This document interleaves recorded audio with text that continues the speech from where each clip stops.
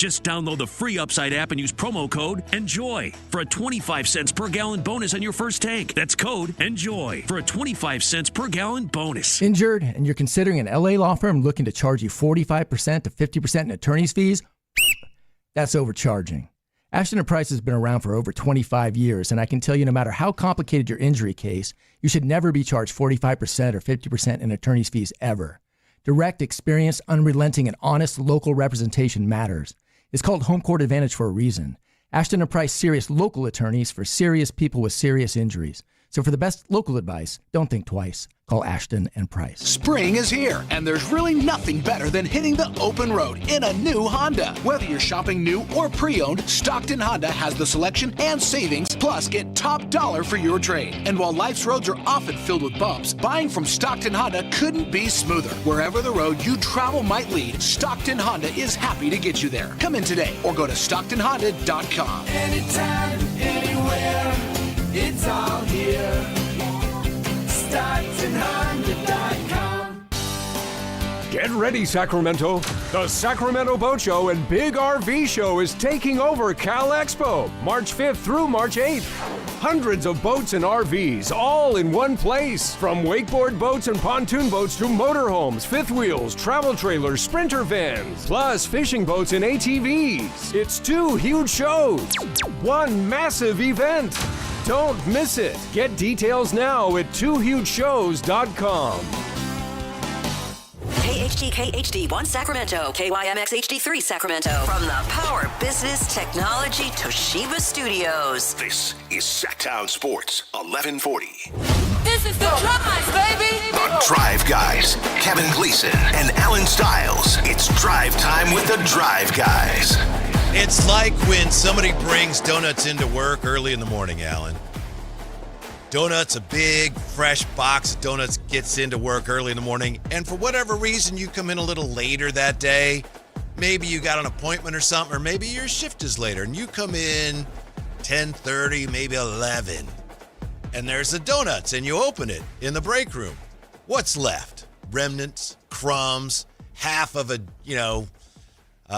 old-fashioned. Maybe someone's taking a bite out of a maple bar. That's how I feel as we finally get our shot at whatever it was that happened last night after the Kings game, right? I know exactly what you mean. These crumbs and partial pieces all over the place. But you got to remember, somebody's getting in their car right now.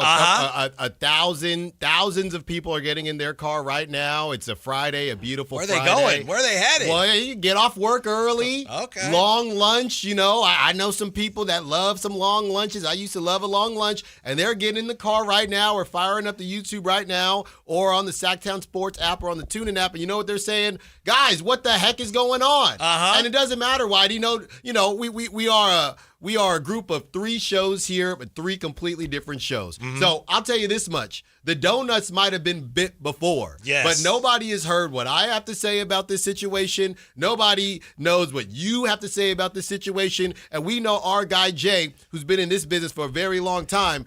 We don't know what he has to say about the situation. So buckle up. I'll tell you this much.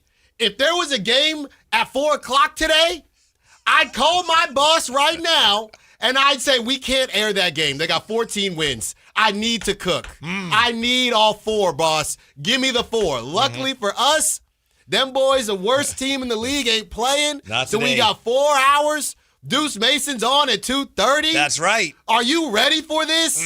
Are you ready for this? You're excited about having Deuce on because I know you've kind of struggled to get him. I'm glad. I'm glad we had to use a conduit. We had to go through you to get it done, but I'm glad we got it done. I was watching everybody. I took in so much content yesterday. I didn't go to bed till about 2 a.m. Really? 2 a.m. I had to hear what Deuce and Mo had to say. I obviously had to hear what Matt George had to say, and I'm processing this whole thing. And now, to your point, I felt like I had the process. Right. Then I over-process. You ever over-churn butter? You over-churn the butter. If anybody's going to overturn butter. I'm going to churn that bad boy all day long because the end of the day, you have to think to yourself and run it back during a break, right? Where was this as far as what exactly you wanted to happen, Russ? What did you want to happen in this situation? Alan, I've heard people say, well, I appreciate that Russ was sticking up for his teammates, and I understand where Matt came from. And I've heard some people go after Matt George. I don't think enough people are going after Russ. He has a right to do that, but at the same time, that's not what people are there for, Russ. Yeah. People are supposed to ask you questions. You're violating protocol. Okay, sometimes you should, but why? Yeah. What was that about? What are you talking about? Yeah. What is the problem? I have the sense that people around the country saw that and they assume, oh, there's stuff going on with that media there, and Russ has had enough of it. Yeah. And he's standing up for his teammates. But those of us who are here, I wasn't there last night, but those of us who've been covering the team and fans who've been following the team know that hasn't been happening. I don't know what he's talking about. When pressed by Chris Peterman, well, what did I say? Well, I don't want to go down that route, so what are we even doing? No. This is the thing, and it's very, this has been going on since the dawn of time. When fans get an opportunity to dunk on the media, they will dunk on the media. They might not even know why they're dunking on the media, but it's always going to be the fun thing to do. Mm-hmm. And look, we're in the humdrums of the season. The Kings have 14 wins. Half of the teams are tanking in the NBA. We always say this about Thursday night games. There aren't a lot of games on Thursday. So this was a perfect storm for this to happen. But the number one thing I will ask back is this. What was the issue? Because if I say you're taking too many shots, you took 17 shots in 21 minutes, that's not a false narrative. That's not stirring up bleep because Russ didn't want to cuss. That's my opinion. Right. That's my opinion. Right. And I don't need to play in the NBA to have an opinion on that the same way Russ can have an opinion on his fashion, whatever it is. Here's where Russ was 100% incorrect. He's dead wrong. He has a right to say it, but he's wrong. Quote, you guys' job is to talk about the game, what's happening in the game. That's part of our jobs. But who are you to tell us what our jobs are? Right. That is not our job. If we did that, Alan, we probably wouldn't be working together. Right. Yeah. Yeah. He says, your job is to talk about the game, not stir up a bunch of stuff that's not accurate. I don't appreciate that. What are we talking about? What stuff is getting stirred up? Nothing. That's a distraction for the young players. Excuse me. It's freaking science fiction. Right. Maybe it's not nothing. I'm just saying we don't know. That we all want to know. We do not know. And to me, this is what it came off to me like. Mm-hmm. Because we have heard, hey, I don't think Russ should be on this team. I don't want Russ to play. I think he should be waived. All of that. In my opinion, those are all opinions. Those are all in between the lines of basketball. Now, where it does get a little squirrely, and again, Russ did not say this, we're just pulling stuff because we don't know. When it comes to the idea of Russ and DeMar chasing their legacy, that's what I think this is actually about, because there was a tell in there, Whitey, when he said, do you know me? And Matt said, yeah. And he said, you don't know me, but you try to speak on my intent. That to me read or sounded as if you're talking about me, I'm just here to chase stats and chase legacy. We can argue that, but even still, that's still an opinion. Okay, Russ, you're here to be a leader of the worst team in the NBA. I mean, these are semantics to me, right? Either way, nobody, and to your point, Whitey, when you're bringing up the idea of the national media getting into it, they don't know what's going on. So I saw a lot of people say, if there is something, long story short, if there is something personal said, expect a personal response. But there, as far as I'm concerned, I don't know. Maybe I'm missing something. There wasn't anything personal said. Right. Sam here in the YouTube chat says he's a Hall of Famer, one of the best players on the team, and he has to listen to you guys complain he's getting playing time over Neek. Actually, Sam, he doesn't. Did you hear what Doug Christie said when he was asked about the media? Mm-hmm. Because somebody, and I don't know who, I apologize, I'm not trying, if it was Hambone or somebody, I don't know who asked him, might have been. Right. It's like, well, what do you think? Has there been an unfair narrative? And Doug said, no offense, I don't read what you guys say. Yeah. So Russ doesn't have to hear it. Right. If he doesn't like what people are saying on the radio, he doesn't have to listen. And I'll put it to you like this, right? This brother was shooting free throws on a yacht, okay? I'd like to think that everybody listens to the Drive Guys from 2 to 6, as you should. But the reality is, if I'm Russell Westbrook, that's probably the last thing I'm doing. This is what I assume happened.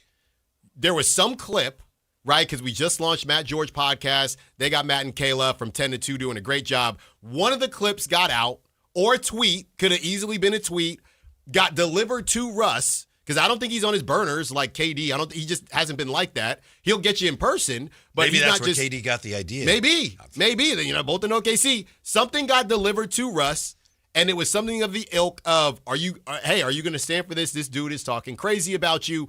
Whatever it was, maybe it was personal. I don't know. Matt doesn't know. Nobody knows, right? I've heard the Russell Westbrook stands. Whitey, it went from Russ standing on business. Then when other media members not debunked that, but said, well, what is Russ talking about? Then the Russell Westbrook stand said, oh, well, he's defending the young guys. Then when we all came out and said, but everybody, specifically Matt George, wants the young guys to play, oh, well, he's just talking about other teammates. So nobody knows. There's been 12 theories because he didn't actually say anything. He was salty about some things that were said, and I feel like he took it personally. If there was something personally said, when we find out, we find out. Because right now, nobody knows. Right. And then, as we said, the one moment where someone asked him, where Chris Biederman asked him, what did I say? What are we talking about? I don't want to go down that. I think he started to say rabbit hole or route, whatever he said. So, well, then help us help you. Yeah. On the other hand, Campy says, Westbrook is tired of media complaining about his playing time. He isn't in control of players' minutes, so he shouldn't shoot.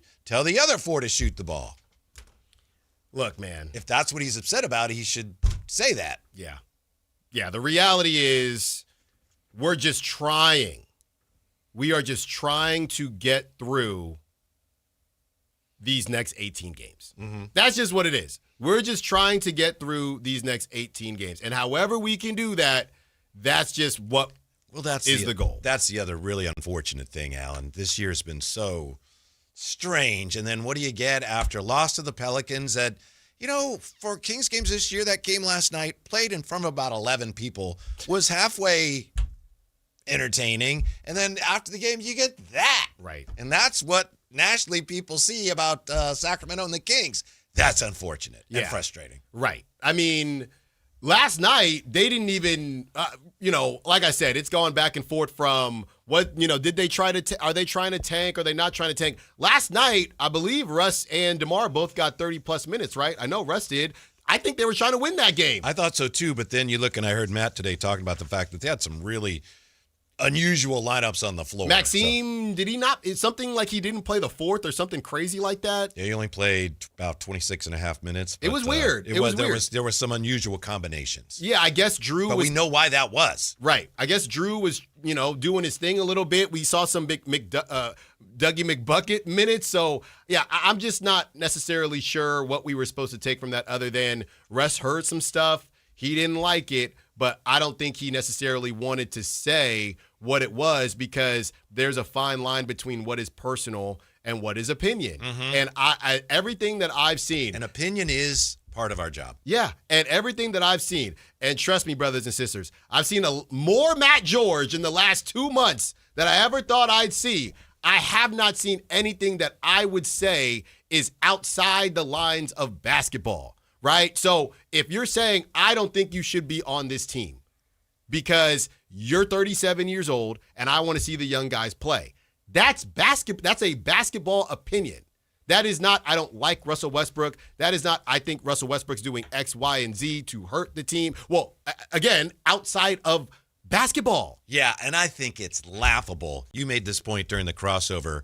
We talked a couple days ago about how Sacramento media, and I've been in Sacramento media a long time, so I'm talking about myself. I'm not excluding myself. Sacramento media is very Kings friendly for the most part. So for a player to come out like that, be that upset about something that's coming out of Kings media, it's ridiculous compared to, and I'm sure, and he did, to his credit, he said, oh, this is nothing compared to some other cities I've been in. I get that because he's been in L.A., he's been all over the place. But still, what is it? Russ, why was last night the night? I wonder if, and this is opinion, and it's not even really opinion, it's speculation. I don't know if this is true. I'm not pretending that anyone told me this because no one told me this. I wonder if Russ starts to see the writing on the wall and he would love to keep playing, and he's frustrated that he's hearing people saying, like I said, if they have him back next year, I don't think they're serious about winning. Maybe he's getting tired of hearing all that, and he starts thinking that, wow, I don't know if I'm going to be back. And maybe it's because of these idiots in the media that are driving this narrative that they should get rid of me. Maybe it's their fault. Now, something like that, I don't think they're serious about winning if Russ is on the team next season. Is that personal?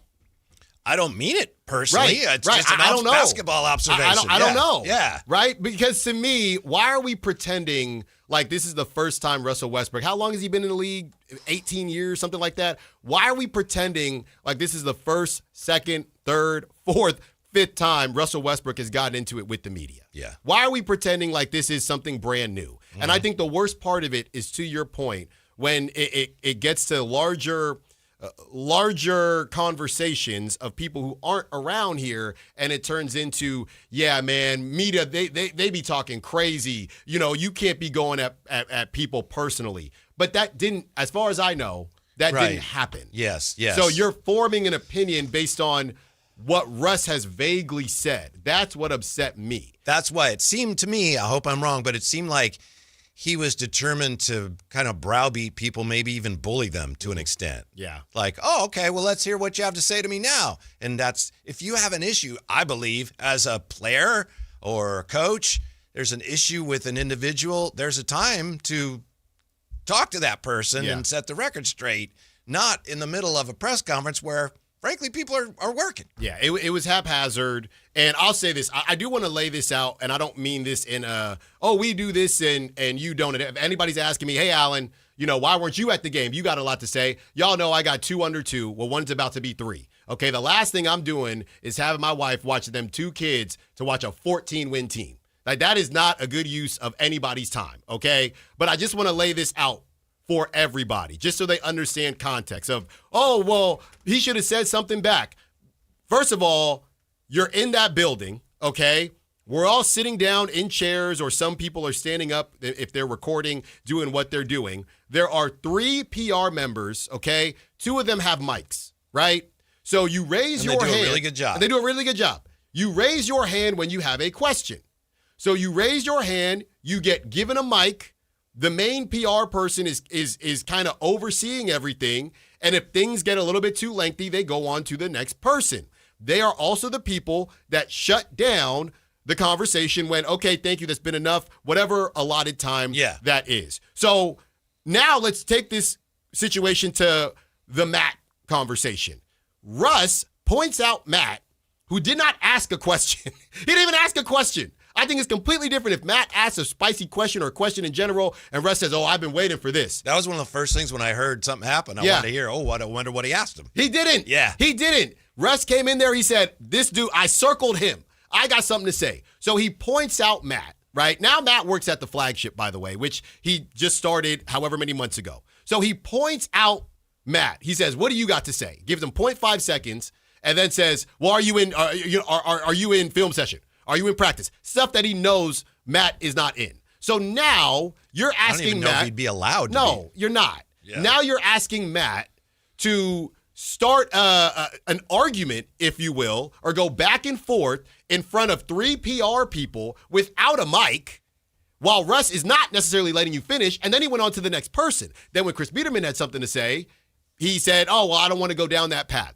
So to me, I don't actually have a problem with what Russ did, but the idea that Russ stood on business, what business did he stand on? I've heard 4,000 different theories about what Russ was talking about because he didn't tell us. So I just want to give everybody a lay of the land. This is not First Take. This is not Get Up. This is not First Things First. It's not a debate show where Russ says, all right, lay it out. You go, I go. This is not Jubilee. Right. It's not a situation like that. Yeah, maybe if Russ had said to Matt or Chris Biederman, you come up here and I'll sit down where you are. Well, might as well. Yeah. Just flip them. Yeah. So I just wanted to lay everything out because a lot of people don't understand. And there's also, let's be real. There's a power dynamic, okay? You have Russ, one of the biggest brands in the history of the game. He's sitting there calling somebody out who did not even ask them a question. And Matt is supposed to think off the top of his head, again, with no mic, PR staring at you, well, Russ, I don't know what you're talking about. then immediately starts asking him questions that were stupid questions that he knows Matt can't answer these questions in a way that will help his argument at all. And then he moves on. Yeah, it was, pardon me, but it was like, all right, what do you got to say now? What are you talking about? Yeah. What are you all, everybody's quiet now. Yeah. I mean, look, when you got 50 wins, look over here. Hey, no. It's the media's fault. Is it the media? Hey, Russ, is this a false narrative or a fact? The Kings are the worst three-point shooting team in the league. Narrative or fact? The Kings are the worst team in the league. Narrative or fact? The Kings are arguably the worst team in the history of the franchise and hold the record for the most losses in franchise history. Are those narratives or are those facts? We can also talk about the average age of an NBA team, Russ. We can do that too. Those aren't narratives. Those are facts. And if anybody knows the dynamics of a post-game presser, it's Russ. He knows Matt's not going to sit there and go back and forth. He didn't even give him the opportunity to do so. Mm-hmm. And when Biederman tried, he said, well, what did I say? Well, I don't want to go. You know what Russ could have actually said? Actually, I don't think you said anything. But he was just shooting from the hip. I wonder if that was where, because he said, I've heard what you said too. And maybe that was a bluff. I know. He was just all over the place. Yeah. But, it's fun to hate on the media, and that's what. Where does it go from here? What's your best guess? Does it blow over? No, I do. I mean, I would hope that on Sunday, Matt gets an opportunity to chat with them and, they can move on from there. I know a lot of people here, especially Campio, and he's got a lot of people that agree with him, or some people anyway. He's saying, look, the thing is Matt goes after Russ after every game. Mm-hmm. If that's true, then I think I would appreciate it if Russ would have been more direct about that. Yeah. Like every game you say this about something but like that. But that's what I'm saying. Yeah, hey, I know. Like if he came at me, Alan, I heard, or even Matt, hey, Alan, I heard you didn't like that I took 17 shots in 21 minutes. Yeah, no, Russ, I didn't. 530 is saying that man knew, talking about Russ, okay? That man knew, talking about Matt. The one he spoke to knew what he said. He said you specifically. I don't think Matt did. I don't. If there's something we're all missing, I'm sure it'll come to light, but I don't. Mm-hmm. So Sunday night, Kings and Bulls. Be interesting to see if Russ is back out there, or if this is just something that well, he's not going to do availability from here. Look, like I said, Russ. Maybe he asks. I doubt it. Yeah, the biggest star. I would say you could argue about Vince Carter, but one of the biggest stars I think the Kings have ever had. One of the biggest brands. We haven't had him on the show. Carmichael Dave hasn't had him on the show. We don't have that relationship to even start this conversation. 339-1140, 1-800-920-1140. Hey, let's talk to Raider Ted here on Sactown Sports. I haven't heard from Jay yet either. Jay's been busy back there. Hey, Ted, what's up? How are you? What's up, guys? Hey. Hey. Well, see, I said yesterday we just can't beat the Pelicans and see what happens. Yep, you're right. No, my only comment on this, honestly, is if Matt said that we don't want to see somebody just out there padding their stats, if that was the key phrase, and I'm going without knowing exactly what was said here, I could see Russ getting mad about that because, obviously he can't pad his assist stats because dudes aren't hitting shots when they're wide open. Mm-hmm. And if he's wide open and taking too many shots because people are sagging off of him, then he's going to take those open shots and not try to force it. But I am strictly in the middle here on this whole thing. I think Russ has a right to defend himself within reason, and I think Matt should be able to say what he wants to say. And nobody wants him taking 19, 20 shots a game when we're trying to develop young kids for next year. So I think everyone's just mad because we're bad. Yeah, got you. Got you, RT. And I will say this. I understand what you're saying. Hey, if Russ is mad about a comment, this or that, it would be helpful if he would say what that was. That's yeah. I think you're right. Might have been that would be understandable, but is that what it was? We don't really know. We're all some people are saying, "Oh, we know that's what it was." Well, I don't know that. Yeah, we're all saying if Matt said something personal, and I can't, all I can say is I don't, I haven't seen anything, but we don't know. Mm-hmm. We don't know. Mm-hmm. How about JC joining us here on a Big Fat Friday on Sactown Sports? Hey, JC, what's up? Yeah, hey, I just want to piggyback off that. I think Russell's just a bitter person overall. I saw him at the airport this past Tuesday. I was flying to Seattle, and he just got back. And I looked at him. I'm like, hey, what's up, Russ? Like, I was about to give him a pound. He just looks at me and walks away. I'm like, well, okay then. Like, man, all right, welcome back. You know, he just seems overall like he's just bitter about things, you know, like, so I get it. You know, some questions are tough in the media, but I mean, Sactown, like, I come from the Bay Area, and, you know, I lived in a little bit of New York, and the broadcasters out there are a little more rough, and you guys show a lot of love to the Kings, and, you know, so I don't know. I think he's just a bitter person, personally. All right, thanks, JC. I don't know about that, but I do know maybe he's having a rougher week because, you know, he got into it with the Lakers last week, where the Lakers were kind of like some people in the media today, which is like, wait, what? What are you saying? What? Yeah. What? Yeah. It's just a tough situation, man. And, you know, I don't want this to be how the relationship with Russ and the Kings and media, if that's how it goes. But like I said before, Whitey, at the end of the day, 70% of Sacramento media has been here before Russ. 70% of Sacramento media will be here after Russ. And if we're lucky, the only thing we will remember about Russell Westbrook being on this team is that this was the vehicle to get a franchise player and finally turn this thing around. And I don't mean that disrespectfully, but they're 14-50. Mm-hmm. So, I mean, in 3 years, hopefully we're just laughing at this and we're saying thank you the same way the Raiders are thanking Geno Smith because now they're about to get Fernando Mendoza. That's the capacity, and that's what this is outside of some personal milestones that Russ is going to get. And that's just what it is. I did think it was kind of cool last night when he took the youngster aside late in the game, the guy who drove when the Pelicans had the ball, insurmountable lead. Yeah. And DeMar took umbrage at that and grabbed him and was like, don't do that. And then Russ after the game. But that's what this has been, right? Yeah, but I mean, I thought that was cool. He's been doing it all season. Yeah. I mean, to me, when I joke about the Niners and I say I am the Niners reckoning, that's Russ. He's just the young guys reckoning. He's the media reckoning. You're on the worst team in the league, so he's just on side quests. Side quest Russ. That's what this is. He's got his milestones going. You know what? I never really liked the media anyway, and somebody sent me a clip on the wrong day, so now I'm going at this guy. Hey, young fella, hey, don't dunk like that. Or, hey, don't talk to me like that. He's just on side quests. That's what it is. Mm-hmm. Well, you mentioned 70% of the media was here before Russ. 70% will be here after. Mm-hmm. Member of the 70%, depending on which way you want to look at it, Deuce Mason. Let's go. You've been having a hard time getting him. Yeah, I don't know my phone. You know, I don't know my phone. No problem. You know, the way that the T-Mobile top 5. Yeah. From the Mo and Deuce podcast, Deuce Mason himself joining us next on Sactown Sports. The San Francisco 49ers play on Sactown Sports 1140. Touchdown 49ers! Every game on your #1 sports station. Don't miss the action on your local sports leader. Sactown Sports 1140.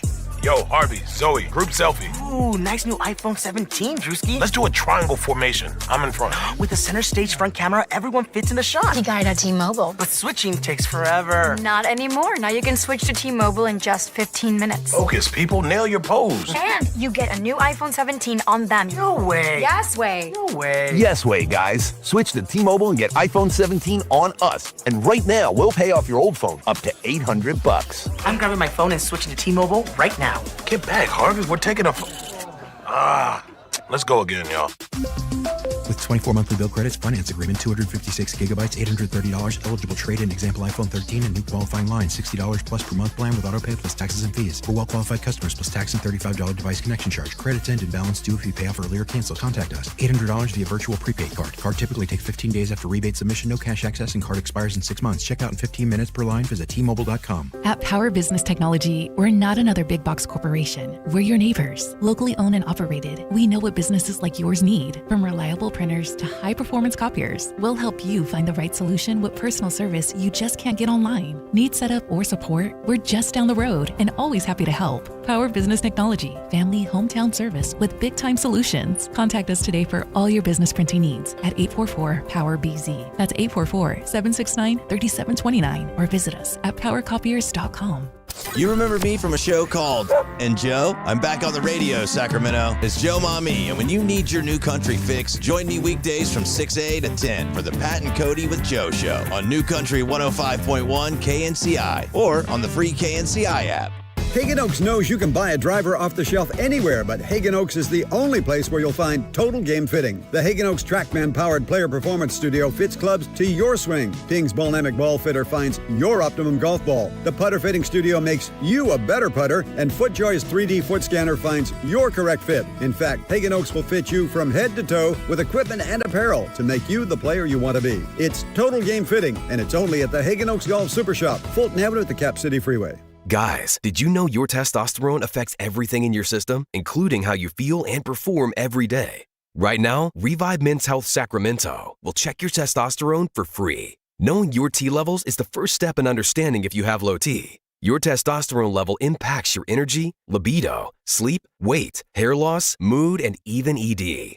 Maintaining an appropriate T level can change your whole life. Most men start to see changes in their hormone levels in their 30s. Experience and results matter. So what are you waiting for? Get your T levels checked today by local, experienced, and trusted men's health experts. They've helped thousands of men since 2011. They're so confident they can help you, they even guarantee it. Call Revive today and schedule your free testosterone test, free exam, and free consultation. Call Revive Men's Health at 916-277-8599. That's 916-277-8599. Or visit ReviveMen'sHealth.com.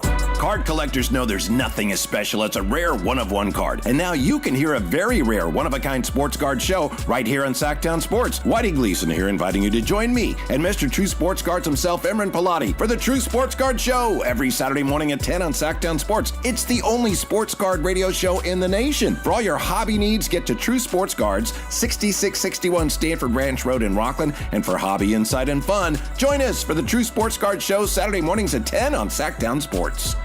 Get ready, Sacramento. The Sacramento Boat Show and Big RV Show is taking over Cal Expo, March 5th through March 8th. It's 2 huge shows, 1 massive event. Don't miss it. Get details now at 2hugeshows.com.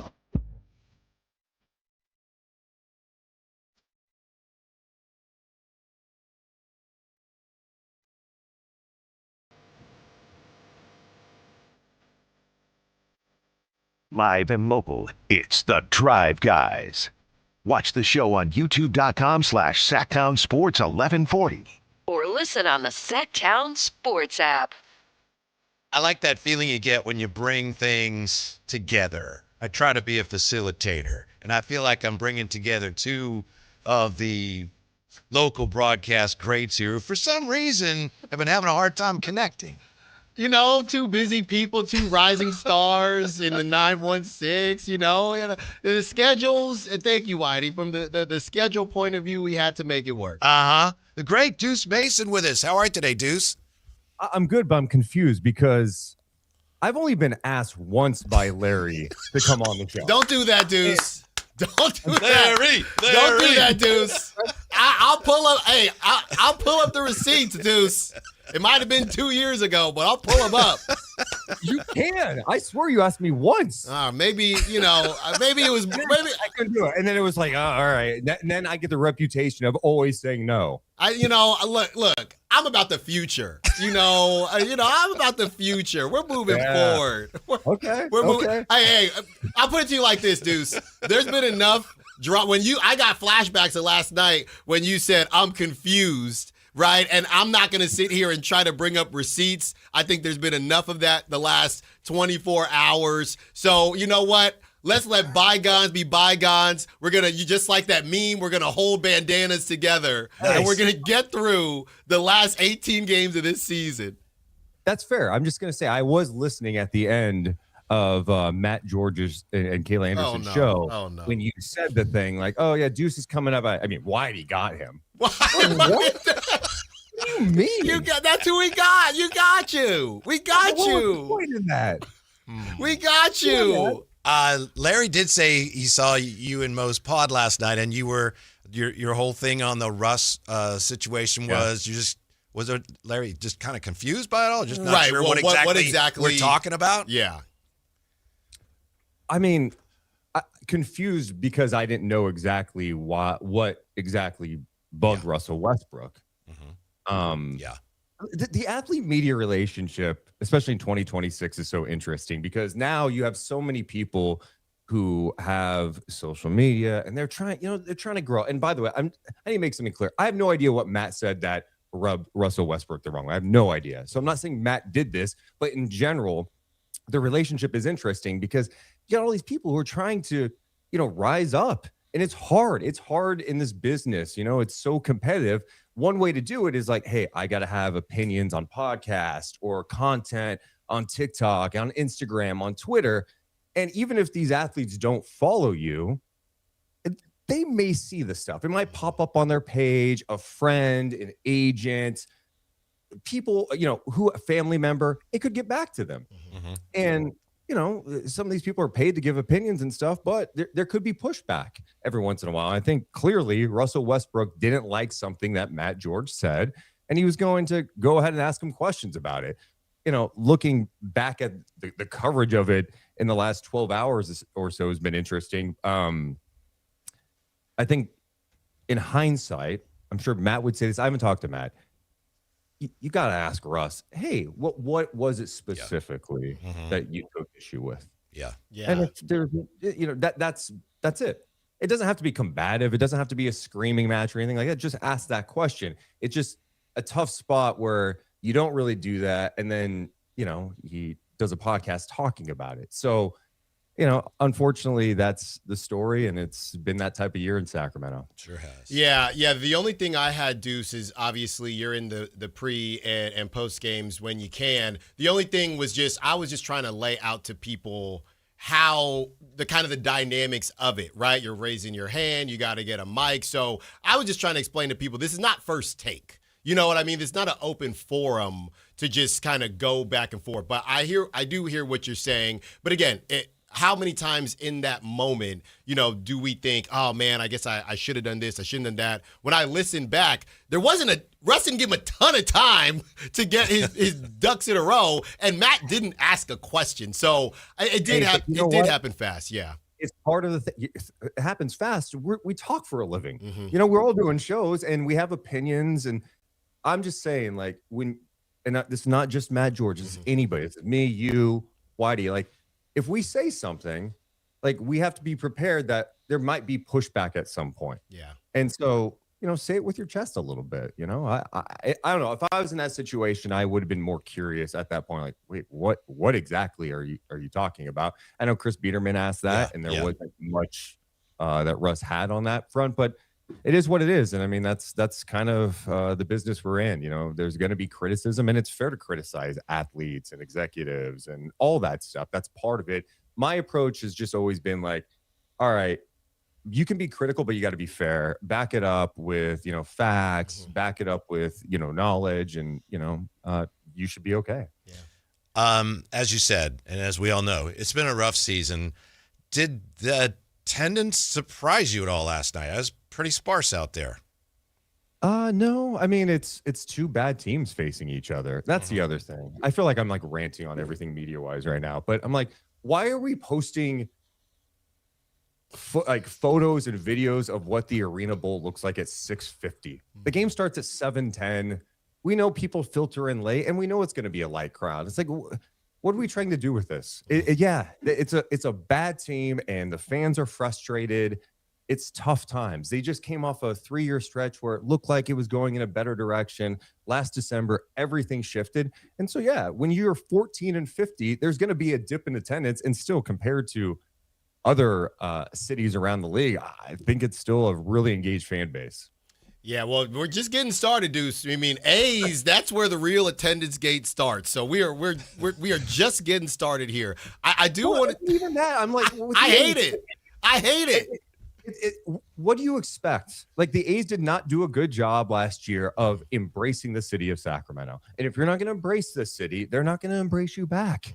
You start the year not selling Sacramento A's merch. I went to the opening series, and I went to the team store. I'm like, I'm going to get a Sacramento A's something. There was nothing there until like the very end of the year. So embracing would go a long way, in my opinion. Yeah.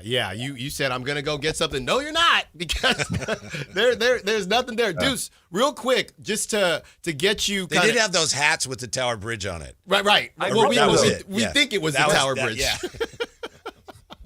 Deuce, real quick, just in between the lines here, I'm calling them. I'm thinking of a better name. I think you and Mo can probably think of a wittier name, but the mid-20s guys, or the mid to late 20s guys, and Precious Achiuwa, Daquan Plowden, where do you fit them into the future of the Sacramento Kings, which is so funny because they're not that much older than Keegan, and I think a lot of us would consider Keegan a young player. But what are you doing with the Preciouses and the Daquan Plowdens, the kind of mid to late 20s guys, as far as their future on the Kings? So just to be clear, Larry, the nickname is the mid to late 20s. I don't have one. I don't. I'm trying the M20. I know that sounds like a fire. I don't know. Okay. All right. I just want to make sure. I mean, I think that it's going to be a minute until the Kings are good. So if those guys are interested in being back in a rotational role, sure. I mean, I'm not opposed to it. You have to think that both of them, specifically Precious Achiuwa, who's playing some really good basketball, he's been on winning teams before. Right. And I think you look at what he's been able to provide with Sacramento and go, yeah, you could see him filling a role on a good team as a rotational big, kind of like he did with the Knicks, right?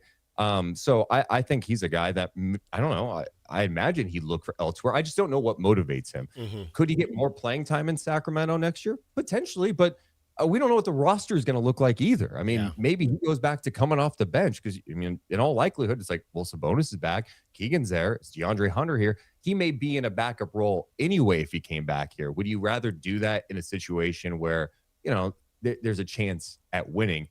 As far as Daquan Plowden, yeah, I like what he's brought this year. I mean, he's a pesky defender. You know, he's taken a different path. Everyone's got like a different path to the league, and he's had to grind it out in the G League for a long time.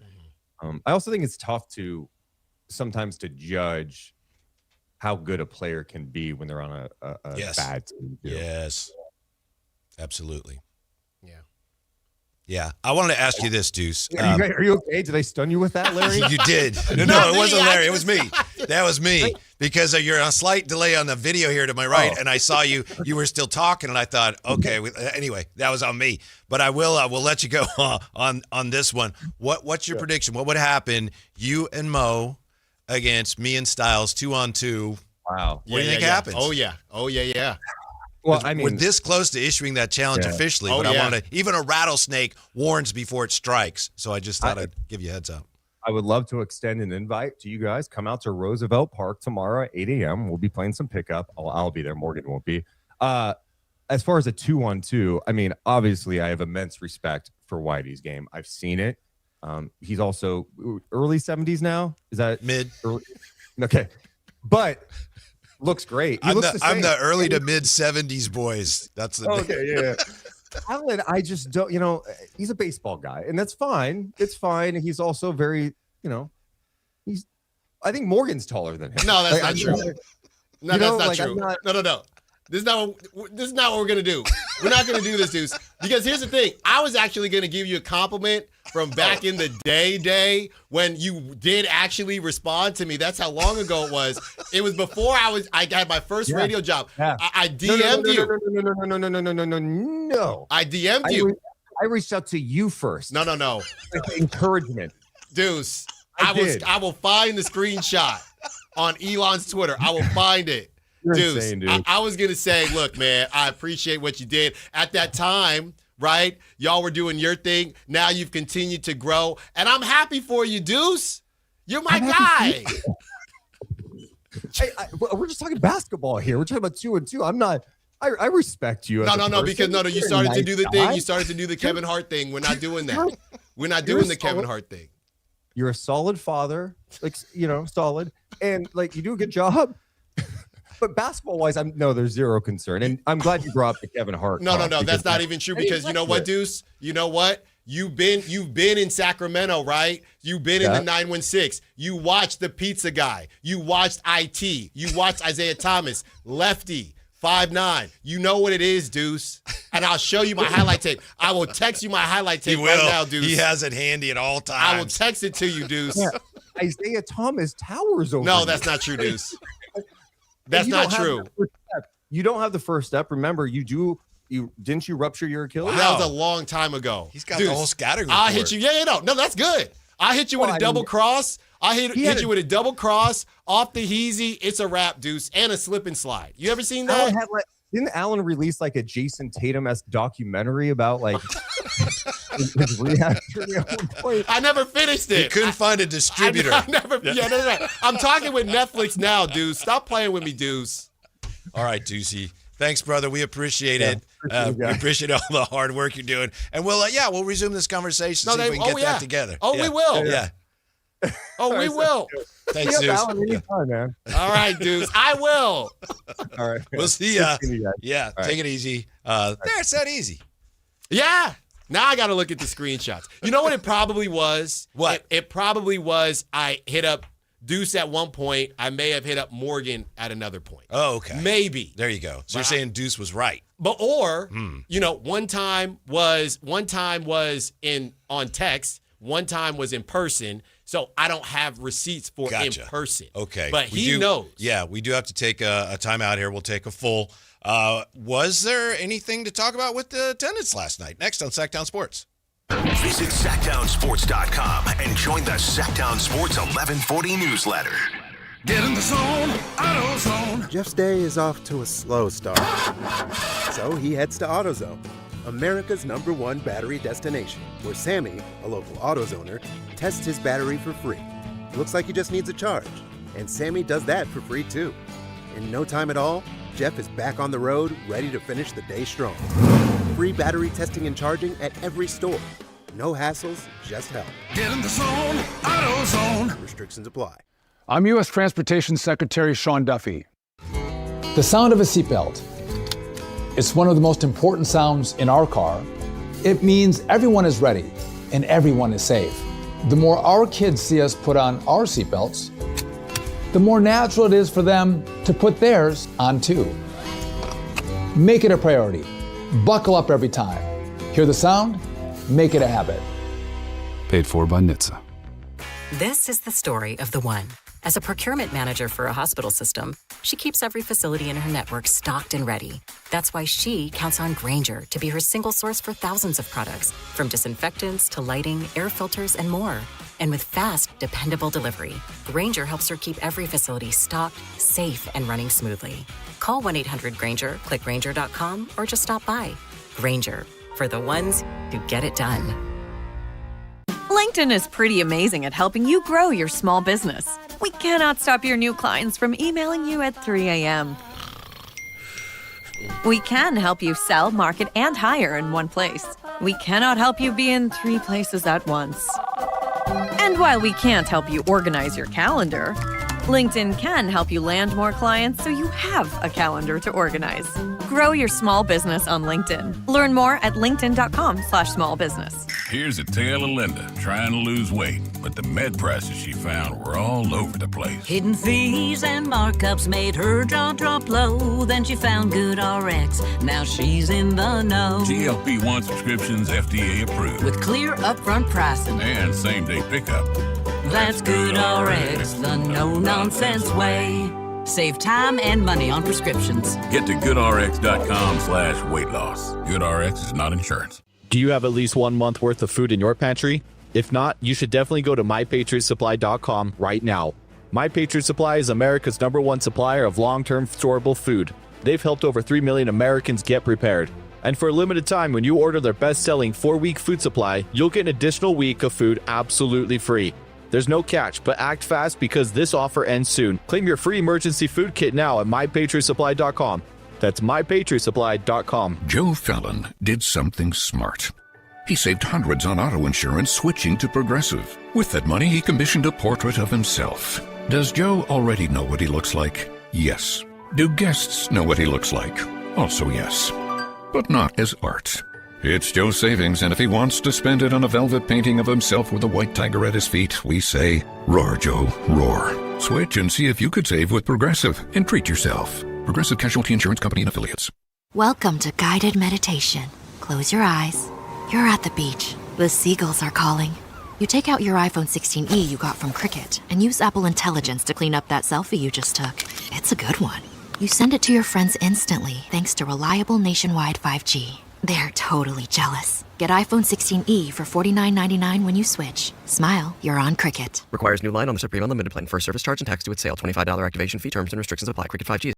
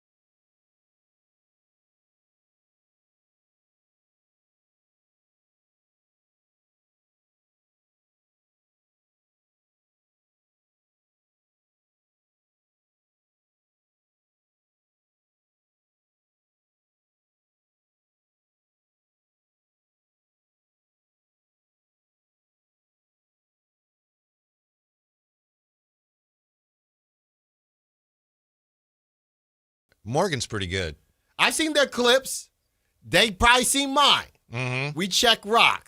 Okay? Can I say this just to make sure we go off this? Because, Alan, you're fairly new. You're not new now. You've been there for about a month at this point. You collected checks, so you're good. You're in there. 401k has hit the Roth IRA. The benefits have been used, so you're in here. We ain't the prototypical conversation what people throw out there, right? The banner. We ain't ducking no smoke. Right. The drive guys ain't ducking no smoke. I don't care if you want to play jacks, play spades, dominoes, baseball, basketball, wiffle ball, anything. If paper mache, we rolling dice, whatever you want to do, we ain't ducking no smoke. That's right. No. That's right. We're not doing that. Zero. You can, okay, and that go anybody. Anybody. I'm putting that out there. Anybody. Okay? Look. And this is why I need people to know. All right? Okay, Alan, don't take it too far now. Keep it in the box, fella. No, hold on now. This is not a game to me. Okay? I'll tell you one thing where Russ and I are very, very similar. Okay. No. Hold on. Oh, Lord. Beep, when you talk about a hyper-competitive alpha athlete, sure, that's what you're dealing with here. So when you walk into the lion's den, don't be afraid of the roar. That's all I got to say about that, Jay. Yeah. Dude, years ago, Jay, Dare Dave, there was a guy at Dare Dave. I remember Lloyd. Dare Dave. Yeah, great guy. I think he's still at ESPN. I think he so. used to do a thing on Channel 40, and he would challenge people to whatever, different sports. Yes. And he challenged us, me and Justin, the Rise guys. We played wiffle ball at the downtown plaza. Really? I took him upper tank at Macy's. You yanked him? Upper tank at Macy's. Did you hit him with the Nelson Cruz scream? I don't think I did. Okay. I think I kind of low-keyed it, but it was a mammoth shot. That a boy. A tremendous shot. And this is what I've been wanting to do for a while. You could have a media Olympics, okay? We do basketball. And I know one thing, you do not want to see me in the bowling alley, okay? Alley cat strike. Don't play with me. You have your own ball? I don't need it. Okay. All right. You see my lefty curve? Jay, I'll be dancing around. Oh, that's going to go in the gutter. No, it's not. Okay? Bowling, basketball, obviously any type of baseball, whatever genre you want to call it there. You heard what I said, man. It don't matter. Marbles. That's right. So you're talking like cricket, all of rounders, teach curling. me how to play. Like that's just what it is. Bobsled. Because now, with all this talk, now I got to get some competitive juices out. Mm-hmm. That's what it is right now. You know, Whitey has said this, and I totally agree. And I love it how Whitey says it because he's so calm. You know, you're screaming. You're at the top. You're at the top. You're letting everybody know how you feel. And I get it. I understand. We all talk with passion. I'm a talk with my hands guy. Whitey always says, if we're keeping score, I want to win. Yeah. That's right. And that's exactly. The truth. Yeah. That's how it is. Uh-huh. Now, last night, before anything happened post-game with the Kings, they were not playing well. But I wasn't upset about that, and I wasn't as upset by what happened after the game as I was about the conversation that I had with my wife. And it was a conversation that related to you and something you said yesterday. Because we're having our ice cream. It's Thursday. Mm-hmm. What flavor? It was just chocolate chip last night. Did you put the cover Shell, on? The coat? yes, and it was great. And I haven't used it yet. She actually asked me, and I said, I don't know. Man, please tell Mrs. Gleason I have not, because my wife has bought some exotic flavors that don't necessarily match with the chocolate coating. Gotcha. Exactly. Yeah. So we're watching it. It's probably the third quarter, Kings, whatever, and we're having our ice cream. It was great. A great Thursday night. And I said, Alan says that mint chip ice cream is like eating toothpaste. Yep. And she's like, oh. She couldn't believe it. Alan, she couldn't believe it. Like, what? What? I ruined the ice cream experience. Well, not totally, but it was just, that's the most outrageous thing I think you've ever said. It's true, though. It's true. It's 100% true. And look, I don't know. You know how some people, they can't have certain herbs or whatever. They cilantro tastes like soap to people. Okay. That's what it is. It's not even like that, because clearly it's mint chocolate chip. Right. It tastes like I'm brushing my teeth, right? It's Colgate. Y'all eat Colgate ice cream. Have you had multiple brands of mint chocolate chip? I don't like mint anything. Really? Give me a peppermint it patty. doesn't have to be green. They have mint chip ice cream that's not green. Give me a peppermint patty, right? Give me, those, what are the white and red, you know what I mean? The little candies. I hate that. I hate that. White and like peppermint? No, I can't stand that. You don't like peppermint candy? No. Oh, man. Big candy cane fan? I'll just, you know what? I'm going to go see the dentist in a couple weeks. I'm going to just go brush my teeth. I'm going to just do that instead. Hey, Alan, you want this peppermint candy? Nah, I'm going to just go brush my teeth. I'm good. Hey, Alan, you want this this mint chocolate chip ice cream? Oh, I'll just go brush my teeth. Thank you. No thanks, though. It doesn't taste anything. Anyway, that was what was really kind of brought down the room last night. Oh, man. Well, I had to get that off my chest because it's like a burden I was dealing with ever since you said it. You should go buy some mint chocolate chip and tell me. We do all the time. And we didn't have it last night, but it's great. Whether or not. You know what else? Pretty soon, if they don't have them already at McDonald's, the Shamrock Shakes are coming. Ooh. You know what else, though? Girl Scout, Thin Mint, brush my teeth mint. Some cookies that taste like toothpaste? No, thank you. Okay. I know people feel me. York peppermint patty? Not for you. Oh, no. Not for you. No. I call that. So what you brushing your teeth with? Cinnamon flavor or what? No, I can't. The baking soda flavor. The Colgate. That's what it is, man. Okay, no, thank you, man. I'm good. I'm gonna just brush. You said you were gonna have ice cream last night. Well, yeah, but baby number 2 didn't cooperate, so it's gonna be tonight, hopefully. Okay. Oh boy. What do you know? What's in the freezer? Yeah, we just got vanilla because we got the brownies. So brownie a la mode. Get to watch whatever competitive basketball is on. Oh, it's a beautiful. Oh, real fast. Yeah. Have you guys, Whitey, this is for you. We don't talk to Raider fans about Niner business. Have you seen the rise of the 49ers situation? I'm aware of it. I haven't seen it. Woo! Come on, baby. Yeah? Come on. Now, I've only seen episode 1. 2, what is it on again? It's on Amazon. Okay. Yeah, it's on Prime. So Amazon's doing some fantastic docs right now. Absolutely. Soul Power. Yeah. Have you seen Soul Power? It's on my list. That just say no.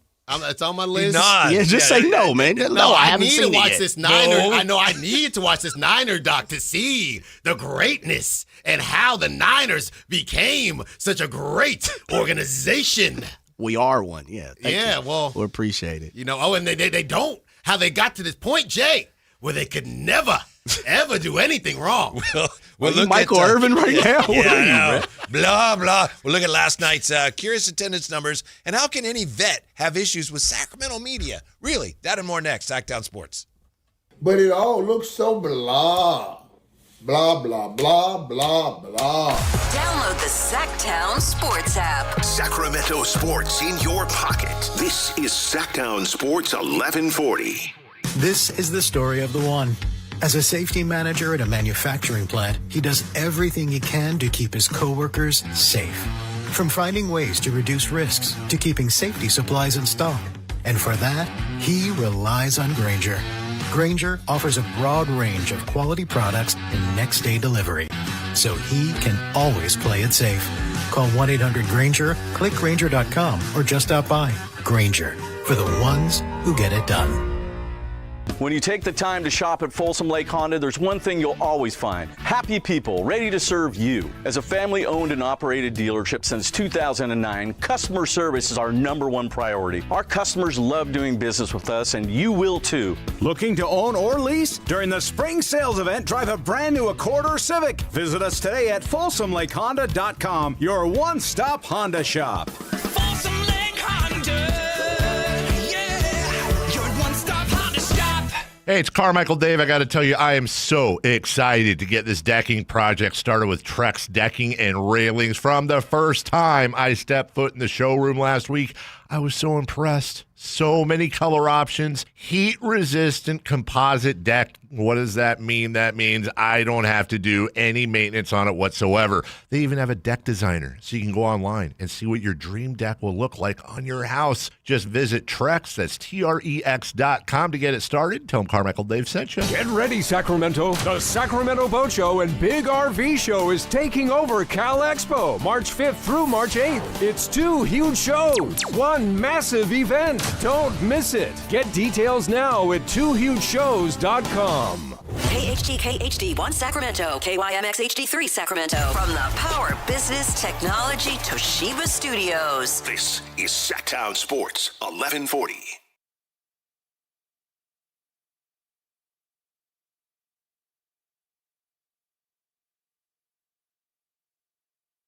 On the move?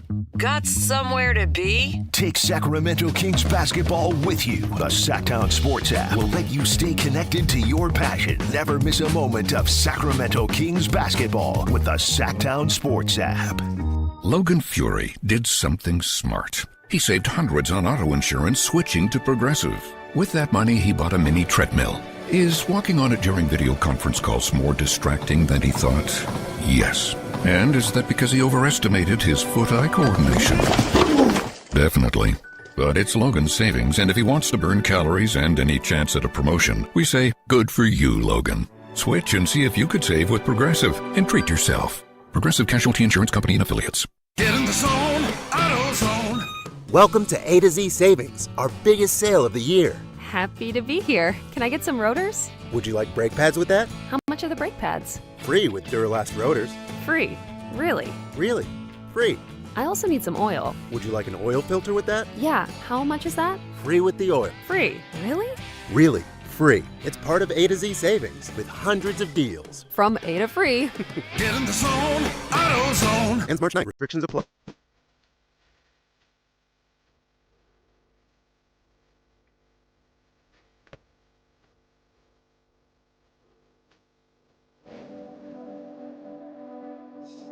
Your afternoon home for Kings talk and so much more. The Drive Guys on Sactown Sports. One of the things I have come to appreciate about working here, we don't talk a lot about what's going on in our lives. When we do, and when there's times are tough, the amount of support you get it's incredible. And I just want to say I really appreciate all the support I'm getting from Jay, from people in the chat, about how hard it is for me to work with somebody who thinks that mint chip ice cream is like eating toothpaste. It's not easy. Thank you. Like Jay said, Whitey, if you want to go home, I'm not gonna, Jay, I don't think. I'll get back to you, another segment or so, but thank you.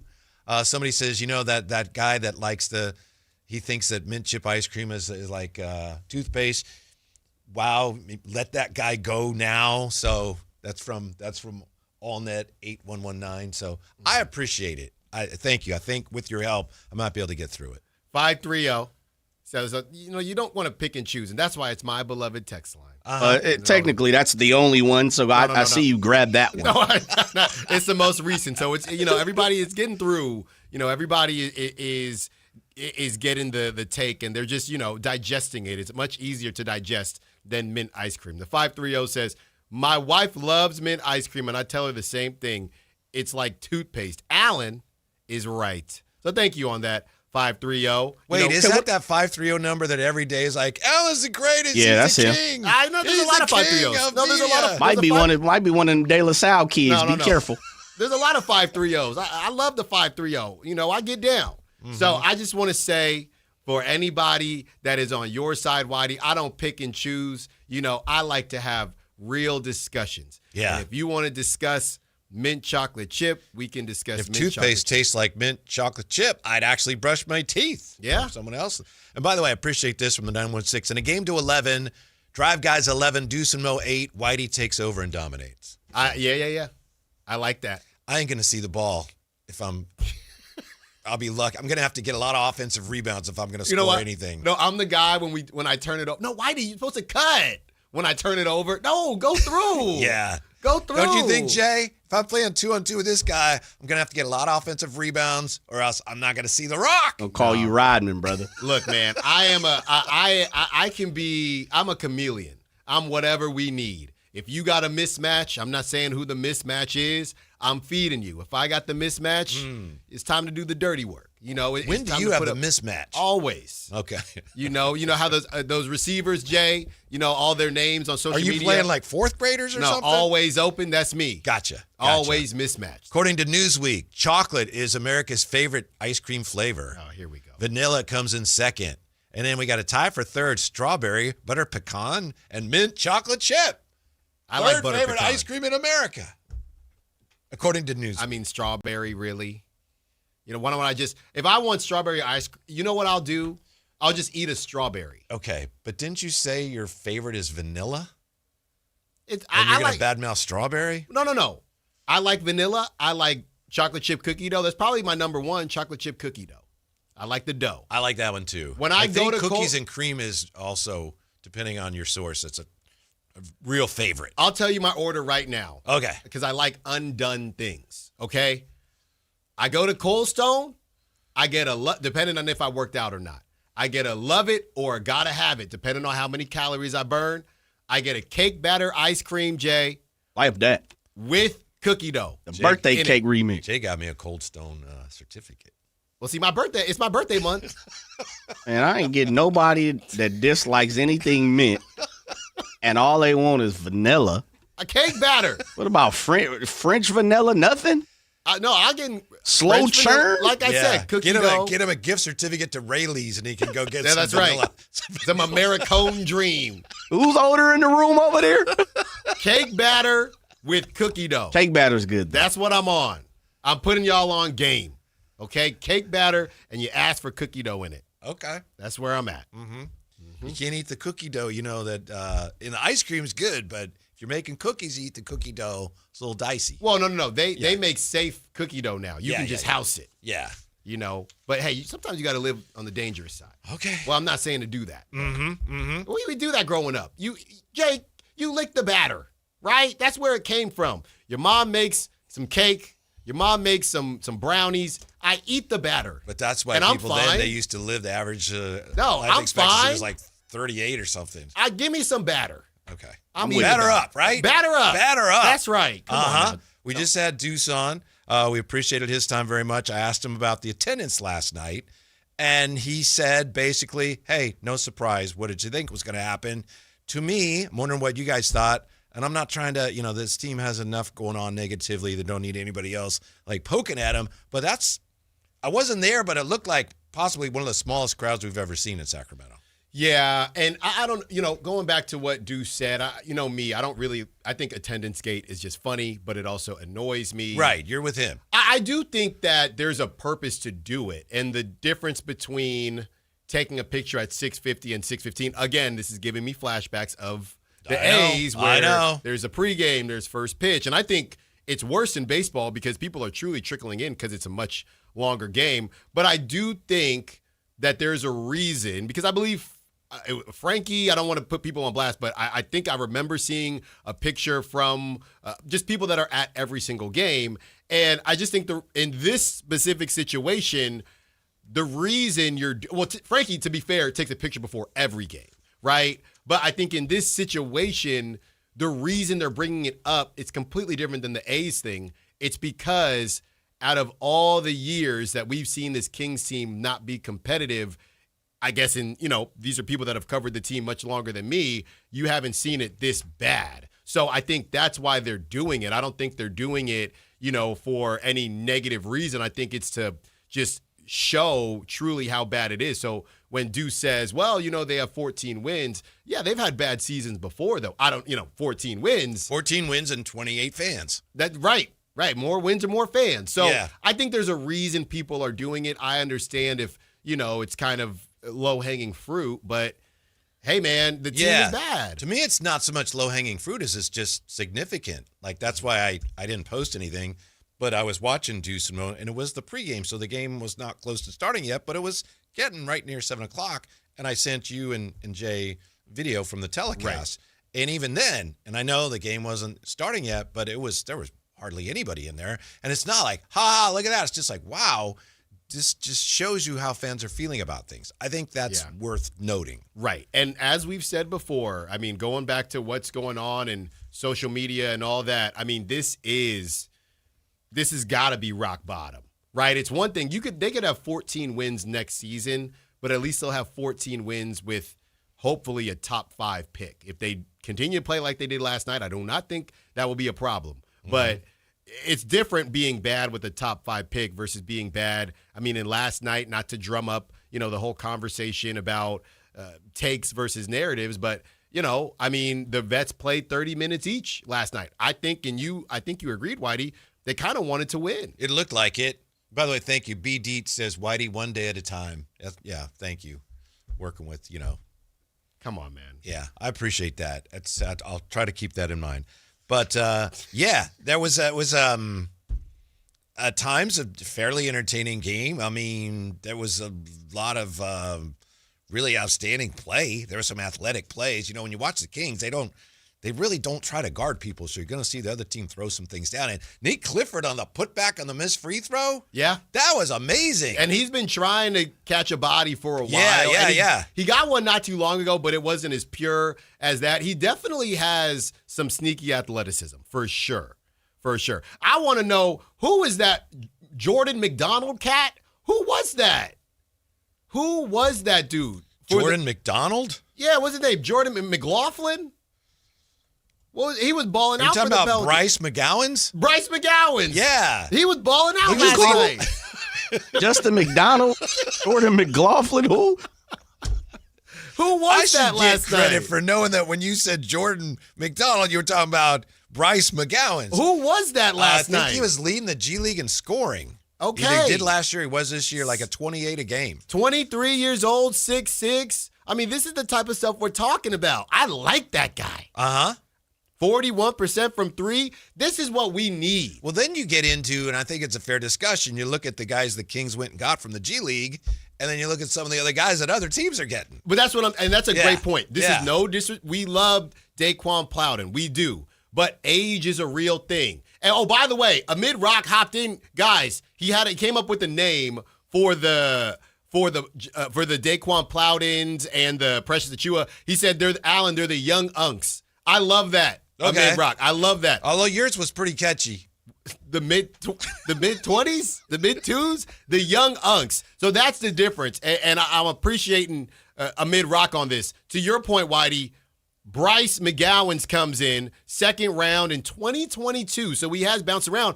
But again, he got drafted at 20 years old. So now he's only 23.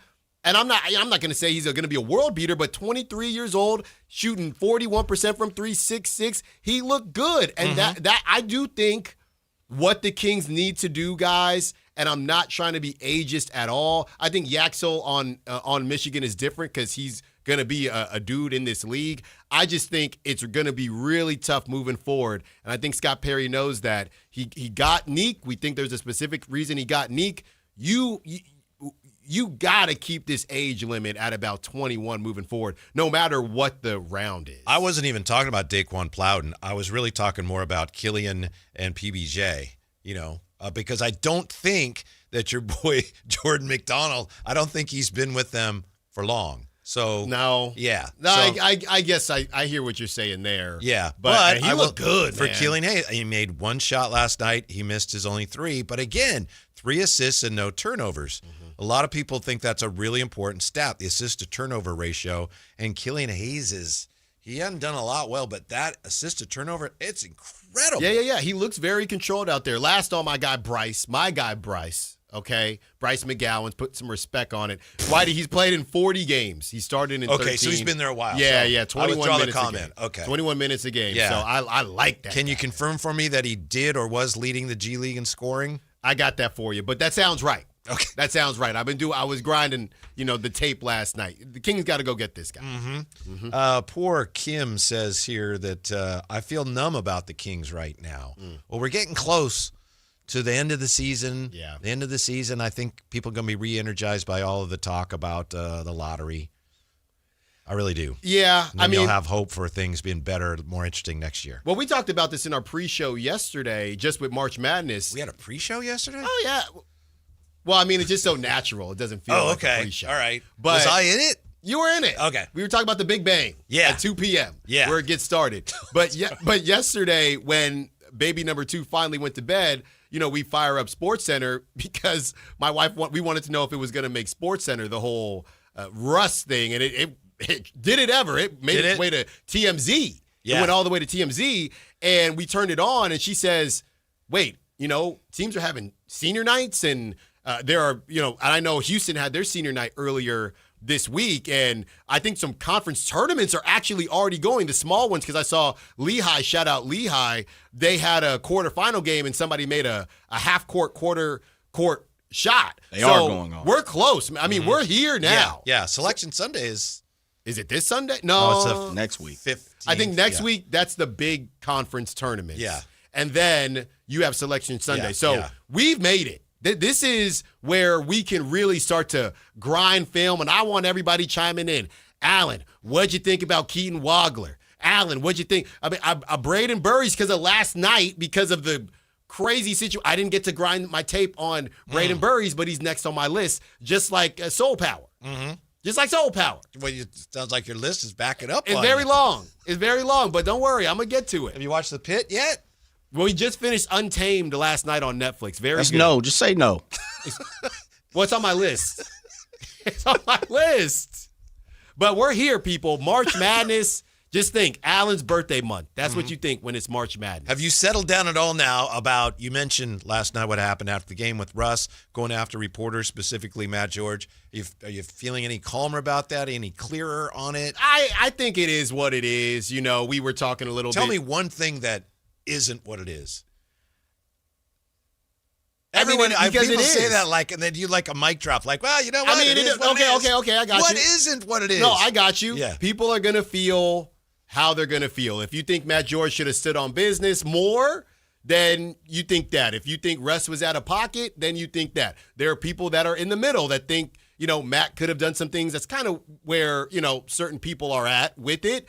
I don't think we're convincing. Whitey, I don't want to go there, but it's kind of like politics, right? I mean, if somebody's going to change their mind on something, it's probably going to be on their own. It's not necessarily going to be from... Might not be your best analogy, but I think you're so far so good. Well, I just think that, you're going to come to a decision on your own. It's not going to be, hey, let me explain to you what this is. And all the Twitter fights that I got into, guys, I had to mute all my tweets last night because I couldn't get anything done. I mean, the Russ Hive, they were all over me. I had to run an extra mile because they were calling me fat again. I mean, it was a lot, Whitey.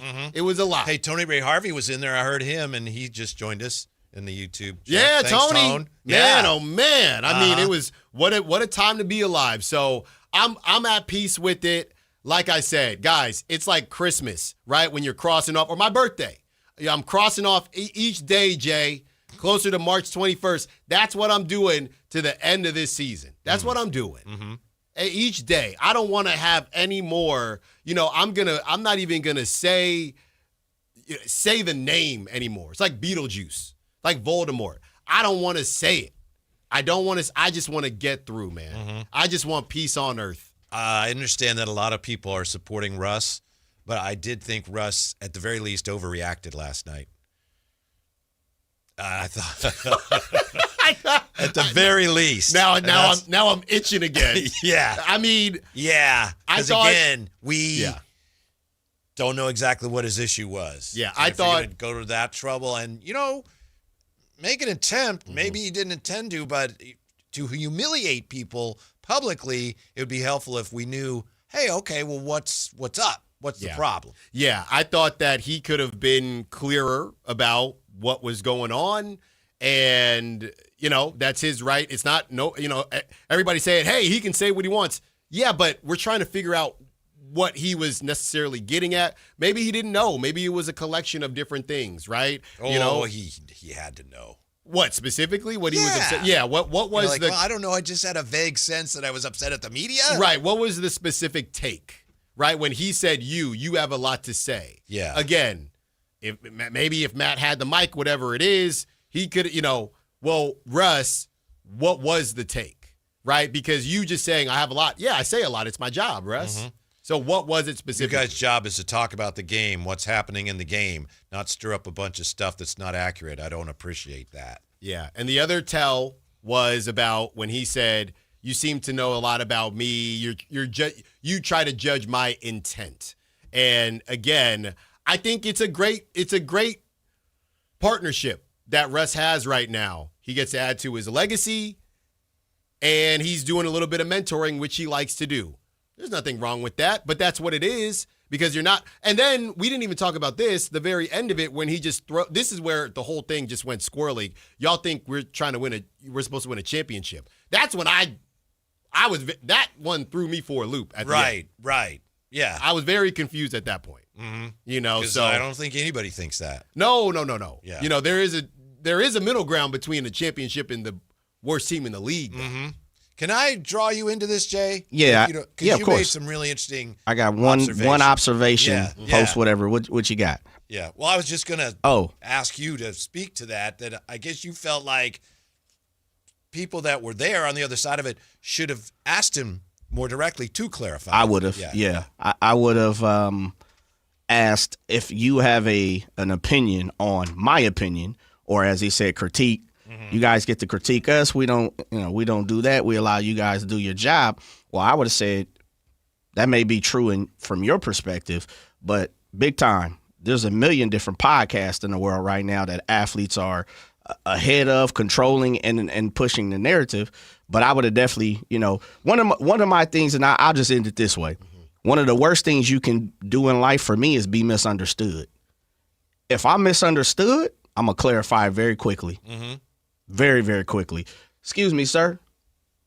The prototypical, no disrespect. But if you feel like, indirectly I've personally attacked you, totally understand that. Mm-hmm. But we're going to clear the air right here today because the thing is, and this is what I am saying is he asked people in there to do that. Mm-hmm. And as much as it was quick and it was understanding, I got to give something to Deuce because Deuce is straight on. He said, we all talking fast, we all moving fast, but I would have stopped it. You would have had to kick me out the press conference. Mm-hmm. By all means necessary, let's get a better understanding, sir. You feel like I've indirectly attacked you, or you feel like you've been critiqued in a way that doesn't hold journalistic integrity, then we're gonna make sure we clarify that right now. Yeah. Right now. And if you don't allow me to give the opportunity, or the mic is not passed, or the PR who sits in the corner says no, if nothing else, now I've been given an opportunity to go and now clarify it on my own, where I would have said, please pass the mic here. I don't care if I'd have had to scream it. Yeah. We're going to clarify it right now because you have asked me. And if nobody else in this room want to talk, I'm going to talk. That would have been to everybody's benefit. That would have been me. Yeah. And we would have figured that out. The only thing and this kind of comedy, what was the accessory that was on the table? The box purse? Oh, that's what I was trying to figure out the whole time. Uh-huh. And let me also say this about the Russ situation. I know it's Sacramento, it's media. A person in Sacramento media is a part of it. It's blowing up. It's socially, it has went viral. For me, I'll say this. It's not a big deal. This is Russ being Russ.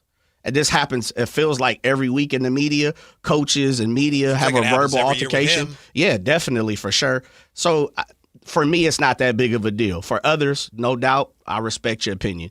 But I definitely want to understand, what was the accessory piece that was on the counter? I saw it, and then I just, got distracted by everything else. Initially, my brain processed that as some kind of like CD case, which makes no sense whatsoever. And it was like he was sorting them out or something. And then He I was think taking his Jason phone Anderson out, asked right? him first, and he's like surprised, like someone asked him a question. Right. Huh? What? Yeah. I think Jay, you make some outstanding points, man. Outstanding. So I appreciate you on that. Real fast, can you answer? I would like to understand. Is it a purse? Is it a bag? Is it a... What was that, Alan, for you? I mean, it looked like a square purse. Okay. That's what I'm Googling. Square man Yeah, I was trying to purse. see if it was... But it was... And it was hard. It looked like it was tin or something. It was a Yeah. shell. I'm looking at it. Yeah. I Googled square man purse. Well, it ain't going to come up because no purse for a man. First, I technically thought gonna he's pop up. got his graded cards in there. It looked like one of those cases, didn't it? He had that It Tejan Salon. does. He had that Tejan Salon in there. Yeah. But That Paul Skeen? That Paul Skeen. Hey, Russ, you got that refractor? I got you if you need it. No, Jay, I think you make some great points. And I'll say this. This might be semantics, but if we flip-flopped how Russ went, because the other thing is, when you talk about people not having anything to say, I don't know. He was really just talking to Matt. Can we keep it a buck? Like, he was talking to Matt. So when he opens it up to everyone else, I don't know that anybody else felt the need to say anything. Because then he said, like, especially for you. That was to Matt. Yeah, but especially, which means I'm talking to everybody, but especially you. But he also didn't They say... might not have something for him, though. But did he say something, and I could be wrong, I wasn't there, and there's three sides to every story. And that's why I said, for me, fellas... There's four sides to his... Well, very man true. purse. Yes, very true. Because I wasn't there, and I know this is a cop-out in some form or fashion, I don't know the reaction in the room. Yeah, right. Right? But it looks like he called out 2-3 people, but he kind of zoned in and targeted in on Matt. Sure. Yes. So that's why I'm saying, just in my teachings, my experience, and Whitey, definitely you the grandfather of journalism at this point, and I mean that with all due respect. Thanks. In my situations, and that's why I started, you never want to be misunderstood, especially when some people believe that you could be attacking them. Attacking could be the wrong adjective, but coming at them personally. And if it's indirectly personally, I want to make sure that, because I've always stood on the fact that I never talk about people's personal lives. Mm-hmm. I don't care if you're an athlete and you get arrested, I don't talk about that. Because I wasn't there, and I don't know. So my point of it is if it looked like he talked to 2 or 3 other people, it sounded like there were a few other culprits that he wanted to hear from. But the moment, fellas, truly, the moment that he said it and he doubled down twice, he said, listen, and I'm saying in my own words, I'm all ears. You guys seem to have some questions, have the answers. Let me hear it. Let me see. The first time it's like, oh, wait a minute. Russ being, okay, I see him. He firing off on us tonight. The second time, he's like, is there anybody that has anything? And even Shannon, the PR of the Kings, said, are there any questions? Man, I would have hit the roof. Absolutely it is. Yeah. Okay, I'll give you this one, Jay. Absolutely, By the way, Tony, it's a question. You know where Tony sits? He's right up there. Tony says Russ pulled out a cell phone out of that box. I did see that. He did. Yeah, he did. There was a cord over the cell phone. Can you hang on to it? I We'll got come right back to the conversation. Continue. So don't go away, Sactown Sports. Power Business Technology is proud to be a 100% independent, locally owned and managed Toshiba copier dealer. Local ownership cuts out the red tape, allowing ourselves to never be too busy to personally answer the call when our clients need us. Recognized for excellence in service execution, training, and customer service, we're proud to be named a Toshiba ProMasters Elite Dealer since 2021. Contact us today for all of your business printing needs at 844-POWER-BZ. That's 844-769-3729. Or visit us at powercopiers.com. Get ready, Sacramento. The Sacramento Boat Show and Big RV Show is taking over Cal Expo, March 5th through March 8th. It's 2 huge shows, one massive event. Don't miss it. Get details now at 2hugeshows.com. Spring is here, and there's really nothing better than hitting the open road in a new Honda. Whether you're shopping new or pre-owned, Stockton Honda has the selection and savings, plus get top dollar for your trade. And while life's roads are often filled with bumps, buying from Stockton Honda couldn't be smoother. Wherever the road you travel might lead, Stockton Honda is happy to get you there. Come in today or go to StocktonHonda.com. Anytime, anywhere, it's all here. StocktonHonda.com. Guys, did you know your testosterone affects everything in your system, including how you feel and perform every day? Right now, Revive Men's Health Sacramento will check your testosterone for free. Knowing your T levels is the first step in understanding if you have low T. Your testosterone level impacts your energy, libido, sleep, weight, hair loss, mood, and even ED. Maintaining an appropriate T level can change your whole life. Most men start to see changes in their hormone levels in their 30s. Experience and results matter. So what are you waiting for? Get your T levels checked today by local, experienced, and trusted men's health experts. They've helped thousands of men since 2011. They're so confident they can help you, they even guarantee it. Call Revive today and schedule your free testosterone test, free exam, and free consultation. Call Revive Men's Health at 916-277-8599. That's 916-277-8599. Or visit ReviveMen'sHealth.com. Amy Cox did something smart. She saved hundreds on auto insurance switching to Progressive. And with that money, she decided to treat herself to an anti-aging red light mask. Will she look like a horror movie villain every night? Yes. Will her boyfriend Kevin be scarred for life? That's certainly a risk. But it's Amy's savings, and if she's willing to risk her relationship for smooth, wrinkle-free skin, well, bye-bye, Kevin. Switch and see if you could save with Progressive and treat yourself. Progressive Casualty Insurance Company and Affiliates. This is the story of the one. As a procurement manager for a hospital system, she keeps every facility in her network stocked and ready. That's why she counts on Grainger to be her single source for thousands of products, from disinfectants to lighting, air filters, and more. And with fast, dependable delivery, Grainger helps her keep every facility stocked, safe, and running smoothly. Call 1-800-GRAINGER, click Grainger.com, or just stop by. Grainger, for the ones who get it done. The spring service event is on at Maida Subaru. Now is the time to let Maida Subaru get your Subaru road ready for spring with exceptional savings on tires, brakes, wiper blades, and more. See all the service specials at MaidaSubaru.com.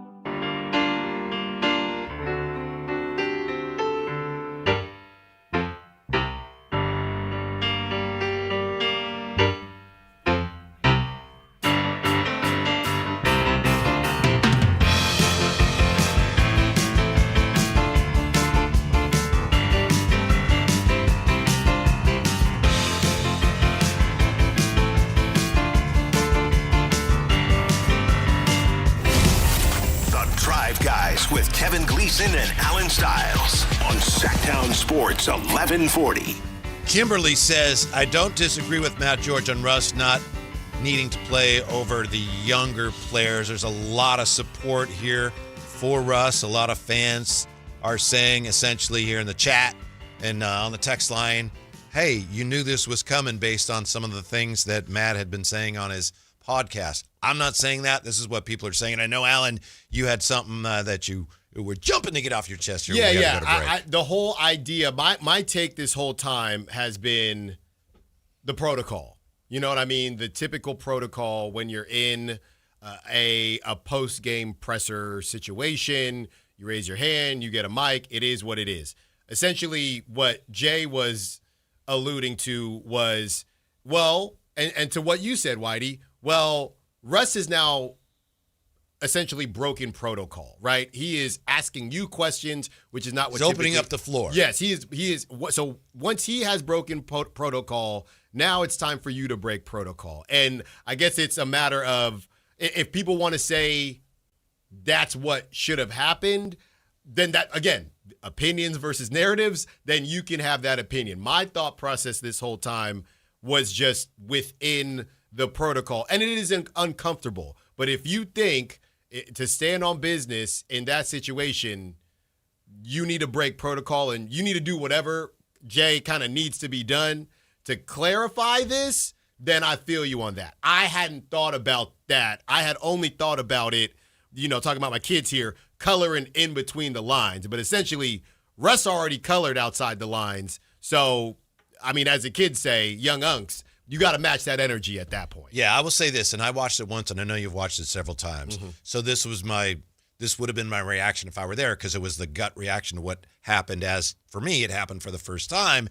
To me, it felt like Russ was almost challenging people.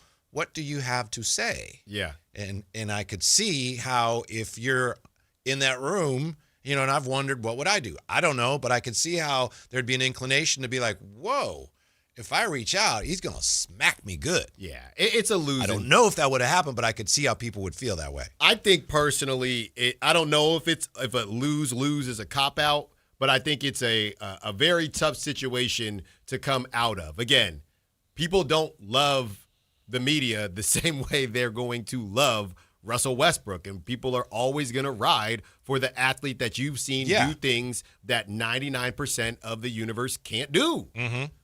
So you got to really jack something up in order for people to take the media side over you as a general whole. Typically, people are going to side with the athlete.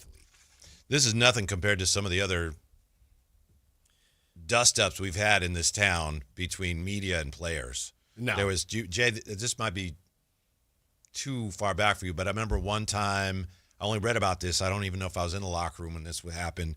Ari Graswich, who was very critical of players. That's, to me, is like, man, this guy really stands out because he actually dares to speak truth to some of this, but he had written something critical, I think, about Ralph Sampson. And Sampson, I think, grabbed his shirt.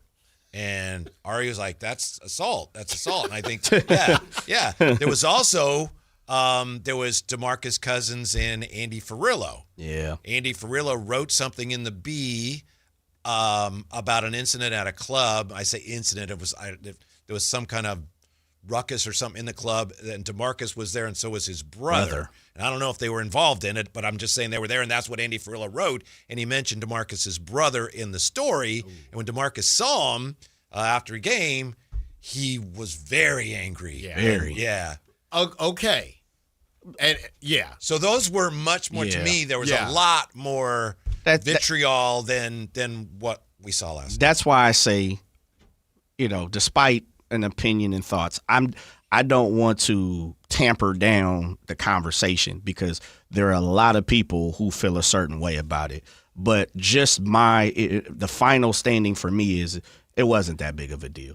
Fellas, it happens all the time. Whitey, you've been in so many locker rooms, tension is super high, especially after a loss. And you guys have elaborated. Loss of the season. Yeah, I mean, fellas, it happens all the time. Yeah. It truly is. I've been a huge proponent, and the leagues just don't do it this way, but I've always been a huge proponent. The 15-minute cool down, the NFL, I believe, is 30 now. It used to be 20. Correct me if I'm wrong, somebody out there. That amount of time is not a long time. If you really sit down and just look at your phone for 20 minutes, like, man, that wasn't that long. And so when you put your heart, your effort, your soul, and that's the one thing, Russ, you can't say about him. He plays, all from wall to wall, he's going to always go out. And we've also seen this. Remember, he jumped on a reporter who tried to get a Steven Adams. I just saw that on Twitter. There's so many times that Russ does this. We've seen him call folks out the Lakers. We've seen him get fans kicked out, and to his prerogative. Those are his options to do so. So I respect that. In reality, this is just a great verbal sparring and journalistic time right now. And it just so happened to happen in Sacramento. And so I all due respect to everybody, man. Hopefully everybody comes out on the back end and is solid. It's a play on. That's it. Yeah, it's a play on. I'm going to say this. I do wish I knew exactly what he was talking about. And that's what I'm going to do right now. Okay? And like we said, you can hear Russ and all your favorite Kings right here on the flagship, Sactown Sports 1140. And with that being said. Does he have one of those?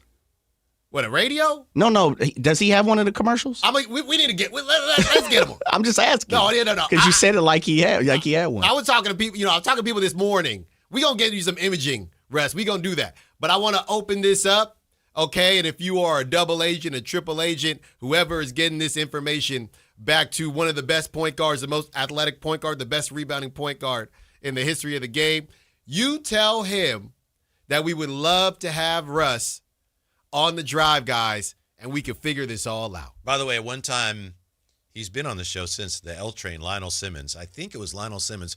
We got him when we had the show The Rise Guys, and somebody got him to record a thing. He's like, hi, this is Lionel Simmons, and I was listening to The Rise Guys, and then you can hear him off mic going, hey, I ain't going to get on there and lie. Hey, Russ, man. We can let bygone. We already, we had Deuce on. It was Every great. show has spent at least an hour and a half today begging Russ to come on their show. Yeah. Just come on the station, any of the shows. Right. That would be, yeah. Because, You know what I don't want to hear, though? If Russ comes on, and it would be great if it's on the show. It probably won't happen at all. But one thing that drives me crazy is when we're in the media, and I've done it, we all do it, and you're critical of a guy, right? Mm-hmm.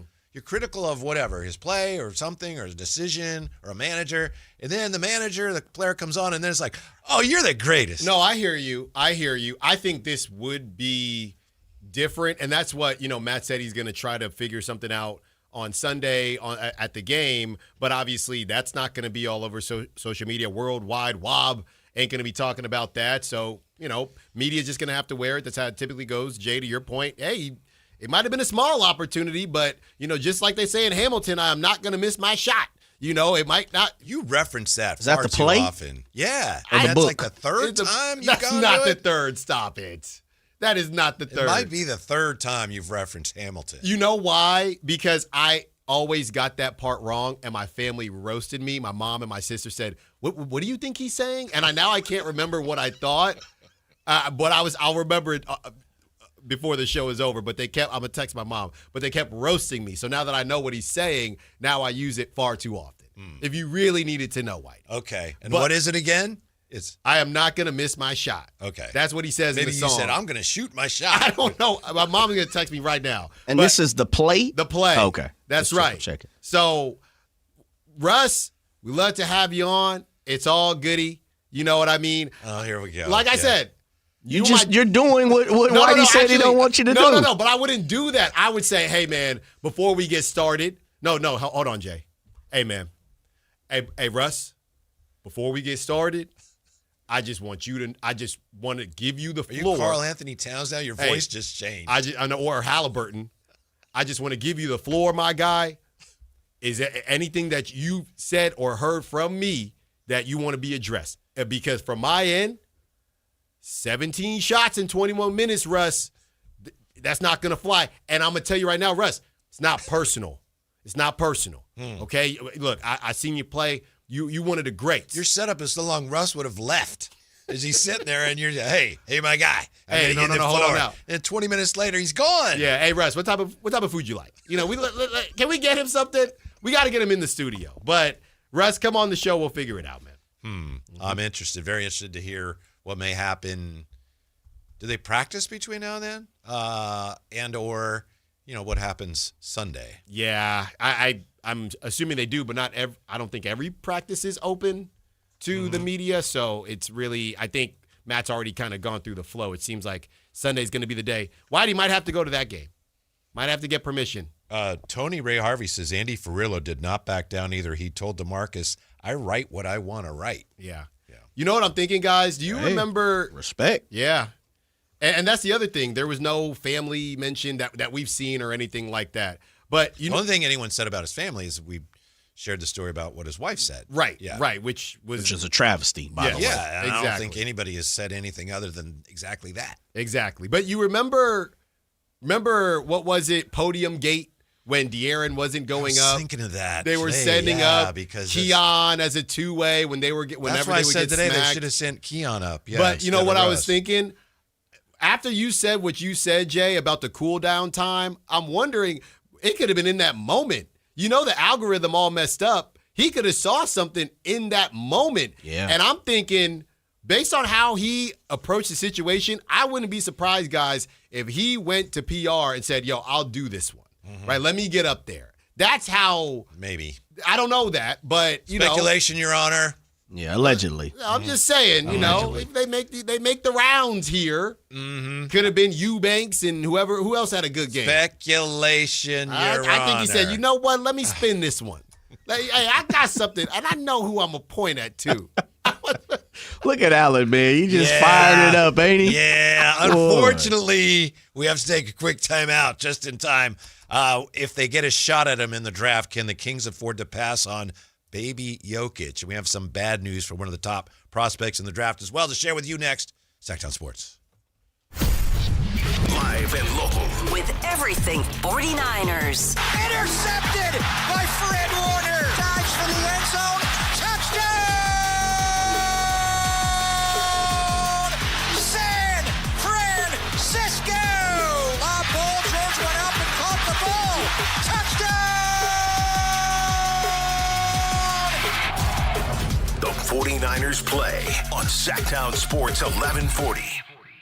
Download the Sactown Sports app. Sacramento sports in your pocket. This is Sactown Sports 1140. Capital Casino is conveniently located in downtown, 411 16th Street, and has been a part of the greater Sacramento area for over 20 years. They offer the best variety of games in the region in a safe and friendly environment, and there's plenty of parking, all well lit and monitored by security.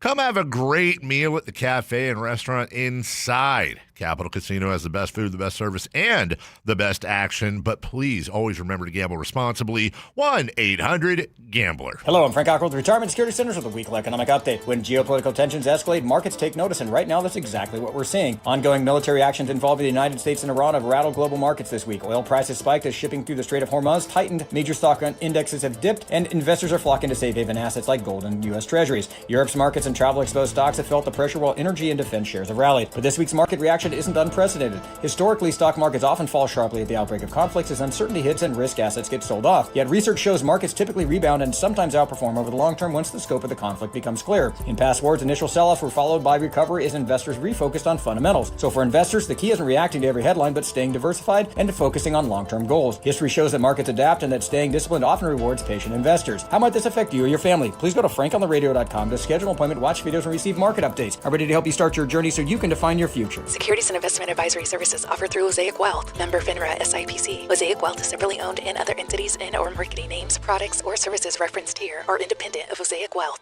If your business depends on reliable vehicles, it's time to upgrade your fleet at myelkgrovechevrolet.com. We specialize in fleet pricing, bulk discounts, and fast approvals, so your team stays on the road and on the job. From work trucks and vans to fuel-efficient sedans and SUVs, we have the inventory, service, and financing to keep your business moving. Call or visit myelkgrovechevrolet.com today and ask about exclusive fleet savings. myelkgrovechevrolet.com. Driving business forward. NBA fans don't just watch the game, they live it. So stream like you're courtside with NBA League Pass, your ticket to all the action. Watch your favorite team shine and catch the league's brightest stars and rising stars at the same time with multi-view on your favorite devices. From the plays you can't believe to the most live games and the drama that comes with it. If it happens on the court, it's happening on NBA League Pass. Only select out-of-market games available. Blackout restrictions apply. Additional charges and other conditions may apply. Visit NBA.com/subscriber agreement for full terms and conditions.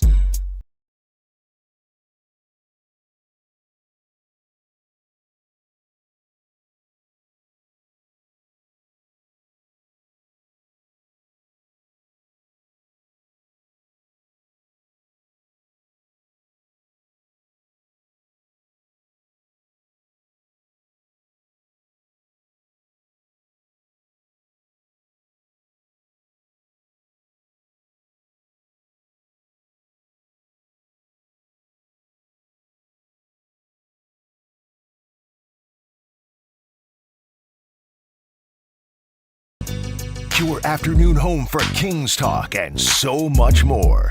The Drive Guys on Sactown Sports.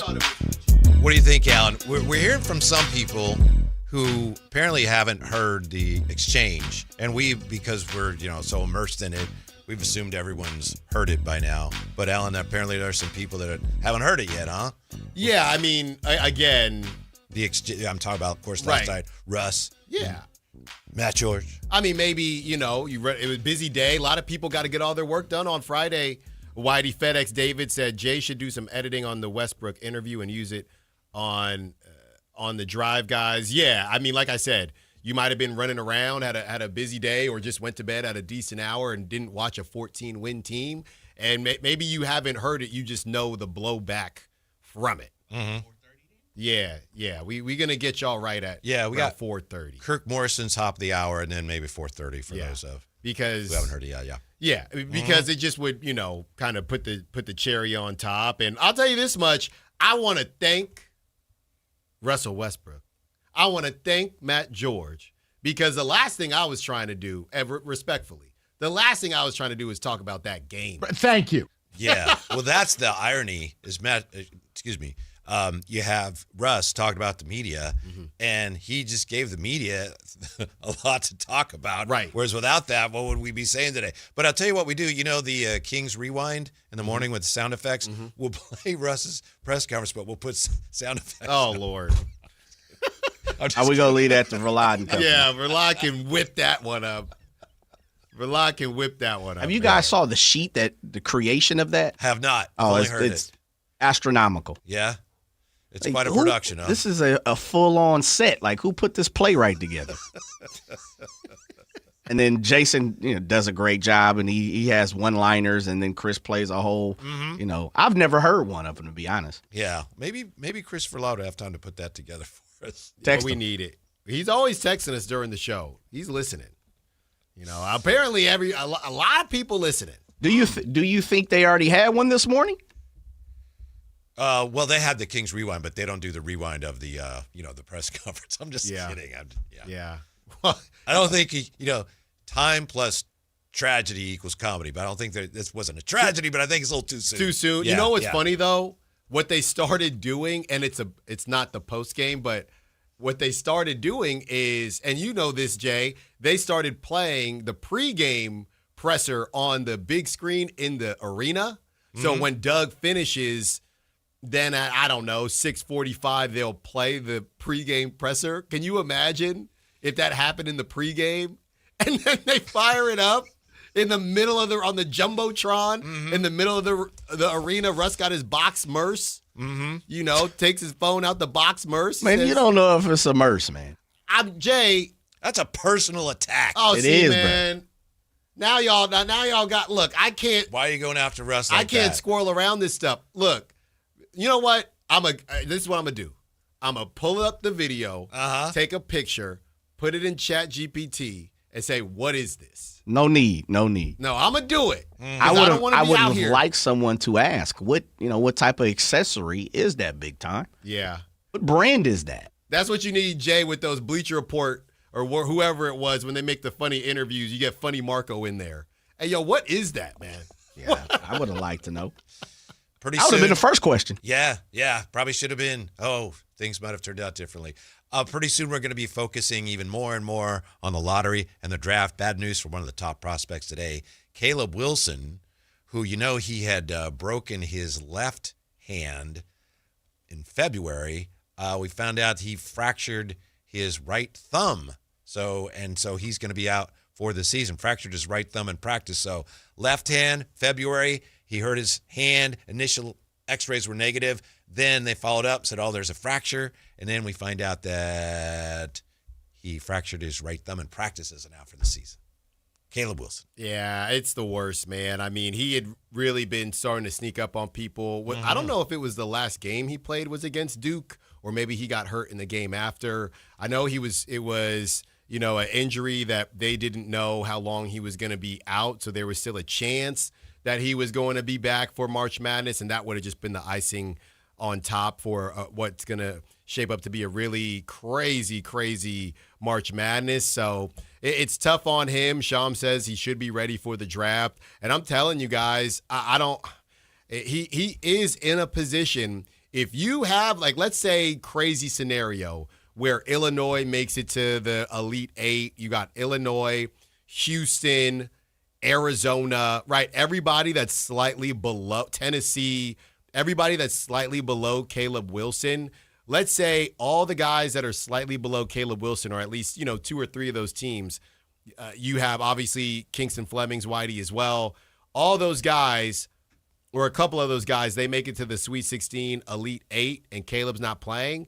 I think there's a world where he drops. You can't teach height, obviously, but I think there's a world where he drops and, might go 7, something like that. I think there's a world. I don't think it's. It could be almost a Michael Porter Jr. scenario. That was different because it was his back, and there were questions about, can he play? Right. This should heal. But he is going to require, I think Ramsey was asking, the thumb injury is going to require surgery, which is why he's out for the year. So maybe he would drop a little bit. But I can't imagine a lot of teams are going to be scared off. I don't think so. It would be more about him not having the chance to show as much as the others. It's more about Acuff and Kingston Fleming's just go crazy. Now, which prospect in the draft, somebody expected to go pretty highly, do you think was referred to by Howard head coach Kenny Blakeney as Baby Jokic? Oh. If you watch the Duke game against us, Duke was closing out the game running ball screens for a 6'9", 250-pound dude to get downhill and make decisions. He shoots it well. He's an incredible passer. He can do whatever he wants to do in the low block. It's like the criticism from what I hear is that he's not bouncy enough. Well, you can't stop the stuff that he can do, so he doesn't need to be. Called him a Baby Jokic. Cam Boozer. He might be Baby Jokic. In college. Jokic is 7 foot. In college. That's why he said Baby Jokic. That's not how it works. 6'9", 250, baby. He's not a baby Jokic. He's a college Jokic. Those are two different things. You know what they said that too? Because that's a new thing. When Steph was hot, Trae Young, Buddy Hield. Now everybody's got a Jokic. Never said that. No, they all said that. I never did. No, you did. I know you did. Now everybody said that. Oh, no. Now everybody's got a baby Jokic everywhere, Jay. Oh, Derek Queen's a baby Jokic. Cam Boozer's a baby Jokic. I haven't heard that. Sabonis had some Jokic. This is what people do. There's one Jokic. If baby Jokic is there, I don't know if you can afford to pass on him, Alan. That's all I'm saying. Okay. Yeah, well, you better go get your Jamal Murray at the bottom of the first. This guy every game he has is a very good game. He doesn't have bad games. Well, he's not bouncy enough, doesn't have that wiggle. Well, and for a team like the Kings, a franchise like the Kings, that we know one thing they direly need is stability. This is the most sure thing guy in the draft. Whitey, I would take him. I'd probably take him at 3. Right now that I'm not, look, it would be irresponsible. Now that we will not see Caleb Wilson again, it would be irresponsible to not take Cam Boozer at 3. If Caleb came back and balled out, I would have been very, and I think, Jay, you were kind of there with me as well because of the ceiling. Maybe we're still there, but if Cam Boozer has it continues this, they go to the Sweet 16, Elite 8, you're sitting there at 3, and Debanza is obviously gone, and Darren Peterson, it would be irresponsible to not take him. Can you imagine, Alan, the ridicule nationally? Can you imagine what your fan base would do if, after everything else the Kings have been through, mistakes they've made, if they passed on Baby Jokic? Can you imagine that, Alan? I just Can you imagine it? I just think you can't say no to a really productive player when, you know how I feel about it. If the only other person I believed in more than Cam was Caleb, and now we're not going to get to see him. You want to trade down.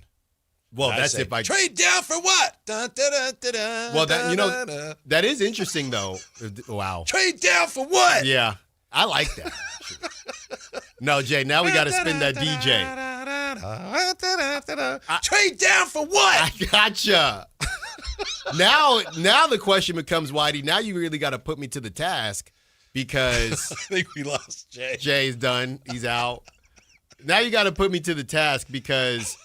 If the Kings get 4, which I've never seen him laugh that hard ever. If the Kings get 4, do you still take Caleb? Now that becomes a question to me because I'm Mr. Trade down for what? Yeah. Thought you're a Wagler guy for. I got to see the March Madness. I got to see the madness, and I'll make a decision. But I'm probably trading down. Kirk Morrison's going to join us, former Oakland Raider. That's talk right. about what's going on with the Raiders, NFL free agency. Then we'll get back, of course, to the conversation du jour. Russ, Matt George, the Kings, and you. It's all coming up with the Drive Guys on Sactown Sports. This is the story of the one. As a safety manager at a manufacturing plant, he does everything he can to keep his coworkers safe. From finding ways to reduce risks to keeping safety supplies in stock. And for that, he relies on Grainger. Grainger offers a broad range of quality products and next-day delivery, so he can always play it safe. Call 1-800-GRAINGER, click Grainger.com, or just stop by. Grainger, for the ones who get it done. Jackson Hewitt knows taxes are complicated, and with multiple jobs and tax forms, they're like Sonata complicated. Our no surprise pricing keeps things simple. Jackson Hewitt does your taxes for only $149 or less. And since we know all the new tax codes, you could get thousands back. So what are you waiting for? Hurry. File with Jackson Hewitt today for only $149 or less, guaranteed. Limited time offer for new clients on federal returns. Participating locations only. Terms at jacksonhewitt.com/149. Chick-fil-A's new frosted sodas and floats, it's a 10 out of 10. Hey, this is Lizzie, a team member at my local Chick-fil-A, and a little thing I love about the Chick-fil-A chicken sandwich and new frosted sodas and floats is how well they go together. You will love having your favorite soda blended with our creamy ice stream to make a new frosted soda or float. With the mix of the ice stream and soda fizz, it's so delicious, I call it Fizzalicious. Order a Chick-fil-A chicken sandwich and a new frosted soda and float at your local Chick-fil-A restaurant. Real team member paid for their testimonial. If you owe back taxes, listen carefully to rule number 1. Never go up against the IRS alone. They're cracking down, freezing bank accounts, garnishing paychecks, canceling passports. Even your home or business could be at risk. But here's what they don't tell you. The IRS has powerful tax relief programs that could save you thousands if you qualify. That's why smart people call Optima Tax Relief, America's #1 tax resolution firm. Nobody knows these programs like the experts at Optima. Their team of tax attorneys and licensed professionals have resolved over $2 billion in tax debt for people just like you. The IRS is not stopping, so don't wait and don't take them on alone. For tax help you need, for tax help you can trust, call Optima today for a free consultation. Call 800-343-6460. 800-343-6460. 800-343-6460. Optima Tax Relief. Some restrictions apply. For complete details, please visit OptimaTaxRelief.com. Get ready, Sacramento. The Sacramento Boat Show and Big RV Show is taking over Cal Expo, March 5th through March 8th. Hundreds of boats and RVs, all in one place. From wakeboard boats and pontoon boats to motorhomes, fifth wheels, travel trailers, sprinter vans, plus fishing boats and ATVs. It's 2 huge shows, 1 massive event. Don't miss it. Get details now at twohugeshows.com. Get in the zone, AutoZone. Jeff's day is off to a slow start. So he heads to AutoZone, America's #1 battery destination, where Sammy, a local AutoZoner, tests his battery for free. Looks like he just needs a charge. And Sammy does that for free too. In no time at all, Jeff is back on the road, ready to finish the day strong. Free battery testing and charging at every store. No hassles, just help. Get in the zone, AutoZone. Restrictions apply. I'm U.S. Transportation Secretary Sean Duffy. The sound of a seatbelt. It's one of the most important sounds in our car. It means everyone is ready and everyone is safe. The more our kids see us put on our seatbelts, the more natural it is for them to put theirs on too. Make it a priority. Buckle up every time. Hear the sound? Make it a habit. Paid for by NHTSA. KHD1 Sacramento, KYMX HD3 Sacramento. From the Power Business Technology Toshiba Studios. This is Sactown Sports 1140.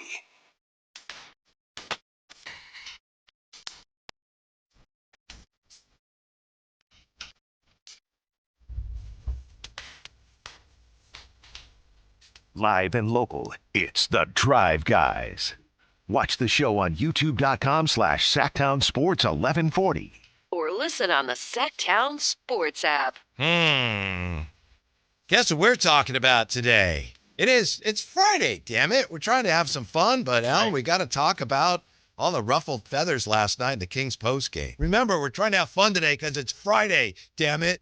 Yeah, but we're doing it. You know, it's a good balance right now. You know, people are getting hip to what's going on. Maybe they were running around all day, so we're keeping them informed. But the reality is, you know, you bang the drum, and you can only bang it so hard. But, you know, a lot of people are enjoying the fact that, you know, we're having a break from some of the things that we always talk about. Another, you know, the box score. We know Draper hate to see a box score coming. But he says that, but then give me the box score. Give me that thing. Yeah. You know, I mean, he's lost without a box score. But hey, he couldn't find his way from the booth to his car after the game without a box score. Precious Achiuwa, 41 minutes, by the way. Precious Achiuwa is like, look, this is my chance. Yeah, he's the big winner this year. Get out of my way. Yeah, he's the big winner this season. 29 points, by the way, 12 rebounds. Keep going. And keep going. What? 5 assists. Yeah. For Precious. 12 for 16 from the field. I'm saying this as respectfully as possible, Whitey. I just don't know who cares out there. And 2 blocks. Yeah, I just don't know how much teams care. And we won't know that until the end of the season. Well, selfishly, I hope not a lot of teams care so that the Kings might have a shot at re-signing him. I'll tell you what, though. I saw it, and I told you I was going to see it, and it took a while, but I saw it. And What's this that? is probably going to get you a little bit uncomfortable, but I told you I would see this. Yeah. Why do we need Keegan Murray? Precious Achiuwa is better. I saw it. First of all, I don't remember you telling me I'd see it. Maybe you did. Oh, I don't told remember that. you. Oh, I told you. Yeah, they're just kind of different players. Yeah, but we knew the this answer was to that coming, as well right? because they're both front court players, but they really do it differently. We knew this was coming, right? Mm-hmm. I mean, Precious Achiuwa is a power forward. Yes. Yeah. Yeah, but we knew a lot of people are trying to, they haven't been happy with Keegan for a while, so we knew this was going to happen. You are just trying to be, and I say this respectfully, of course, you're trying to be Mr. I Told You So because you were the one that said, Dylan Cardwell, Precious Achiuwa, I don't see it. Why did I say that? When did I say You that? said something like that. Well, no, what I said was Dylan Cardwell, Precious Achiuwa, I don't know what to do with it. Yeah, I think, in all honesty, I think what you said was you were taken aback by how early on in the process a lot of fans were saying, you've got to bring these guys back. Yeah, that's what it was. No, hey, honestly, no, yeah. no, that's what it was. Yeah. Doug has to bring back Precious, and I still feel the same. He doesn't. I mean, he can. It wouldn't be a bad idea. No, but if that is Scott Perry's first priority, we have a problem.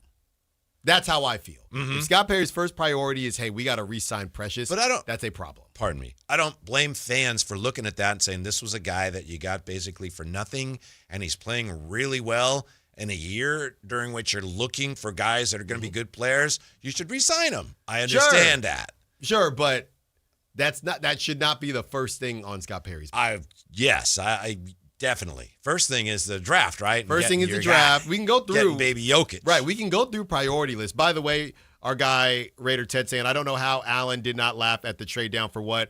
I would tell you this much, Raider Ted. It's one of those things where when you're deep in a take, and you've been there, Whitey, when you're deep in a take, you're not really able to enjoy it. So I think it didn't go over my head. Yeah, but that's funny. Fine. That's fine. And you were holding down the fort. You were balancing your end of things. That's right. That's what it was. I don't know about you. I consider it an accomplishment anytime I get Jay to laugh. Oh, yeah. And he laughs sometimes, but he's not somebody who's going to laugh at everything. Right. I don't think I've ever seen him laugh as hard. Right. As he. That was hilarious. Jay took care of it, Raider Ted. That Don't was you worry. hilarious. It was objectively. I thought it was just good. I thought it was just well done. That's where it got me. Mm-hmm. So shout out Whitey. You ever seen 8 Mile? Yes, yeah. he has. Yes, he has. Yeah? Don't even attack my boy like that.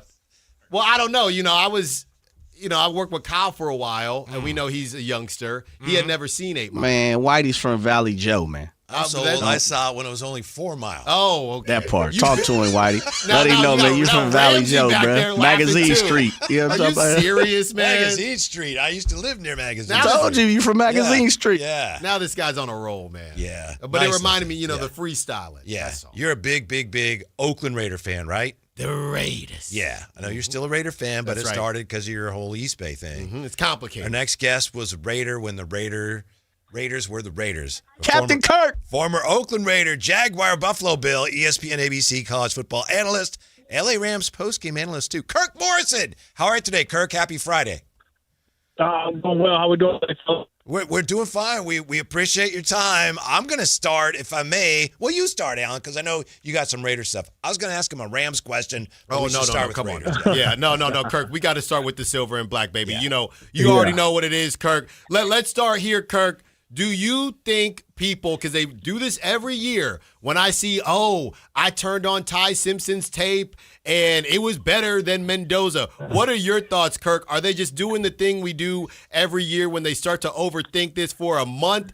Or could there actually be a quarterback conversation that the Raiders have to take into account by the time the draft rolls around?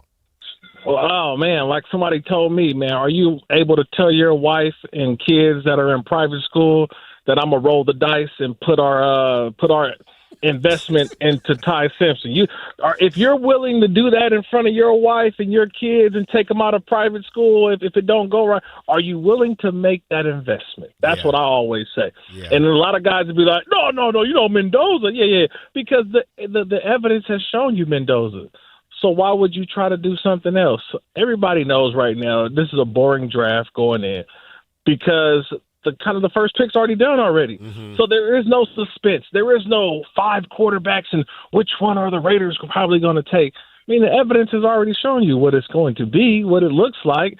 Now, until it's, Roger Goodell gets up there and says the Raiders are on the clock and we're going to wait, 8 minutes now this year just before the Raiders, I think, just make the pick, and then the draft starts at pick number 2 with the Jets. So that's just kind of what it is. I've always said it, look, man, when it comes down to it, for the things that you love the most, are you willing to make the investment on somebody else or something that you think right now is the best? And to me, that's Fernando Mendoza right now. Mm-hmm. The great Kirk Morrison, nice enough to join us. So assuming the Raiders do draft him, do you think they'd be wise to bring in a bridge quarterback for his first season, something that we're hearing they may be strongly considering? Yeah, I mean, right now you got to think everybody's saying what you're supposed to say, though. Yeah. Right? Yeah. It's like rule number 1, we're going to play the quarterback when he's ready. Mm-hmm. How many times have we heard that before? And yet last year when it was Cam Ward, they didn't say bring in the veteran. Who was starting week 1? Cam Ward. Yeah. Then when you talk about a couple years ago, Bryce Young, we're only going to play him when he's ready. What happened? Bryce Young right out there right away. Caleb Williams, we're only going to play him when he's ready. Caleb Williams was starting week 1. Let's just stop. Yes, right now. Yeah, right now is what? We got to say everything that's right. I mean, we always say that. It's like, when you go out with your family for a little bit, and what do we say? We're going to go and take our time. We're going to enjoy the park. When you go to a theme park, make sure everyone has their sunscreen on. We're gonna do this the right way. And then all of a sudden you get to the park and you're like, hey, let's go to Space Mountain. You know what I mean? Let's be real. We on the Matterhorn, Kirk. We got let's go straight to the Matterhorn. Where's my sunscreen? We were supposed to take it slow. Yeah. I thought we were going to take it slow, enjoy the park, walk around, and all of a sudden we want to go straight to the Matterhorn, like you mentioned. That's just what happens. I mean, you got to say the right thing, but we know when the time comes what's going to happen. Kirk, a lot of conversation being talked about as far as the tank conversation in the NBA, vets not playing, things like that. This Max Crosby situation, when they said, hey, Max, go home and hang out, in your basketball court at your house, do what you got to do. Do you think that put the nail in the coffin for the Raiders' relationship with Max? Was there any coming back from that? And do you think at this point in time the Raiders should move on from him as things seem to be starting to gain some ground here?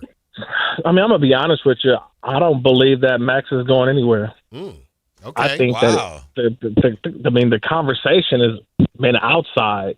The Raiders have said, look, all I can do is listen. I've talked to John Spytek. Everybody's talked to him. And what did he say? I can listen. That's it. I mean, what do you want me else to say? People are going to continue to call. They called this year. They called last year.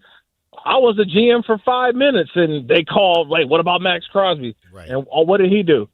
He gave Max Crosby a new contract. He didn't have to do that, but he did it. There's some loyalty that goes into this. But I'm going to be honest, if you want to get your fan base excited, right, what do? Hey, we offered the Raiders a nice package, but they denied us. Mm-hmm. But you offered them things that they were going to deny. Mm-hmm. like anybody can throw something out there. Like, oh, we tried to make a package, Raiders denied it. Yeah, but you're showing your fan base what? Oh, we were in on Max Crosby. It just didn't happen for us. You got to understand how this thing goes. Mm-hmm. You know, people gonna put stuff out there, and right now it's all about what sources and closing in, or just every single day is something new. But yet there's been nothing definitive, and that's why I keep saying that's what's gonna be with Max Crosby, is that there's nothing happening, because I don't think that there's a team right now that's the Raiders feel like, no, why am I going to trade away our guy? I still believe that if there is a trade, it will happen during the season. Now, I could be totally wrong, but Rob Leonard, the guy who Max Crosby's been with the last couple of years, who was his defensive line coach, is now the defensive coordinator. Now, how do I always do this? I always try to find a comparison. But the guy you've been riding with got a new job. He's now the head dude at the station. Mm-hmm. And you're going to be like, nah, I want to leave the station. Nah, I want to see the homie. Mm-hmm. And I want to make sure he do a good job. Yeah. Mm-hmm. So I want to stay and see how the homie work out. And if it don't work out, okay, let me go somewhere else. And I respect it. But everybody know they friend and got elevated before, and and I got an opportunity to help them out. What kind of friend am I if I do that and let's say I want to leave? Mm-hmm. Mm-hmm. Well, you talking about stuff that's actually currently going on, Captain. hey, everybody feel that one. Come on now, we've all seen it before, all around. So that's the real life situation. I think with Max and the Raiders. I mean, honestly, there's a situation where his defensive line coach and Rob Leonard is now the new D coordinator.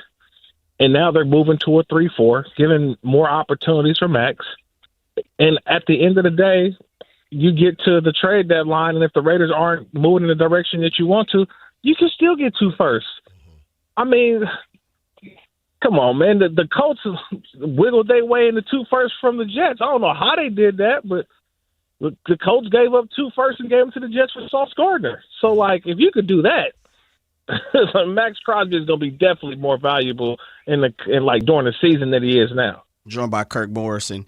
Of all things, it hurts my heart to always say this is one of my guys, a Raider radio analyst at the moment, but sure wish he'd have came to the red and gold. Kirk, take us through, because you switched over and jumped on with the Raiders this past year on their radio team, so you got to travel, be around the guys a little more compared to your national work that you do. Why are we even in this position with a guy like Max Crosby as a Raider? Because it's considered a rebuild for the Raiders, right? When you're picking number 1 overall, everybody automatically thinks it's a fire sale, right? Mm-hmm. And so how could you accumulate draft picks? How can you accumulate more draft capital? This is a rebuild. Well, when everybody says, what does that mean? Tear it down to the studs, right? It's the same thing when you got your house and you just bought it and everybody's like, well, I want to, remake it, or I want to redo it. What do? You try to tear it down. You have demo day. And so everything must go, because I want it all brand new. That's the way I see it. So that's why I think we got to this point, is because Max Crosby is your biggest commodity that you have and your most valuable piece. I still don't know why we're not asking the same thing about the Browns, because my guy, Myles Garrett, first of all, he can't drive the speed limit, number 1. Right. He's so quick to get out of Cleveland and drive away. Come on, man. Stay the speed limit, bro. Come on. What are we doing? But that's the guy I need to be worried about more. Why isn't people talking about Myles Garrett? Mm-hmm. Mm-hmm. It's just tell me why the situation is different. Don't know. You know what I mean? Yeah. It's not, because it's very similar, and every year they do the same thing with Myles Garrett, and Myles just says – Myles actually came out and said, I want to be traded last year. That has never been uttered from Max Crosby's mouth. So I just always – this game is always so funny. Yeah. We pick and choose our battles, and because there's nothing else to talk about in football right now, it's all about the Raiders because they have the first pick. They've got, cap space. They just let Geno Smith go. Yeah, we ain't forgot about that. You can go ahead and just jump to that now. Yeah, like I told my buddy the other day, I said, in November and December, we were the ugly stepchilds of the NFL. We were dysfunctional. Raiders were just bad. We found a way to secure the first pick overall, and now the Raiders are what? Being talked about. Yeah. Relevant. Now it's Max Crosby. Now we got relevance. Now it's like, oh, they got cap space. They may have more for Max Crosby. They're going to have the quarterback. I've never had this much positivity in the last year since the season ended. It's crazy how the NFL works, right? Yeah. Because this is what happened, right? And I could go Russell Westbrook and start calling y'all out one for one who was talking bad about me during the week or during the season, but I'm not going to do that. I'm going to let you come be a part of this and talk about it and get your ratings up and get your clicks up because now the Raiders are on top, even though we haven't even won a game yet. I want to get back to your Disneyland analogies. The great Kirk Morrison with us. You were saying, hey, we all say we're going to go slow, but a team they'll start the rookie, they'll rush right to one of the big rides. So which ride at Disneyland is Fernando Mendoza going to be like? Is he going to be Space Mountain? Is he going to be Thunder Mountain? Going to be like, Mr. Toad's Wild Ride or Autopia? Which ride do you think he's going to be most like as a Raider? You know what? I'm glad you asked that question. I honestly think that he's going to be It's a Small World. Really? You know why? Yeah. Because that's the best ride when it's hot outside because you can sit down, you can relax, go to multiple time zones, go to multiple countries. Yeah. You know what I mean? Like, and then at the end of the day, like when you're done, when you walk off that ride, you're more refreshed. You're ready to attack the park, and you're like, you know what? I'll do it again if I could. That's going to be – It's a Small World is what I think Fernando Mendoza is going to be. You know what I mean? Because it's not like the super thrill ride. It's just like, think about it. Small World is consistent. Yeah. Think of that. It's been there from the beginning. And how many makeovers has Disney World had? Oh, yeah. But you know what ain't leaving? It's a small world, and that's what I need Fernando to be. It's a small world. You can sing the Small World song now. Think about it. Ain't no other ride even got a song like Small World. That's true. There ain't no Space Mountain song that I know of. There's not. And that's the thing, Kurt. You just drove, right? You in Sacramento or the Bay. You drive 6-7 hours. You get down there, and every time I go, Splash Mountain not working. Right, Splash Mountain not working. Matterhorn got a long line, but you know what's always there? Changing Matterhorn up, all of that. Everything you need. You know what? Let's just go get warmed up at It's a Small World. We know we can depend on that. Hey, it's dependable. Hey, and you know what? You can bring people along. That's right. You know what I mean? Yeah, that's right. It's a foundational piece that you need. You get what I mean?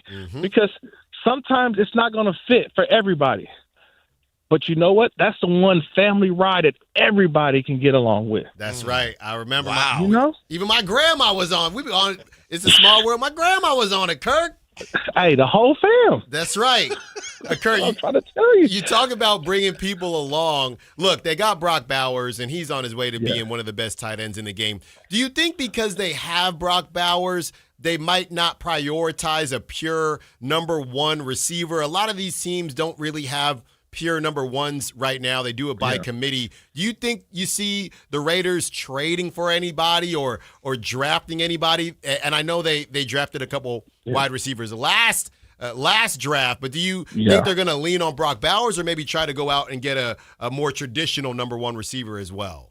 No, I don't think they go out and trade for anybody. I think that they built this draft capital, and they're going to use a lot of these draft picks on draft-eligible players. I don't think they're going to just try to trade some of these picks and go get somebody else. But, look, there's going to be a lot of guys in free agency that I think can come in and be a free agent number one day guy who can, be a number one. just think about when you look at Clint Kubiak's offense. Obviously there's no JSNs out there, no Jackson Smith and Jigba's who's available. Okay, I think in free agency. But think about what Cooper Kupp was able to be in that offense last year.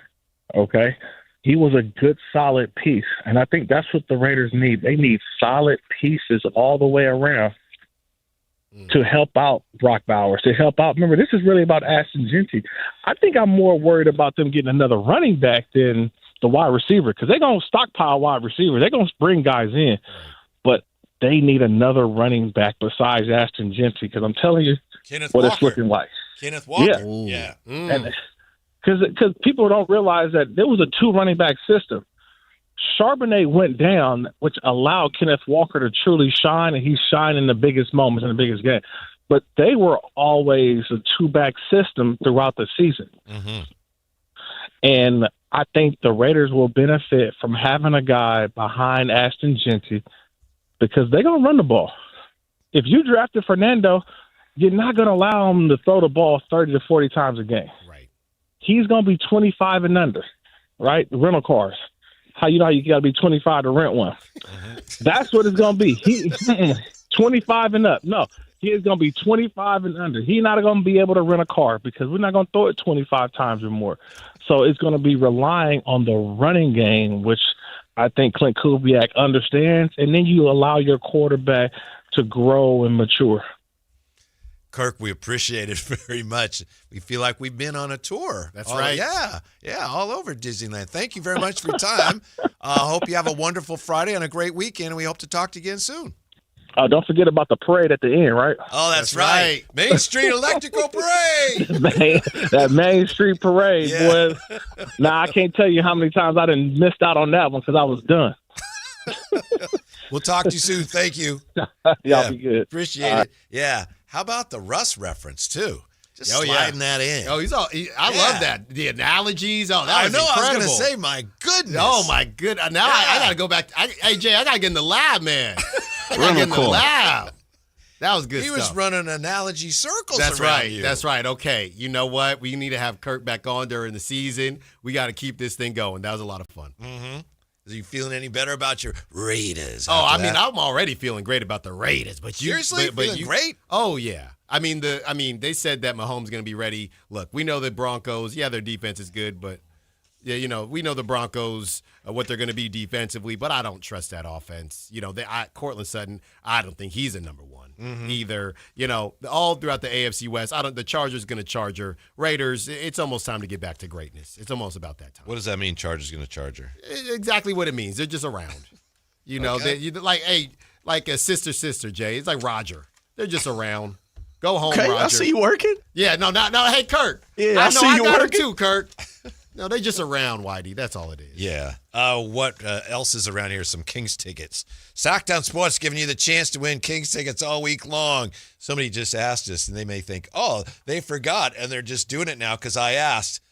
Nah, we were going to do it now. Anyway, you can win a pair of tickets to see the Kings take on the Jazz on Sunday, March 15th. So we got code words at 8 a.m., noon, and I guess this is it, right? This wraps it up for the week. I believe so. Yeah, this is it. Let's see if Alan can give us our last code word of the week. The code word for today is Lavine, Lavine. What do we do with that code word, Alan? Mm-hmm. But yeah. Text it. 916-339-1140. Text that on in. Yeah. Get that on in there. for your chance to win Kings tickets, and thanks for listening. If you haven't heard Russ going after Matt George, or even if you have heard it, we've got that for you when we come back to Sactown Sports. The San Francisco 49ers play on Sactown Sports 1140. Touchdown 49ers! Every game on your #1 sports station. Don't miss the action on your local sports leader. Sactown Sports 1140. Business moves fast, and so do we. At Bank of Marin, we team up with businesses in the greater Sacramento area to help you drive the lane and score big. With dedicated relationship bankers and local decision-making, we help you move quickly, whether you're upgrading equipment, buying your next building, streamlining cash flow, or fueling growth. From expansion to investment, we're ready to help you win. Bank of Marin, your local business bank. Visit us at bankofmarin.com. Member FDIC. Capital Casino is conveniently located in downtown, 411 16th Street, and has been a part of the greater Sacramento area for over 20 years. They offer the best variety of games in the region in a safe and friendly environment, and there's plenty of parking, all well lit and monitored by security. Come have a great meal at the cafe and restaurant inside. Capital Casino has the best food, the best service, and the best action. But please always remember to gamble responsibly. 1-800-GAMBLER. Spring is here, and there's really nothing better than hitting the open road in a new Honda. Whether you're shopping new or pre-owned, Stockton Honda has the selection and savings, plus get top dollar for your trade. And while life's roads are often filled with bumps, buying from Stockton Honda couldn't be smoother. Wherever the road you travel might lead, Stockton Honda is happy to get you there. Come in today or go to StocktonHonda.com. Anytime, anywhere, it's all here. StocktonHonda.com. Jackson Hewitt handles your taxes and your stress. Inhale our no surprise price of $149 or less. Exhale, paying more for complicated taxes. You won't. Inhale new tax law knowledge. Exhale, missing out on your biggest refund? Certainly not. Don't miss paying $149 or less. Rest easy. Jackson Hewitt's got your taxes. Guaranteed. Limited time offer for new clients on federal returns. Participating locations only. Terms at jacksonhewitt.com/149. Jane Dawson did something smart. She saved hundreds on auto insurance switching to Progressive. With the money she saved, she got herself a pricey bird feeder with an ultra-high-def camera. Should Jane have just bought a regular bird feeder? Yes. Is it hard for her to admire nature when the camera doubles as the bird's potty? Also, yes. But it's Jane's savings, and if she wants to spend her time watching the digestive habits of the white-breasted nuthatch, we say you go, girl. Switch and see if you could save with Progressive and treat yourself. Progressive Casualty Insurance Company and Affiliates. Hello, I'm Frank Cockrell with Retirement Security Centers with a weekly economic update. When geopolitical tensions escalate, markets take notice, and right now that's exactly what we're seeing. Ongoing military actions involving the United States and Iran have rattled global markets this week. Oil prices spiked as shipping through the Strait of Hormuz tightened, major stock indexes have dipped, and investors are flocking to safe haven assets like gold and U.S. Treasuries. Europe's markets and travel-exposed stocks have felt the pressure while energy and defense shares have rallied. But this week's market reaction isn't unprecedented. Historically, stock markets often fall sharply at the outbreak of conflicts as uncertainty hits and risk assets get sold off. Yet research shows markets typically rebound and sometimes outperform over the long term once the scope of the conflict becomes clear. In past wars, initial sell-offs were followed by recovery as investors refocused on fundamentals. So for investors, the key isn't reacting to every headline, but staying diversified and focusing on long-term goals. History shows that markets adapt and that staying disciplined often rewards patient investors. How might this affect you or your family? Please go to frankontheradio.com to schedule an appointment, watch videos, and receive market updates. I'm ready to help you start your journey so you can define your future. Securities and investment advisory services offered through Mosaic Wealth. Member FINRA SIPC. Mosaic Wealth is separately owned in other entities and or marketing names, products, or services referenced here are independent of Mosaic Wealth. Get ready, Sacramento. The Sacramento Boat Show and Big RV Show is taking over Cal Expo, March 5th through March 8th. It's 2 huge shows, 1 massive event. Don't miss it. Get details now at 2hugeshows.com.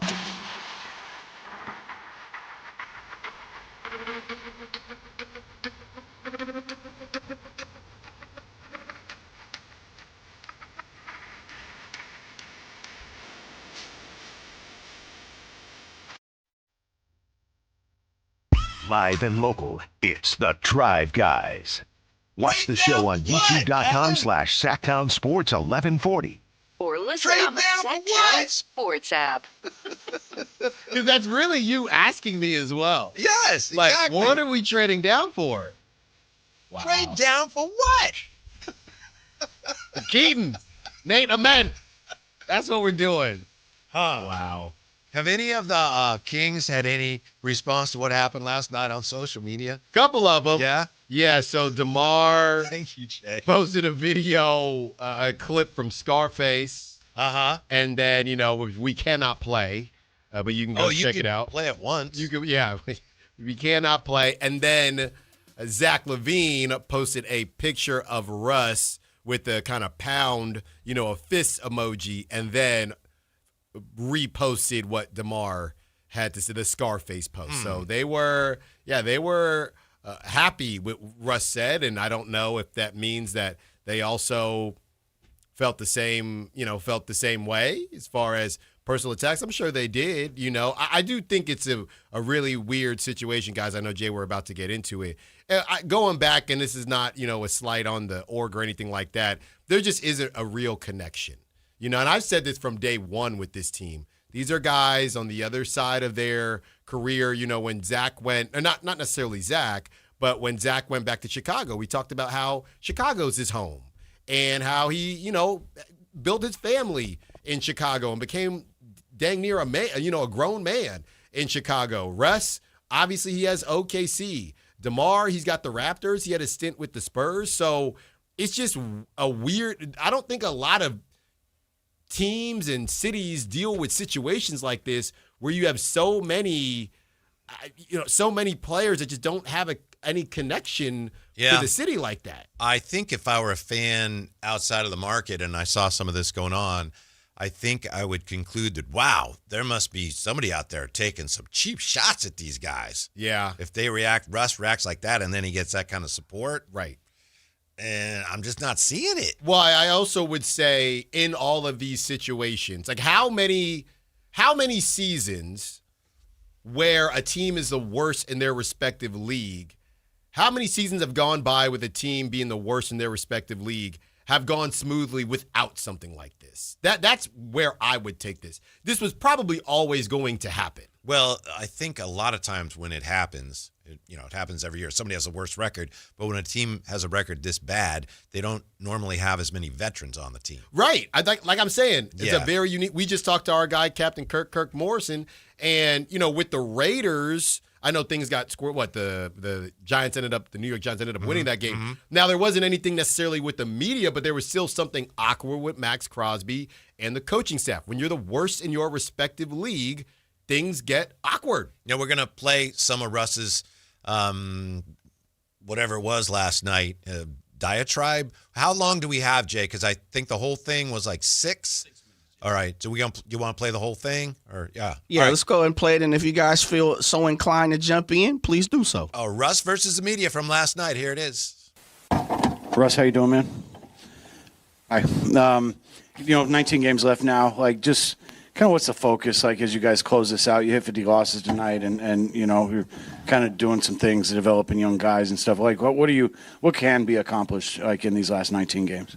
Go out, compete. This is a game. You professional, go out and play. And that's all you can do.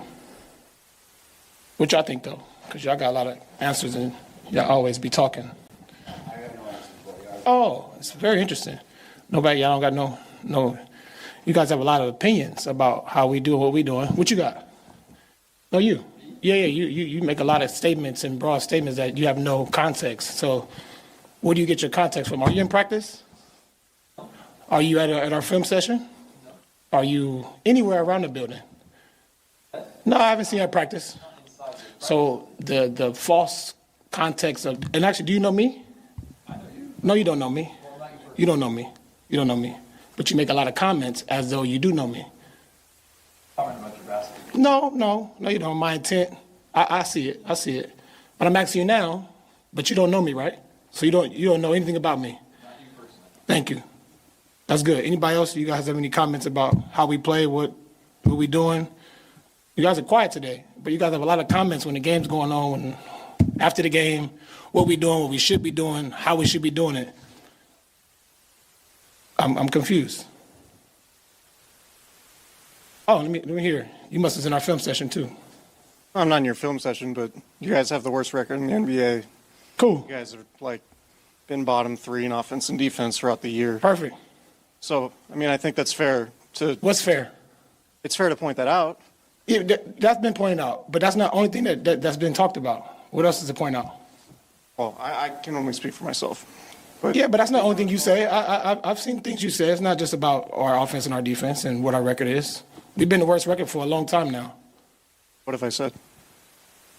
I don't want to go down the route, but we can. I'm asking you. You have a lot of things to say, so this is your time. This is the floor to say it. This is the time. I just think in sports when it's the time teams don't have success, right? They're up for You think that we should have success, right? Do you feel that way? I mean, a lot of you guys feel, huh? That you should have success? Yeah. I think you guys are trying to have success, yeah. Okay, cool. That's good. What about you? What you think? I think it's been a rough year for everybody. Yeah. And, I mean, as somebody who's covered the league for a long time and this team Yeah. for a long time, this is by far the worst season Yeah. And I don't blame that. No, I don't think nobody's blaming me. I'm just saying what I don't like is that I've been in the league a long time and I've been around a lot of different organizations, media, beat writers, and we have a lot of young guys on this team, a lot of guys that don't know what's happening or what's around, whether it's from the coaching, from the players. You guys' job is to talk about the game, what's happening in the game, not stir up a bunch of, I don't want to cuss here because I want to get fined, but stir up a bunch of stuff that it's not accurate. And that's my problem. Like, being in the league a while, I've been able to experience a lot of these times where people outside of our building, outside of the film session, outside of what we do daily, how much work we put in, that is not an easy job to do. It's not an easy job to do. And I think the respect level is that we respect y'all, we respect what y'all do. Y'all come in, y'all make y'all comments, and nobody say nothing. But I don't have to sit back and not say nothing. I've been the media is, that's been my thing and been down the road. But as a leader of this team, it's my job to speak up for the guys in the locker room. We talk about it, they see it, I hear it. Because of the comments you guys make, you got guys thinking about a whole bunch of random things that have nothing to do with the game. And you guys are making false comments about our team and what we're doing here, and I don't appreciate that. So my ask is that you respect what we do and we respect what you do. Some different that you've been seeing throughout your career, as far as media coverage? No, not for me. No, I've seen much worse. But it's not about me, it's about our team. So I'm talking about our team and our group of guys, the organization. I mean, I wasn't, I came here a little late, but I feel like you guys expect us that we was going to win the championship. The way the conversation and how we talking is like, yeah, you guys, we don't win the championship, it's like it's a bust or something. And that's not the case. This is our job. Like, y'all have your job. Y'all go to work. It'd be great if we can critique y'all, but we don't. We have our job. We come do our job the best way we know how to. Wins, losses, all a part of the game. And after that, we go home. Y'all go home and see your families. We go home and see our families, and that's that. But don't make false context comments about people as individuals, people who they are, what they do, what they're thinking, why they're doing this, how come they're doing that. If you don't know, don't say nothing you don't know nothing about. And that's particularly for you. Russ, I think in Sacramento recently with Keon, more recently with Precious, he's seen some guys either undrafted. That's pretty much the gist of it, right, Alan? Yeah, I believe that last Yeah, question, if I'm not mistaken, was just, and no offense to Jeremiah. No, shout out Jeremiah, but he tried to rein it back in. Whitey, I'm gonna give you the floor, man. I feel like I don't want to, because now that I heard it again, I'm handing the keys to you. The floor is yours, just like Russ said. Again, another one of the things that he said, a couple things that made me go, what are we talking about? You've got guys thinking about a whole bunch of random things that have nothing to do with the game. He said that's the media, your comments. You have guys, and he had been talking about young players, so maybe he's talking about young players. You have guys thinking about a whole bunch of random things that have nothing to do with the game. What are you talking about? And he also said, oh, you think we should win a championship. Who are you talking to? Like Chris Paul used to say in the State Farm commercials, who are you talking to? Yeah. Nobody. Nobody thinks the Kings should be winning a championship this year. So it's a number of things like that. Maybe he starts talking and things come out that, I don't know, maybe it's not exactly what he means, but it's just baffling. I wish it was a little more, I just wish I knew what he was talking about exactly. And again, we assume, a lot of people assume, perhaps correctly, oh, he's upset because of the criticism of him. But he says it's not about me. He's saying it's not about him. Yeah, so. You know me, I'm going to take you based on what you're saying. Whether you're Scott Perry and Dennis Schroeder's going to be the point guard of the future, or Russell Westbrook, it's not about me. Even if it kind of seems like it is about you. So you let it marinate a second, Alan. I need to. We'll come right back with more on Russgate. No, I already wish I had. Now you're in. No, it's not. Oh, my goodness. Not calling it that. The Allen-fication of Whitey Gleason. Not calling it that. We'll see what name Alan has for it when we come back to Sactown Sports. Stay up to date on Sacramento sports. Join the Sactown Sports 1140 newsletter. Visit SactownSports.com. Febreze. New Febreze Air Mist has 50% more odor fighters and up to 30% more fragrance than the old formula. So now you can take on 100% more stinky odors, like sweaty gym bags, greasy cooking smells, and the after effects of the dog rolling around in something. Just spray, and New Febreze Air instantly restores just clean freshness.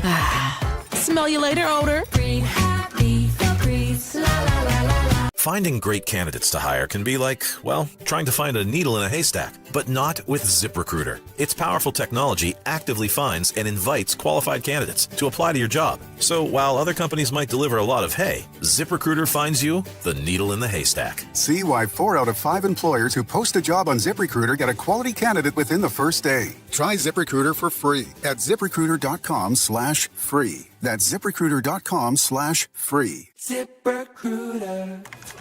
This is the sound of Lucy, staying on top of her spending.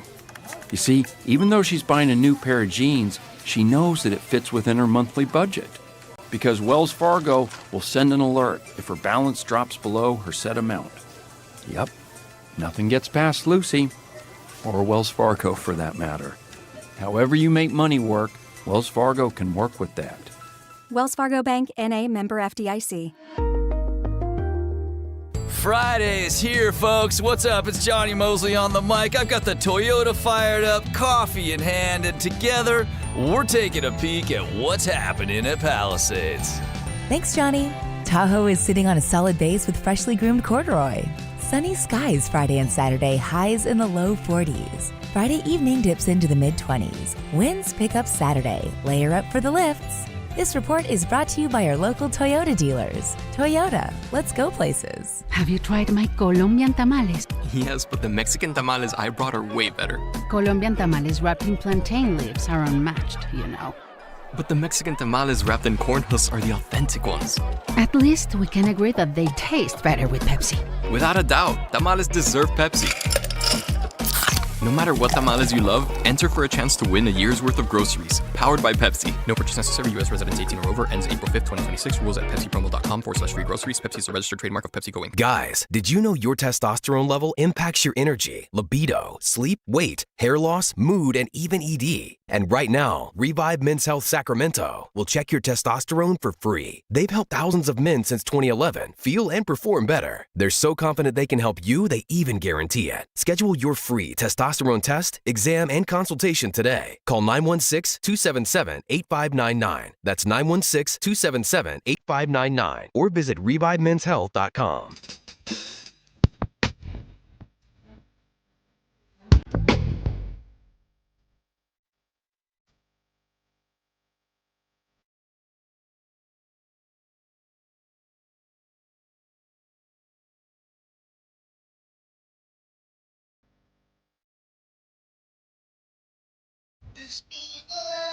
Download the app and listen to The Drive Guys. The Drive Guys with Kevin Gleason and Alan Stiles. On Sactown Sports 1140. What do you think, Alan Stiles? Shout us in the rain, please. Thank you, Jay. Oh, you said you wanted to marinate after hearing. No, I'm calling it what you wanted me to call it. Not it's already taken off on the YouTube. That's what it's called. After hearing Russ and the media last night for the second time, you're hearing it a little differently? Yeah, this is my I listened to this is like my second and a half time listening to it because the second half does get a bit squirrely. You know what's really interesting about that? Seriously, pardon me, but just think of that. So if you're there, you hear it one way, and then, that determines, and this is not just true of last night, anything. You hear it a certain way, and then if you have a chance to go back, it's like, oh, you hear it differently. So it's just amazing how we perceive it, and perception's reality, and sometimes like you perceive it wrong. That's not really what happened. But what do you think? Yeah. First of all, I think I have a soft spot in my heart for Matt simply because, if I'm not mistaken, based on some changes that have happened throughout local radio, Matt was the only host in that post-game presser. So to me, what we do is different than I know beat writers can get at you, but we have faces, we have voices. So it's hard for me to say Matt should have done X, Y, and Z, because as a host that has been critical of the whole team, including Russ, I wasn't there. So I don't really feel terribly comfortable saying, no, you should have done that, or really anybody in that building, because I wasn't there. And people have said to me, hey, based on some of the stuff you have said, do you think Russ would have pointed you out? I don't know. People said that, or Frankie said that? People. Frankie.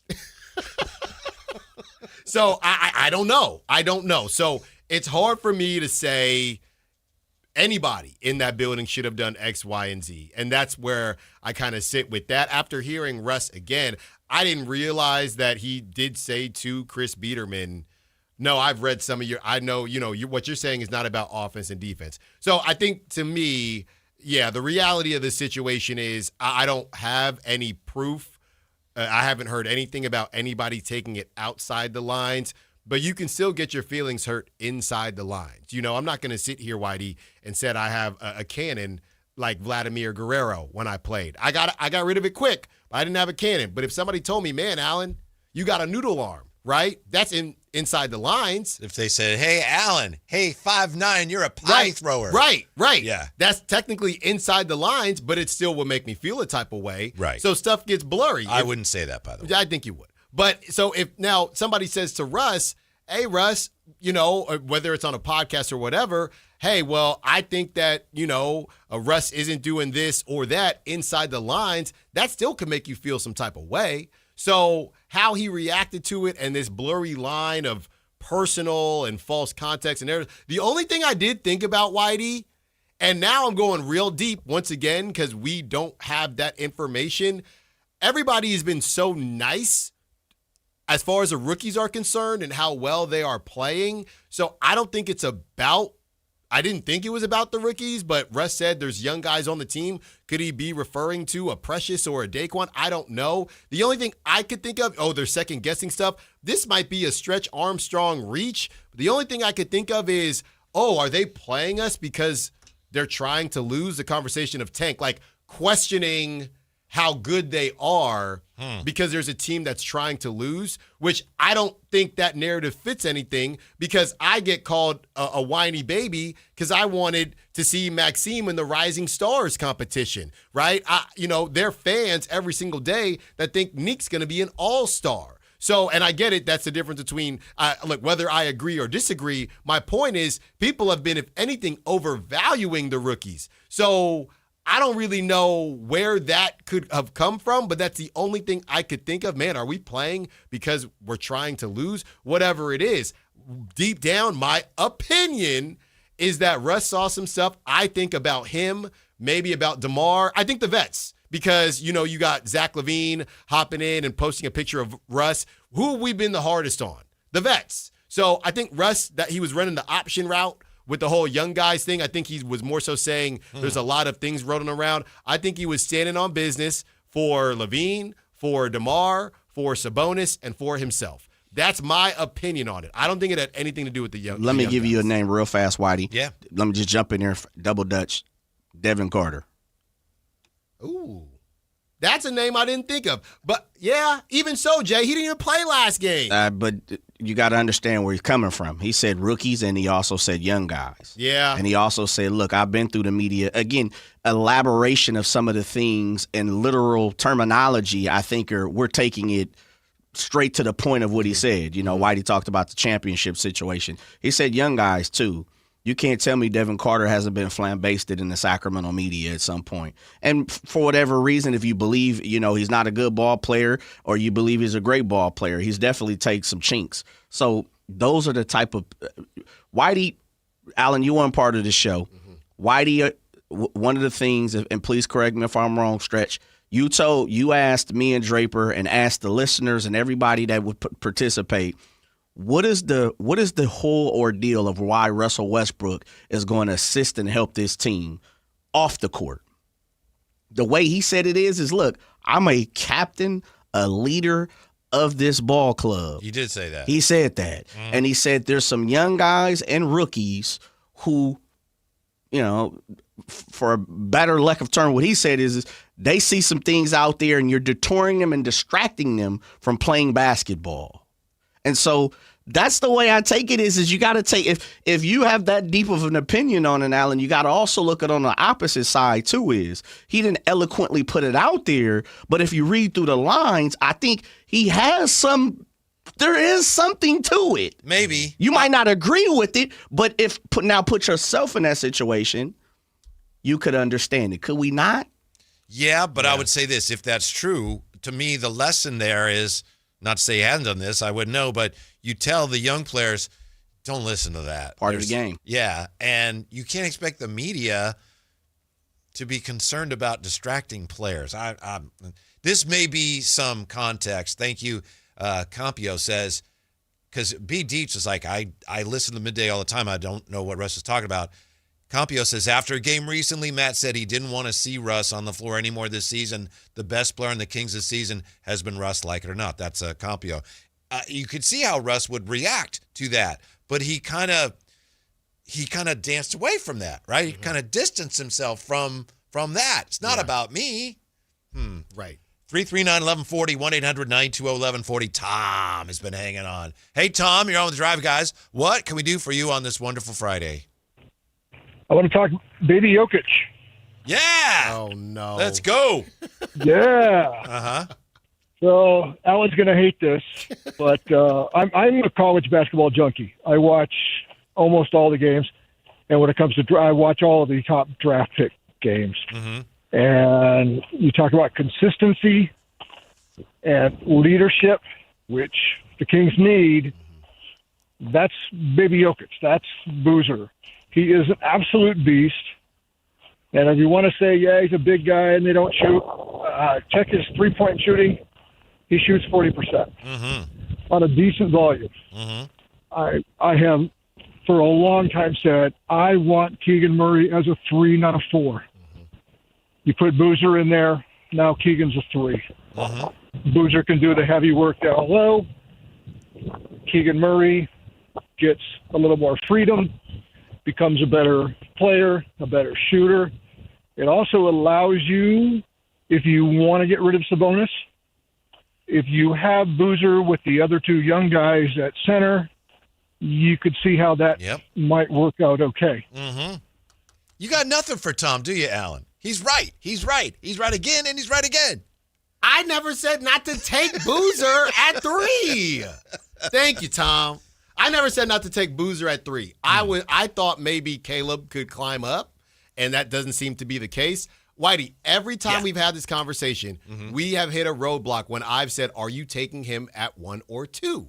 But I don't have a problem taking Boozer at 3. You know, I don't have a problem taking Boozer at 3. I'm just not taking him 1 or 2. You said the only way he'll ever make an all-star team is if somebody gets hurt one year when he's averaging 14 a game and they need a late-game replacement and he happens to be in town. I did not say that. You implied it. No, I didn't say that. You know, when is the last time? Here's a funny question. When is the last time? I guess there's De'Aaron Fox, but when is the last time outside of De'Aaron and Sabonis in the trade? But when is the last time the Kings have had anybody as good as Carlos Boozer on the team? I don't know. I mean, De'Aaron's gone now. No, they had him or drafted somebody as good as Carlos Boozer. Drafted somebody? Yeah. Because, you know, I don't know that Keegan. I know apples and oranges a little bit, but is Keegan going to be as good as Carlos Boozer? Yeah. I don't know. Been a while. Yeah. Probably De'Aaron. You know, this is all about setting the record straight today. All right. So I'm going to set the record straight.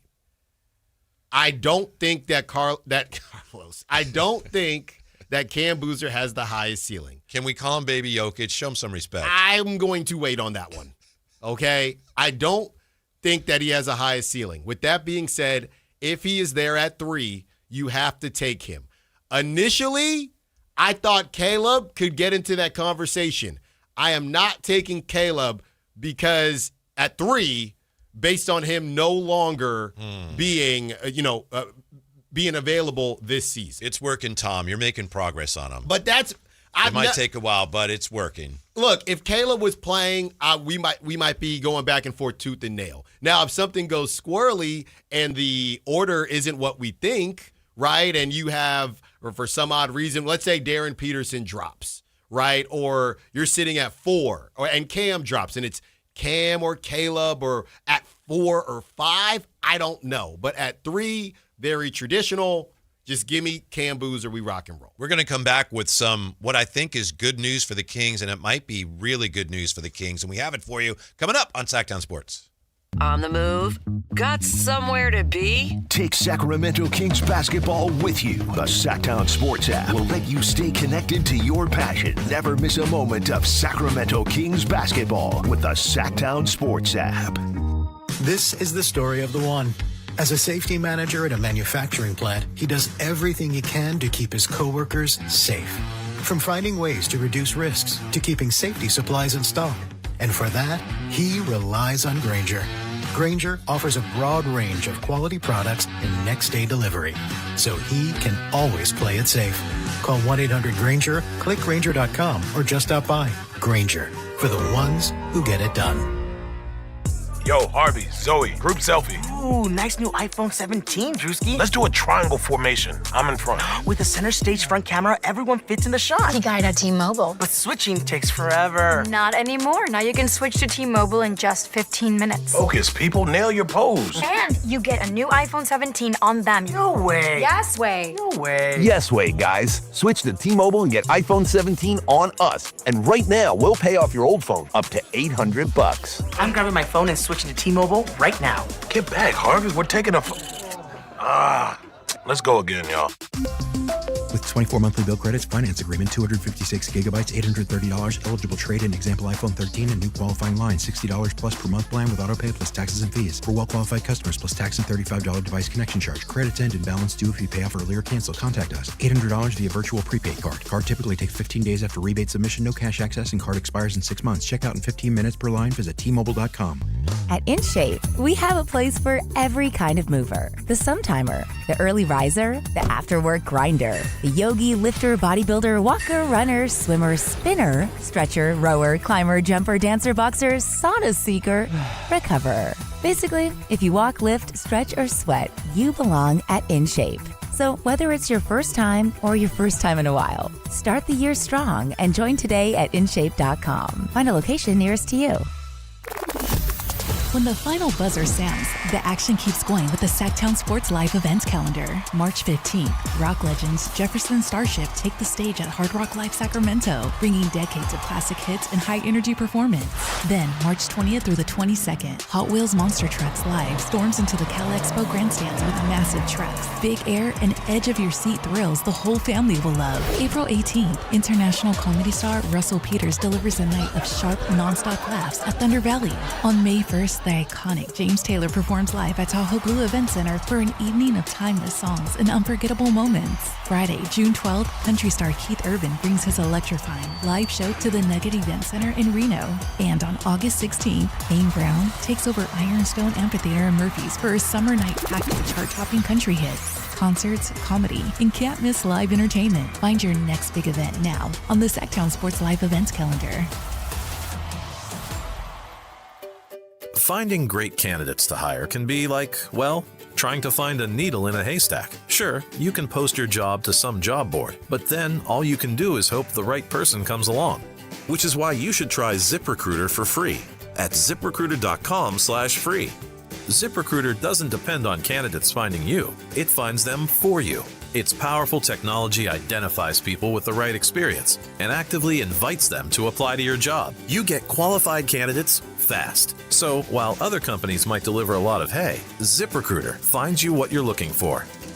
The needle in the haystack. See why 4 out of 5 employers who post a job on ZipRecruiter get a quality candidate within the first day. ZipRecruiter, the smartest way to hire. And right now, you can try ZipRecruiter for free. That's right, free at ZipRecruiter.com/free. That's ZipRecruiter.com/free. ZipRecruiter.com/free. ZipRecruiter. KHD1 Sacramento, KYMX HD3 Sacramento. From the Power Business Technology Toshiba Studios. Sactown Sports 1140.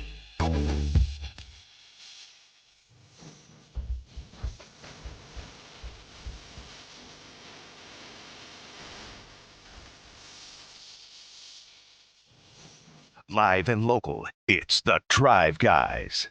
Watch the show on youtube.com/Sactown Sports 1140. Or listen on the Sactown Sports app. Is this true, Alan? Calpio says SF Giants 10-3 this spring. Is that true? I think they won the Cactus League last season. This is what they do. This is what they do. Mm-hmm. But no. Good for them. Honestly, I'm happier about my guy, Bryce Eldridge. I mean, yeah, I wanted to see more because he's off to a hot start. He was hitting, I think, 260 earlier this week. He hit a triple today. He's been off a lefty. Yeah. I mean, exit velo. We're talking, not this ball in particular, but he's in 113 exit velo. He's going to strike out a good bit. But, yeah, I mean, look, we've had some misses here, guys. Marco Luciano, Joey Bart. Marco Luciano was can't miss. Oh, you must my be goodness. mistaken because he was can't miss. Yeah, they made him. They made a mistake with him. They should have thrown his butt in the outfield at least 2 years prior to when they did it.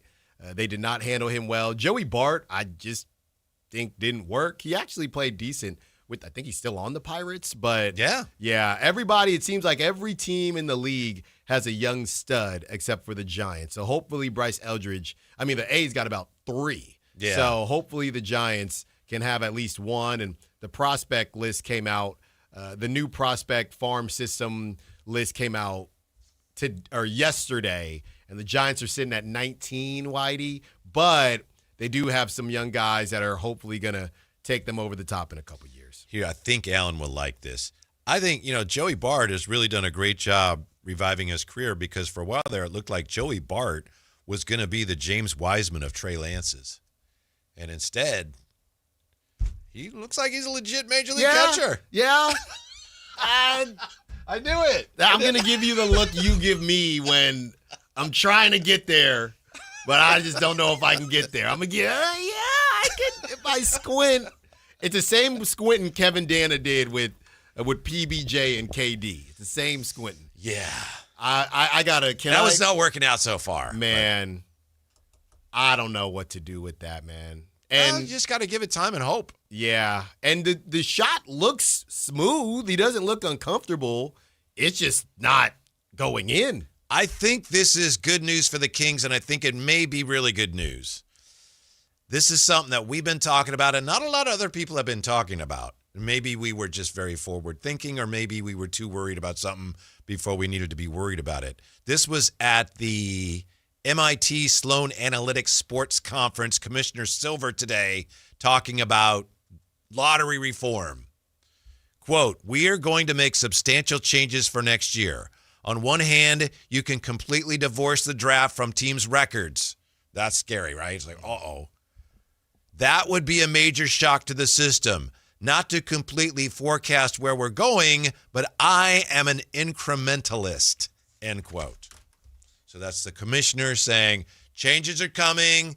This would be big and drastic. I tend to do more things a little bit here at a time. Yeah. So I think that's good news for a team that's just starting a rebuild. Yeah, and I keep harping on the repeater rule, right, being in the top 4. But to be honest with you, Whitey, I don't even know how much that would help. I don't know how much the repeater rule would help.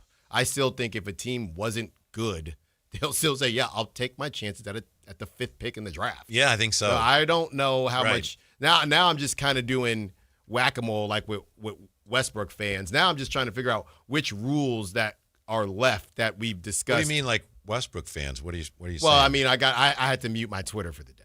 Really? I'm checked out. You got to protect your chickens, and it's kind of I'll put it out there. If you tweet something, people are going to say stuff back, but they're just not real conversations. That's my problem. If we're going to have a real conversation, then we're going to have a real conversation. And it's funny now that and I know we're talking about the draft and whatnot, but it is funny now, Jay. I am starting to see people kind of take it that next level and say the idea, because that was my whole take early on, was the protocol thing and maybe the power dynamic thing. A lot of people, Jay, are just saying, people in the media too are just saying, nah, bump that. Not to, go, man or woman. He challenged you as a grown-up. He challenged you as a grown-up, as an adult, and you should have stood on business. That's not how I saw it early on, Jay, but that's kind of how people are are saying it, and if that's their opinion, that's their opinion. I think it's easy to say, and that's why I'm not saying it. It's easy to say from the sideline. I think it's also hard, and I know, Jay, you have some here, but as you pointed out, watching it from the only view that's available of it that I know of, you can see only the podium, and you don't know where people are and if they have the microphone or where the microphone. Well, Matt was basically, think about it. Yeah, Matt was saying no, because he doesn't have. It's not like I said. It's just easy. It's easy to do when you weren't in that situation because anybody can say, "Oh yeah, well I would have stood on business." We'll never know. Yeah, I think you got it spot on.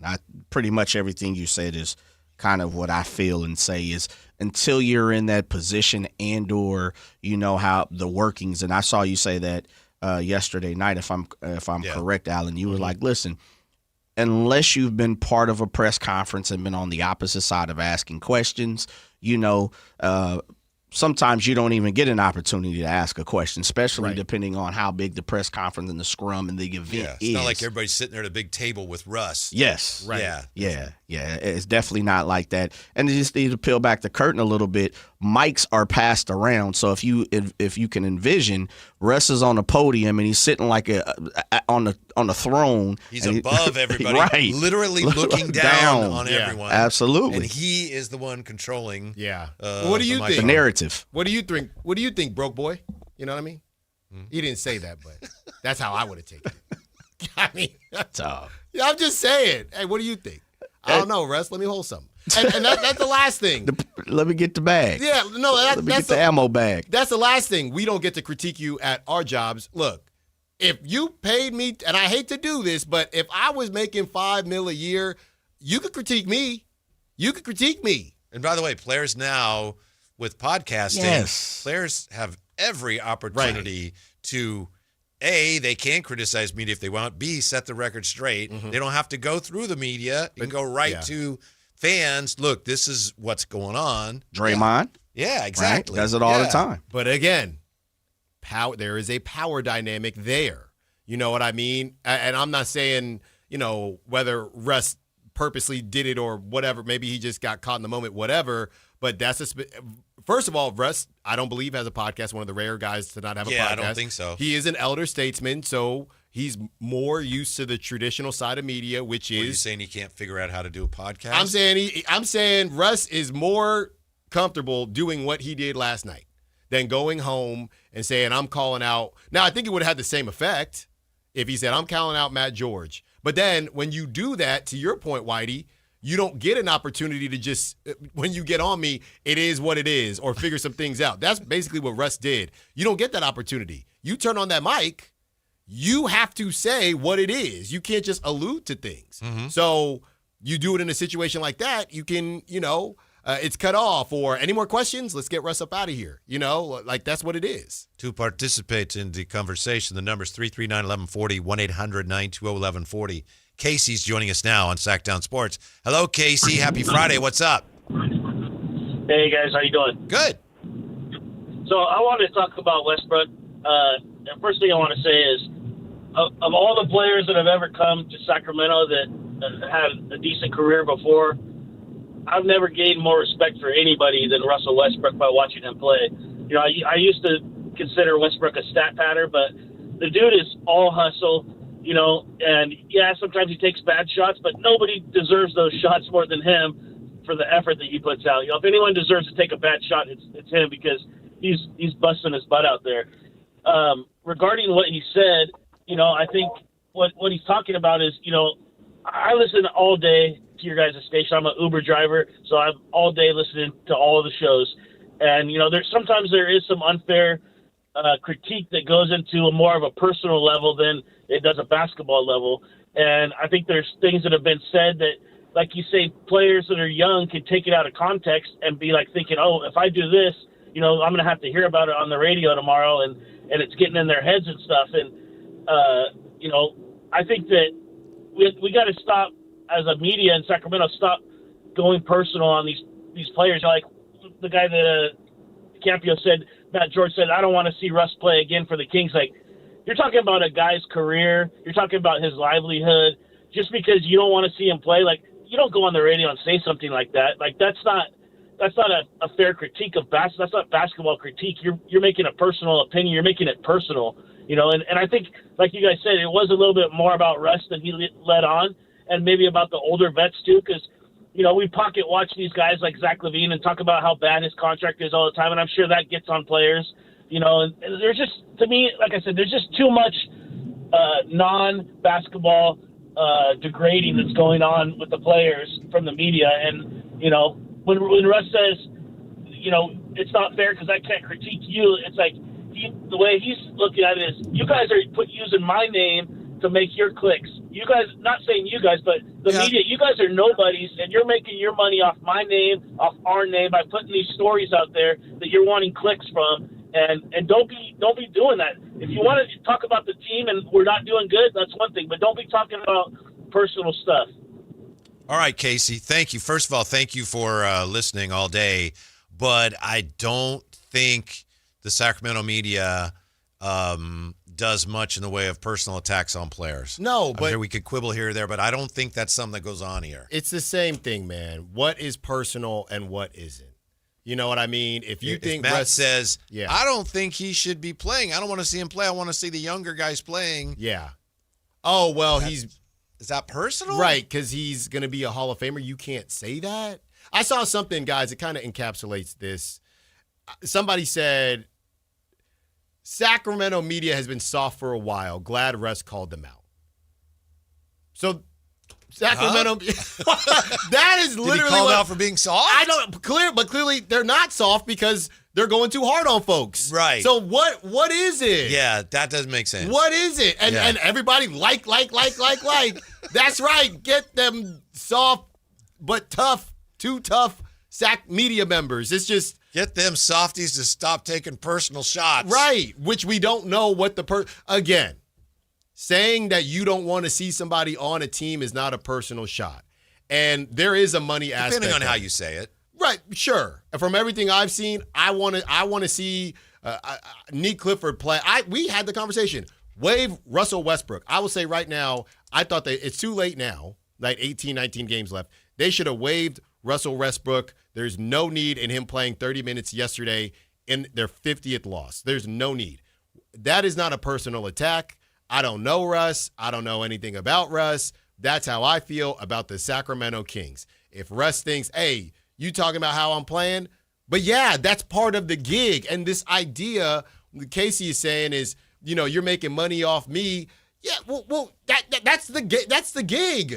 When somebody, they're making money too by the fact they're that making money cares. too, yeah, right? Yeah. If the media and I, like I said, people, it's easy to dunk on the media. It's been happening for years and years and years, and it'll always happen because people have feelings about athletes they will never have about media members. We can go back and forth on Stephen A. I know he's kind of all over the place now, but people are upset that Stephen A is making as much as an athlete because he doesn't do things, in their opinion. I think he's very good at what he does, but he doesn't do things that are otherworldly. People are going to protect those that are viewed as honestly like demigods in a way. So everybody's always going to protect athletes, even if you don't like them. This is the craziest thing because Sacramento is it's like the upside down, guys. Because we got national media protecting Russ, upset with Russ, but everybody also thinks the Kings are a bit of a joke right now. So no, people don't know how to react. And I thought you really hit the nail on the head, Jay, because this is the day and age where you have to have a take, even if you don't make sense. Case in point, I'm glad Russ called out Sacramento media. They've been soft for some time now. Yeah, there's also something of a void here. We're not sure exactly what's going on. We think we know. We think that the organization's trying to get younger and lose games. It's pretty self-evident. But they can't really tell us that. We thought that they'd be off of some of these veterans now. So there is kind of a confusion about, all right, what's going on here? Why are they doing that? Right. Yeah. Nobody. That's not Russ's fault. Exactly. But it's not the media's fault either. No. Jason on Sactown Sports. Hello, Jason. How are you? How you doing? Hey, thanks for hanging. What's up? Well, I just want to say about the whole Westbrook thing. I think it's a power play. I think he and I called about, re-upping a couple of days about Precious and him getting a contract to extension. And I think this is all power play in which, he's the leader of the team. He wants an extension on his contract. And I'm also going to say this, and we have never had this type of guy. I don't care. You can look past the history from Fox, a guy that took over the locker room. And I think I'm impressed about Westbrook. I'm impressed by his play. I think this is just showing that he wants to take leadership over the team, which I'm happy for. Matt George was a sacrificial lamb on that. I'm sorry about that. But I think, and then also another thing, there's rumors about, John Morant coming into Kings and he was going to destroy the culture. I say if Westbrook's there in the locker room, you can get whoever you want to come to the Kings. If it's a distressed asset, then the Kings should consider taking that person and see if they can redo his image or whatever. So I'm just saying I'm for Westbrook. If he wants to be the leader and he wants to stay and help out the Kings, which he is with the rookies, which is Gotcha, Jason. But that's what I'm saying. All right, got you. Thank you. Yeah, thank you. If that were true, then there would be other teams that would want Russ, as far as we know. I don't necessarily. I kind of feel where Jason's coming from. I think I didn't really think about it like that, but he was very pointed when he said, "I am the leader of this team." Right. So just to keep count here, it's Keegan's team. I know he's not playing. It's Keegan's team.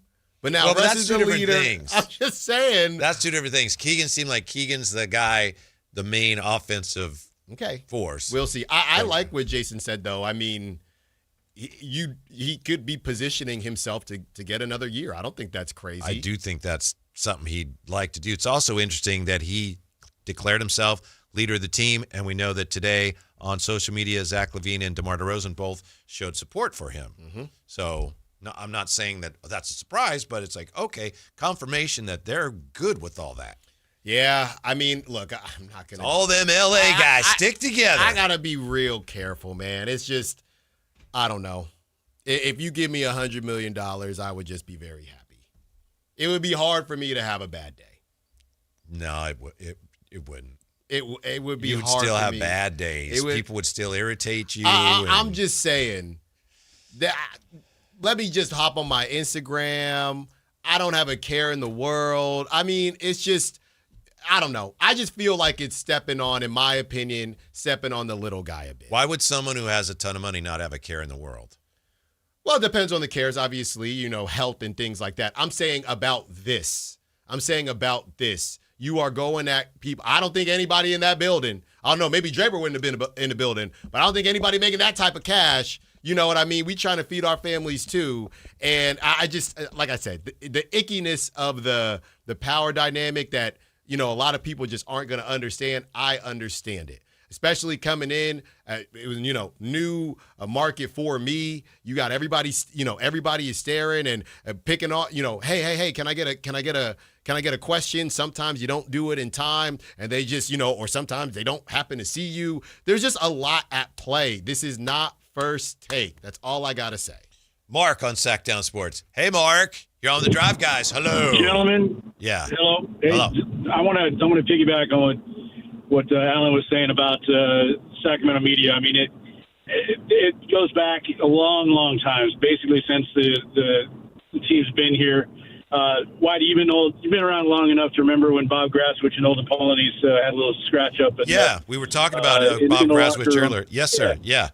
So that was, the only time I can think of that a pointed question led to any kind of rank or, any kind of players trying to get together and it's us against the media, us against the world type of thing. And I think Russ he's smart enough and savvy enough to kind of do that, to try to get this team's spirits up a little bit in the wake of just a disastrous win-loss record. That, hey, it is us. It is the veterans. It is and even the young guys against this brutal Sacramento media. And it's just, it's just a kind of a whole bunch of baloney. And we're talking about it for 4 hours. There'll be stories written about it. Obviously, Matt George, I'm sure, was talking about it all day this afternoon. It's just a bunch of hogwash. And, when you're terrible on the court, it gives a little bit of a oomph and reason to watch. And that's important when you've only had 14 victories. And that's probably why, and Alan made a good point, it probably would have been better to eat the rest of his contract, let him go to a playoff team, and let the young guys do it. But I'm sure Ronaldinho's like, well, if we do that, we're going to score 75 a game, and we'll be totally unwatchable. So there's also the business aspect of this whole thing, too. We can't lose sight of that. All right, thanks, you. Guys. Uh-huh. I got something, guys. All right. And now I know, again, we got to be careful here. Okay. This was at 4:37. And look, I don't think it's easy to be a social media person or social media whoever for a team with 14 wins. So I'm assuming this is a trend that's going around. I haven't seen it before, but the trend, guys, this is from the Sacramento Kings official handle, okay, at 4:37. They say, and basically the meme or trend is there a picture. It's comparing reality with LinkedIn. Okay, so it's got a picture of a player doing a real, playing in the basketball game, and then a picture of them in a very, I guess, professional picture, right? And then they have your reality description and then your LinkedIn description. Okay, So, and I'm gonna show you, Whitey, just to give you a kind of a take on it. So the first one they start with is Russell Westbrook. So on the left it says reality. All-time great point guard. On the right, it's got the LinkedIn logo, and it says relentless pace enforcer, because you know how we'll pretty things up on LinkedIn. Relentless pace enforcer, focused on transition acceleration, paint attacks, and maximum effort production. Consistently delivers high volume stat lines with unmatched competitive intensity. Period. Last line, great with media. Period. That's funny. That's what's up. I'm going through these other one, guys. That's what's up. No mention of media. They got DeMar next, then Neek, then Dylan Cardwell. That's dope. Funny. Yeah, that's dope. Y'all are in on that? That's funny. Why not, Alan? Settle down, big time. Everything ain't an attack on you, big time. No, you know what? No, yeah. That's funny. That makes me dope. laugh. Yeah. It's funny, huh? Yeah. What? Why isn't it? I'm a process it, Jay. Even if it's not funny, why are you having a whatever? Are you saying a reaction to at the very? But I guess the organization condoning that? Yeah. Okay. I'd say so. Okay. I'd say so. That's my first thing. I mean, if I'm a media member, if I'm mad, and Matt's trying to make these calls and meet with Russ on Sunday. Hello? Hey, Jay, voicemail? Yep. Hey, I'm not saying name. You know what? Can I get on with Russ? I like that because, and I know this was difficult for Matt, and I don't know Chris Biederman. I don't know if I'm saying it, for some of these people it might have been difficult, but big picture, like Jay said, this is not a big deal. Nothing, man. So to make a joke about that, and again, all sensitivity and understanding for Matt and anybody else who was in there that had a hard time with it. Yeah, let's laugh about it because it wasn't that big of a deal. Yeah. What is you made a statement said Matt is trying to connect with Russell Westbrook? Is that what I heard? Okay. From what I understood during crosstalk, he wants to see, and he called the Kings. Yeah, he's trying to link up with Russ on Sunday. And I guess the Kings, from what Matt said, told him, well, you can do that on your own. We're not going to set up anything for you. I did not know. I think that's what he said. Gotcha. Hey, Jay. So they're treating it as if this is just a journalistic spat between a journalist and a player. Goodness gracious! It's Friday, 5:30. Hey, Jay, man. They said my name Bennett. I'm not in it. That's it. But you gonna tweet about it though? I mean, nothing. That's funny. Okay. It is. Okay. Hey, they leaned into that, brother. Okay. This is part of the game now. I can't pull you in, Whitey. Come on, Whitey, journal. You're the journalist of the century. Come on, can I pull you? Is it? Come on, let's not get off my lawn. Now I'm Unk. I'm Unk on this one, Jay. I don't think I still do, but I used to have on X. I said it because I thought it was funny. So it's like, that's funny. 339-1140, 1-800-920-1140. A conversation continues here when we come back to Sactown Sports. It's game day. Are your moderate to severe Crohn's disease or ulcerative colitis symptoms keeping you from the action? Skyrizi, risankizumab Riza, could help you get back to the game. Skyrizi is proven to help people feel significant symptom relief, achieve remission, and visibly improve damage of the intestinal lining. Skyrizi is a prescription injection medicine for adults. Don't use if allergic to Skyrizi. Serious allergic reactions, increased infections, or lower ability to fight them may occur. Before treatment, get checked for infections and tuberculosis. Tell your doctor about any flu-like symptoms or vaccines. Liver problems leading to hospitalization may occur when treated for Crohn's or ulcerative colitis. Control is everything to me. Ask your doctor about Skyrizi, the #1 prescribed biologic in Crohn's and ulcerative colitis combined. Learn more at skyrizi.com or 1-866-SKYRIZI.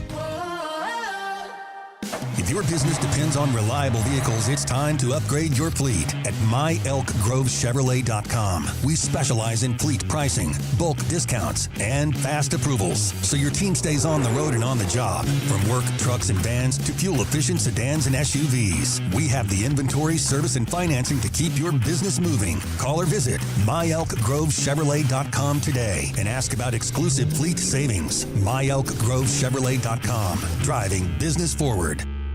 Guys, did you know your testosterone level impacts your energy, libido, sleep, weight, hair loss, mood, and even ED? And right now, Revive Men's Health Sacramento will check your testosterone for free. They've helped thousands of men since 2011 feel and perform better. They're so confident they can help you, they even guarantee it. Schedule your free testosterone test, exam, and consultation today. Call 916-277-8599. That's 916-277-8599. Or visit ReviveMen'sHealth.com. Get ready, Sacramento. The Sacramento Boat Show and Big RV Show is taking over Cal Expo, March 5th through March 8th. It's 2 huge shows, 1 massive event. Don't miss it. Get details now at 2hugeshows.com. Get in the zone, AutoZone. Jeff's day is off to a slow start.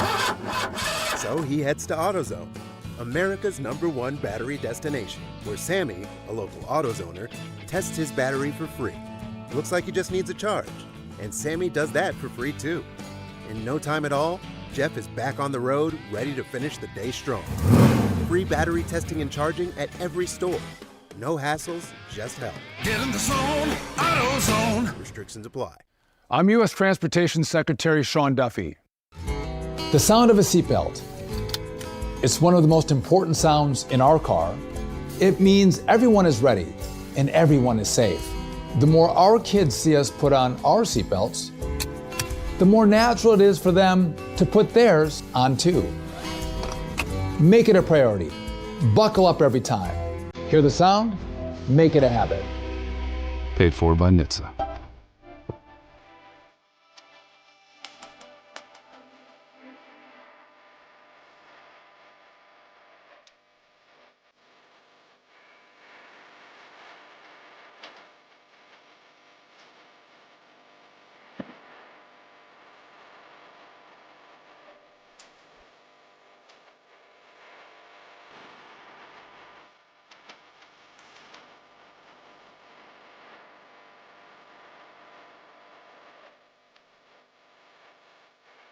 The Drive Guys with Kevin Gleason and Alan Stiles on Sactown Sports 1140. Look at that. Look who just made a jumper for the Boston Celtics. Okay, I don't think that was his first.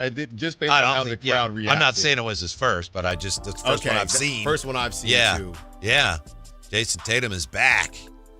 Tell us about, I have to ask, he's going to do it either way. Come on, Tell us about your rehab from an Achilles injury, Alan. Well, I can tell you this much. I definitely haven't played fives, and it's been My kid is about to be 3, so it's been over 2 years, and I have not played 5 Tatum's got 9 points, 4 of 10, 7 rebounds, 5 assists his first game back. Well, it's funny that you say that because I do feel, a bit soft for not playing, but I saw some guy, and there's this trend going around where you kind of talk in a futuristic way where you say, basically you talk like this. You say, a friend is going to ask you to join a rec basketball league. It's very important that you say yes. And it's like a video of them having so much fun and it goes viral, right? So this guy does that. And then he quote tweets it and he says, man, bleep this. And he tore his Achilles. So the whole thing was basically why people go back and forth on playing high-level basketball or whatever you want to call it after age 30. And somebody said, look, that's my problem. I can't be working an office job and trying to rehab an Achilles. Yeah. So all power to Jason Tatum. Incredible return. These people, the just what they can do with their bodies is incredible. But these are their jobs. And, if you figure made a 3 from the corner. A normal person's going to come back in about a year to do it in 10 months when it's literally your job and you are that level of human, good on him. Does that mean that you're backing out of our 2-on-2 game against Deuce I'm a play, though. I'm a play. Okay. I'm a play. Do you want to play, Jay, or you want to coach, or you're just going to skip it? We could use your... Yeah, I'm going to just sit on the sideline. Okay. Yeah. Y'all got that. 339-1140, 1-800-920-1140. We've been talking about Russell Westbrook and his... what was it, conversation, outburst last night? Yeah. With the media. Let's see what KD has to say on Sactown Sports. Hello, KD. KD, what's up? Hey, how you guys doing, man? I just wanted to chime in. I've been a fan for a long time. I want you to kind of hear my take on this. Please. And by the way, thank you for I know you've been hanging on a long time, so thank you for that. Yeah. Oh, all good, man. All good. This town has had a history of talking about players. Let me take you back 19, DeMarcus Cousins. It happened to be a B writer who happened to be in the room also with Russ Westbrook, which was another B writer. I don't know if it's the same one, but it's coincidence that things were brought up about players. That was Andy Ferrillo. You're talking about Andy Ferrillo is the writer. Yeah. Right. But there has been history here. I'm not sure how long you guys have been here, but I've been a Kings fan since 99. Not the whole time, but since 99. And I've seen it. People chatting to make news or whatever the case. There's been people from this station, not sure if this program, who have protected and circled the wagon behind Monty. Didn't want to say anything negative about Monty, but anybody who knew basketball knew that all these moves were bad moves. But yet people want to say things positive. You guys can't get on the air and say something negative about the owner. I could say it all I want, but you guys can't do that. I get that because you don't need that riff, and you guys have paychecks. But the reality is, this is all stemming from ownership, and it's in leadership, and the team is what it is. So what Russ, I believe, is doing is he knows a lot of players around the league. There's a lot of cats that are talking to Russ and say, hey man, this stuff was toxic back when I was there. This is how they got down when I was there. So the thing of it is, it all starts from the top and it trickles down. So people stand up and saying, oh, Russ is trying to make, jock for position and trying to get a contract. That's BS. That man got plenty of money. He's just tired of this BS being said because he knows that they're doing their best for what they have. Do they have all the right pieces? Maybe not. Do they even have the right coaches? Who knows? That's to be determined. But media goes to talk about what they want to talk about, and they're talking about their opinions versus all the time talking about the facts. And that's and that happens. It don't matter if it's politics or sports. People are going to put out their opinions. Right. But you have a right to your own opinions. You don't have your right to your own facts. So I just wanted to say that because I've seen it all these years in Sacramento, and it is what it is. But it's not Philly or New York, so Russ kind of got it easy here compared to some of the other places. Yes. Yeah. Thank you, KD. Appreciate that. Yeah, we talked about that Andy Ferrillo situation with DeMarcus years ago where Andy Ferrillo, writing for the Bee, had written a story that mentioned DeMarcus's brother, and then DeMarcus confronted him and was very angry and said something along the lines of, we're going to have a real problem if you do that again. The Kings made a statement. I know Dave Yeager came out with a statement. So that's been going on. It's true that we've seen that. I don't think we've seen a lot of it. I don't know if that had anything to do with the one last night. Like the reporter last night from the Bee, Chris Biederman and Andy Ferrillo, it's the same paper, but I don't see any connection there as far as that goes. No, I mean, I think But like you said, we are entitled. We're going to give opinions. Russ said last night, your job is to talk about the game. I have the quote here. He's literally, your job is to talk about the game. But our job also is to give opinions. Yeah, not to stir up whatever. But that's also our job, and that's our job. I think the main thing here, and every time anyone brings up the Boogie situation, is that we all know why it got to that point, because they had mentioned his brother. Everybody says it's just all vague with Russ about this personal stuff. If we had that, we wouldn't be having this conversation. If we had that and we said, hey, Matt said X, Y, and Z outside the lines about Russ's brother or whatever family member, then we would all be on the same page. We don't have that. It's very simple. This whole thing just gets into when you're talking about how somebody plays, what's personal and what's not. Anything, we all understand the Boogie situation when a family member is brought up. The same thing with Joel Embiid when he checked that reporter for bringing up his family member. That's not this. At least we haven't had one person. We've had everybody all across the nation talking about this all day long in the basketball world, and not one person. It's all been, I don't want Russ on the team, right? Because I want to see the young guys play. That is nowhere in the same stratosphere as what happened with Boogie or what happened with Joel Embiid. Family members versus I don't want to see a 37-year-old point guard playing 30 minutes. That's a good point. What are we talking about? It's just there's apples and oranges. That is putting it lightly, in my opinion. Yeah. And thank you again, KD. Especially, I agree when you pointed out that Russ, and I think Russ even alluded to this last night, that, he's been in cities where the media was much rougher and tougher and bigger and formidable than it is here in Sacramento. I mean, and look, to that point. Remember his famous, I just don't like you. Yeah. Reporter in that was OKC. And that was OKC. Yeah. I mean, look, everybody is still, if you bring up Russ in L.A., really with the Lakers more so than the Clippers, I mean, it's dang near fighting words. I mean, he's got venom for them. I think Laker fans have venom for him. And that is something that nobody got over. So even in those, if it was a bigger market, there'd just be bigger drama. That's just what it would be. By the way, as far as the lottery goes, Sacramento with 14 wins, Brooklyn 15-47. Brooklyn's coming for them. The Kings are going to have to lose a lot of games to hang on to that top spot in the lottery. Brooklyn's lost 10 in a row. Indiana's 15-47. They've lost 7 in a row. Washington has won 16 games, 2 more than the Kings. They've lost 7 in a row. One of the funny things about this to me, Alan, is Indiana here at the 3 spot. Their pick is only protected, 1 through 4 and then 7 through 10? I mean, there's a real chance, maybe I have to crunch the numbers a little more closely, that they would lose that pick. That would be rough. Yeah. Yeah, that would be rough. Which would go then to the Clippers as part of that deal, the Zubats deal. Yeah, and everybody thought the Clippers were cooked as far as young talent. They could have a pick. Darius Garland. Oh, yeah. Benedict Mathurin. Now you talk about what? Whitey, we said they were leaving the chat. We said they were on their way out when you asked me that earlier this week. That might not necessarily be the case.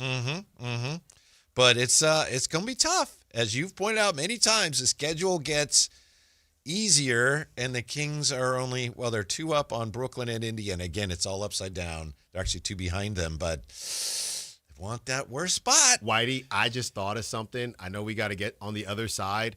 This is actually worst case scenario. I just thought of this. You got it for us next? Oh, my goodness. This is the way to close out the show. I don't know if I'm looking forward to that or not. Next on Sactown Sports.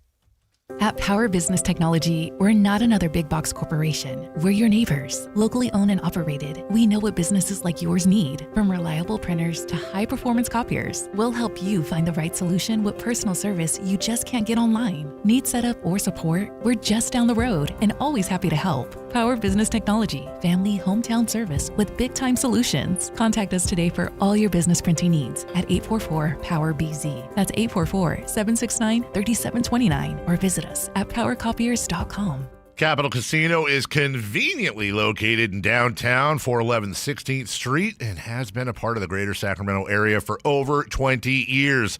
They offer the best variety of games in the region in a safe and friendly environment, and there's plenty of parking, all well lit and monitored by security. Come have a great meal at the cafe and restaurant inside. Capital Casino has the best food, the best service, and the best action. But please always remember to gamble responsibly. 1-800-GAMBLER. At Planet Fitness, we're getting strong for the season's biggest games. Join now and your first month is free. Whether you're chasing a buzzer beater or your everyday goals, we've got next level amenities like red light recovery and hydro massage to help you rebound and recover. Plus, with the PF Black Card, you can bring a friend anytime and access over 2,800 locations. Join now for $1 down, $24.99 a month, and get your first month free. No commitment. Deal ends Friday, March 13th. Planet Fitness. We're all strong on this planet. Jackson Hewitt knows taxes are complicated, and with multiple jobs and tax forms, they're like sonata complicated. Our no surprise pricing keeps things simple. Jackson Hewitt does your taxes for only $149 or less. And since we know all the new tax codes, you could get thousands back. So what are you waiting for? Hurry. File with Jackson Hewitt today for only $149 or less, guaranteed. Limited time offer for new clients on federal returns. Participating locations only. Terms at jacksonhewitt.com/149. This is the story of the one. As a maintenance tech at a university, he knows ordering from multiple suppliers takes time away from keeping their arena up and running. That's why he counts on Grainger to get everything he needs, from lighting and HVAC parts to plumbing supplies, all in one place. And with fast, dependable delivery, he's stocked and ready for the next tip-off. Call 1-800-GRAINGER, click Grainger.com, or just stop by. Grainger, for the ones who get it done.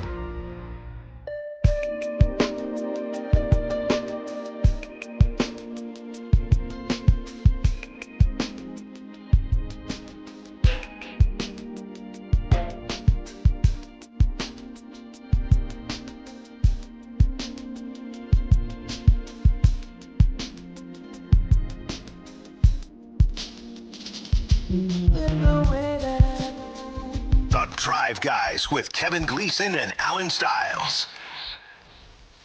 Alan says he has a worst case scenario for us. So, not sure I want to hear that. So, kind of putting that off a little bit longer. He's got that coming right up. But first, the Drive Guys are giving you the chance to win a family 4-pack of tickets for the opening night of Hot Wheels Monster Trucks live at Cal Expo Friday, March 20th at 7:30. The day before Alan's birthday. We're looking for lucky caller number what, Alan? You can go a little. I think it's okay. I think Jay's okay if you go a little higher. Maybe not. Maybe I shouldn't speak for Jay. I'm looking at how many slots there are. We'll just go 5. Okay. We'll go 5. Caller 5, 916-339-1140 to win tickets to Hot Wheels Monster Trucks. That's caller 5, 916-339-1140. Good luck and thank you. And Alan, what do you got? Man. Where did this come from? We're just talking about the lottery. But think about it, though. Yeah. What you just said about how the Kings, we are literally heading into the easiest part of the schedule for the Sacramento Kings. Mm-hmm. And Russell Westbrook just gets into it with Sac Media, right? Mm-hmm. He goes back into that locker room, and now all of a sudden they're rallying around Russ, right? They're reposting what Russ is saying. Yeah. They're getting all juiced up. You know what? Bleep them. They think we're going to lose every game. Bleep that. You know who they got next? The Bulls, the Pacers. I know the Hornets been playing well. The Hornets, then the Clippers, then the Jazz. They got the Hornets twice. The Pacers in game's March. a big one. They got the Pacers. Jazz game's a big one. They got the Nets twice in March. Those are big games. They got the Pelicans again. This is a disaster. They're going to be playing the most inspired basketball they've played possibly all season long against the easiest competition they've faced in a stretch all season long. They got the Jazz in there. This is a complete nightmare as far as the tank is concerned. I don't know that they have the weapons, even if they're playing with more passion. It only takes a couple, Whitey. I'm not saying, like I said, yeah, they got the Spurs, they got the Clippers, but this stretch right here we've been talking about. Bulls, Pacers, Hornets, get the Clippers, then Jazz. Mm-hmm. That's 4 right there. 4 right there. Then they get a little mini break, Spurs, Sixers. Then they get the Nets and the Hornets again. That's so funny. They get a break because they play the really good teams. Then, they got to play bad teams again. Then they got the Nets again. Then they get the Pelicans. And they're going to be inspired. You know what? Yeah. Thank you, Russ. Yeah, they're in there dapping it up, excited. I don't know if that would make that much of a difference, though. I'm telling you. Even if that does happen. We're going to learn a lot against the Bulls. Because Coach Christie, he has his marching orders. There's a lot of guys here and a lot of combinations that he can play that are probably going to make it less likely that the team is going to do what you're saying they would do. What marching orders were there last night when Russ played 30, DeMar played 30? 133 to 123 final. Yeah, I don't know. I think the Pelicans have probably underachieved. I don't know what the marching orders are. Whitey, I'm telling you right now. Don't we? Seriously. I don't know. I don't know. Look, they have the worst record in the league, and you can't convince me, they've tried every game. They just happen to have won 14 games. Do you think they tried last night? Because I think they tried parts of last it they night. did, but then also you look at, again, some of those lineups last night, it's like, whoa. I mean, bless him. Doug McDermott played 4 minutes. Yeah, I don't know if Max didn't play because of TANK, or I don't know if Eubanks was doing his thing. I don't know, but I don't know that there was a very big drop-off based on how Eubanks was playing last night. This is a disaster. Boy, I don't think so. I hope you're wrong. I'll bet you mint chocolate chip ice cream. And I'll eat it on camera. What's the bet? That this is a disaster? That they're going to end up... Yeah, how many wins? How about that? Let's do it like that. I'm telling you right now, Whitey. They got 18 games left, right? Let me see. I think they're smacking. Jay, they're smacking the Bulls up and down the court. They're going to win 3 in a row. They're going to win 2 in a row for sure. Without a shadow of a doubt. At home. But I think that DeMar and Russ have already been playing hard. Oh, yeah, but this is different now. Now they got an axe to grind. Now they got... Against who? With who? Now they got pictures of media members in the locker room. Like Major League. That's what they got. I'm telling you right now, hey, so long to Darren Peterson. Are you saying they have a picture of Matt George and then every time they pretty win, they're much. take another? Oh, yeah. Oh, man. Okay. Hey, goodbye, Cam Boozer. Hello, what was his name? I don't even know Keaton Wagler at this point. Hello, LeBaron Philon. That's what this is, Whitey. I'm telling you right now. This is not good, y'all. Yeah. I mean, realistically, I do think 4 is in play. You're 5 games behind Utah. They're probably what'd you say? You play them twice? But I know you got the Nets twice. The Kings have been at the top of the lottery for so long now that I know it. To me, I just kind of feel like, they got the inside track. But 1, 2, 3, and 4 are all in play realistically when you look at the records. I'm telling you. But disaster, I don't know. This is bad. No, I don't know. They got the Warriors twice. They stink. They finally got a game against the Rockets. Houston. Yeah, that's more KD getting them butterfingers. Now, that was maybe personal, right? If I said KD missed, that free throw or 2 free throws, that's fact. And I don't got a problem with KD. I rock with KD, But, he that's an opinion, too. That is a clear case of false context. I think. Hey. I don't even know what that is. What's the opinion? Context or fact or opinion. I think KD got butterfingers, and he missed that free throw. By the way, what you shared with us, that post from the Kings, which I thought was funny, Jay thought was funny. Yeah, me too. I thought it was funny. You thought it was funny? Oh, it was great. I think it shows that the Kings, take the temperature and they realize, all right, most people side with us. Yes. If people were like, oh, it's terrible what Russ did, I think they'd be smart enough not to. It'd be kind of tone deaf to post that, but I think they post that because they know that, all right, most people are either laughing off the whole thing or they're with us on that. Oh, yeah. Or with us or they're with Russ. You're always going to win in a media conversation. Right now it's time for, guess what? Check it with TC. What you got for us today, TC? Hey, Mike Tech, Alan, Whitey, what's up? What's up, TC? What's up, TC? Hey, so listen, what I got, bro, I see it from both sides. I get it from like a fan media standpoint, but I also, Russ, right, from what he's saying, it's kind of like with me, right? I'm going to use me as an example. When I got on here talking about Zach LaVine, like, bro, check it out, dog. We know you don't want to be here. We don't want you here neither. You don't got to go out and keep telling people and all that, right? You know what I mean? We gave you a pass, bro, coming out here because that trade was lopsided. You know what I'm saying? And we still but that's a whole nother story, right? But, I mean, that goes on the line with about what Russ was talking about, and I get it, but I also get what Russ was talking about. I'm not feeling what he's talking about, the OGs and all that, because it's true. But now if he's pushing that for the youngsters, I can dig it. If he like, man, y'all always got something to say about the youngsters, man. Let them play ball. And I respect Russ and DeMar playing the OG role. The whole little OG role, I like that, and I respect it.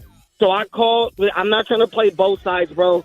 All I'm saying is I can see both sides of the story, right? Mm-hmm. And you got to be careful with those things, man, because a lot of those things, the media and friends, right, you can fall out behind things like that. So you got to be careful, bro. And also, I got to ask the tanking crowd. Carmichael, I know you listening. Check it out. Look what this calls. I know the team is bad, but everybody wants to call for tanking. But the thing that what the situation that happened last night, that happens when you go through seasons like that. So do you guys want to see this another year or another two? That's my only question. Y'all have a good weekend and really think about it. TC's not tripping. I'm not crazy. And then I'm asking an honest question, bro. Do you want to go through this? And situations like this will arouse. I love y'all. Y'all have a good weekend, bro. Thank you, TC. Thanks, we appreciate that. I have been wondering a lot lately about, all right, if you're going to go through this again next year, that's going to be really tough to do if you still have even a couple of the veterans. It makes it really complicated. This year you had injuries and things. You tried to move them, worked out. But if, let's say, like, if Domas is back next year, I know they plan to see if they can get some for him, but it just complicates this whole effort. If you have a guy like Domas and you're trying not to win, and yeah, it was really clunky and complicated this year. I agree. I think all that did contribute in some way, form or fashion, to what we had last night. Real quick, Whitey, you have Aaron Judge hitting a home run in the opening round of the World Baseball Classic. Why it's not on, it must be on a different channel because it's not on MLB Network. But Aaron Judge hits a home run to kick it off. My guy Logan Webb, get this, gives up a home run to Lucas Ramirez, they're playing Brazil, son of Manny Ramirez, 20-year-old, drafted in the 17th round of the 2024 draft. So I don't know where you can catch that, but seems like a pretty good game. One last question for Whitey. I know we're up against it. 18, 19 games left. I just popped into my head. Do we see Russ at the podium again? Oh, we'll see him Sunday. Hey, Jay, before we go, 20 days till opening day. Who is the top number 20 in baseball? Frank Robinson, Don Sutton, Lou Brock, Pete Alonso, Mike Schmidt. Oof. We also got Luis Gonzalez, Bucky Dent in there, and Spencer Torkelson. Frank Robinson. Yeah? What do you think? Yeah, probably Frank. I think so. Yeah. F. Robinson. God, that's a murderer's row. Yeah. Lou Brock, by the way, when I was a little kid, that was my favorite player. And you had the kicks. Yes, I did. Lou Brock shoes. Thanks for being with us. Have a great weekend. Thank you, Jay, for everything. Alan, what you got planned this weekend? Well, we're busy, so we're going back to Alameda, going back to the Bay. Alameda? Oh, that's what I call it. Yeah. Alameda. I call it Alameda. Going back to the Bay to have some fun, celebrate my birthday early. Not my birthday month, but we're busy later in the month. Preppy! No, we're going to that Indonesian barbecue spot that's basically got a Michelin star. Wow. It's going to be a lot of fun. What do Yeah, you I'll mean give a basically review. it does or it doesn't? Well, it's on its way. Okay, Must have got a bump when he came to the Drive guys, huh? Yeah, that's right. No, I ain't paying. You know,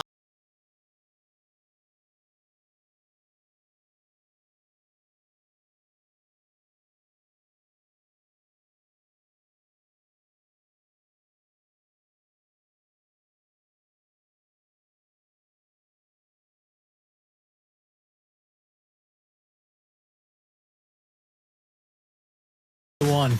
As a safety manager at a manufacturing plant, he does everything he can to keep his coworkers safe. From finding ways to reduce risks to keeping safety supplies in stock. And for that, he relies on Grainger. Grainger offers a broad range of quality products and next-day delivery, so he can always play it safe. Call 1-800-GRAINGER, click Grainger.com, or just stop by. Grainger, for the ones who get it done. Jackson Hewitt knows taxes are complicated, and with multiple jobs and tax forms, they're like Sonata complicated.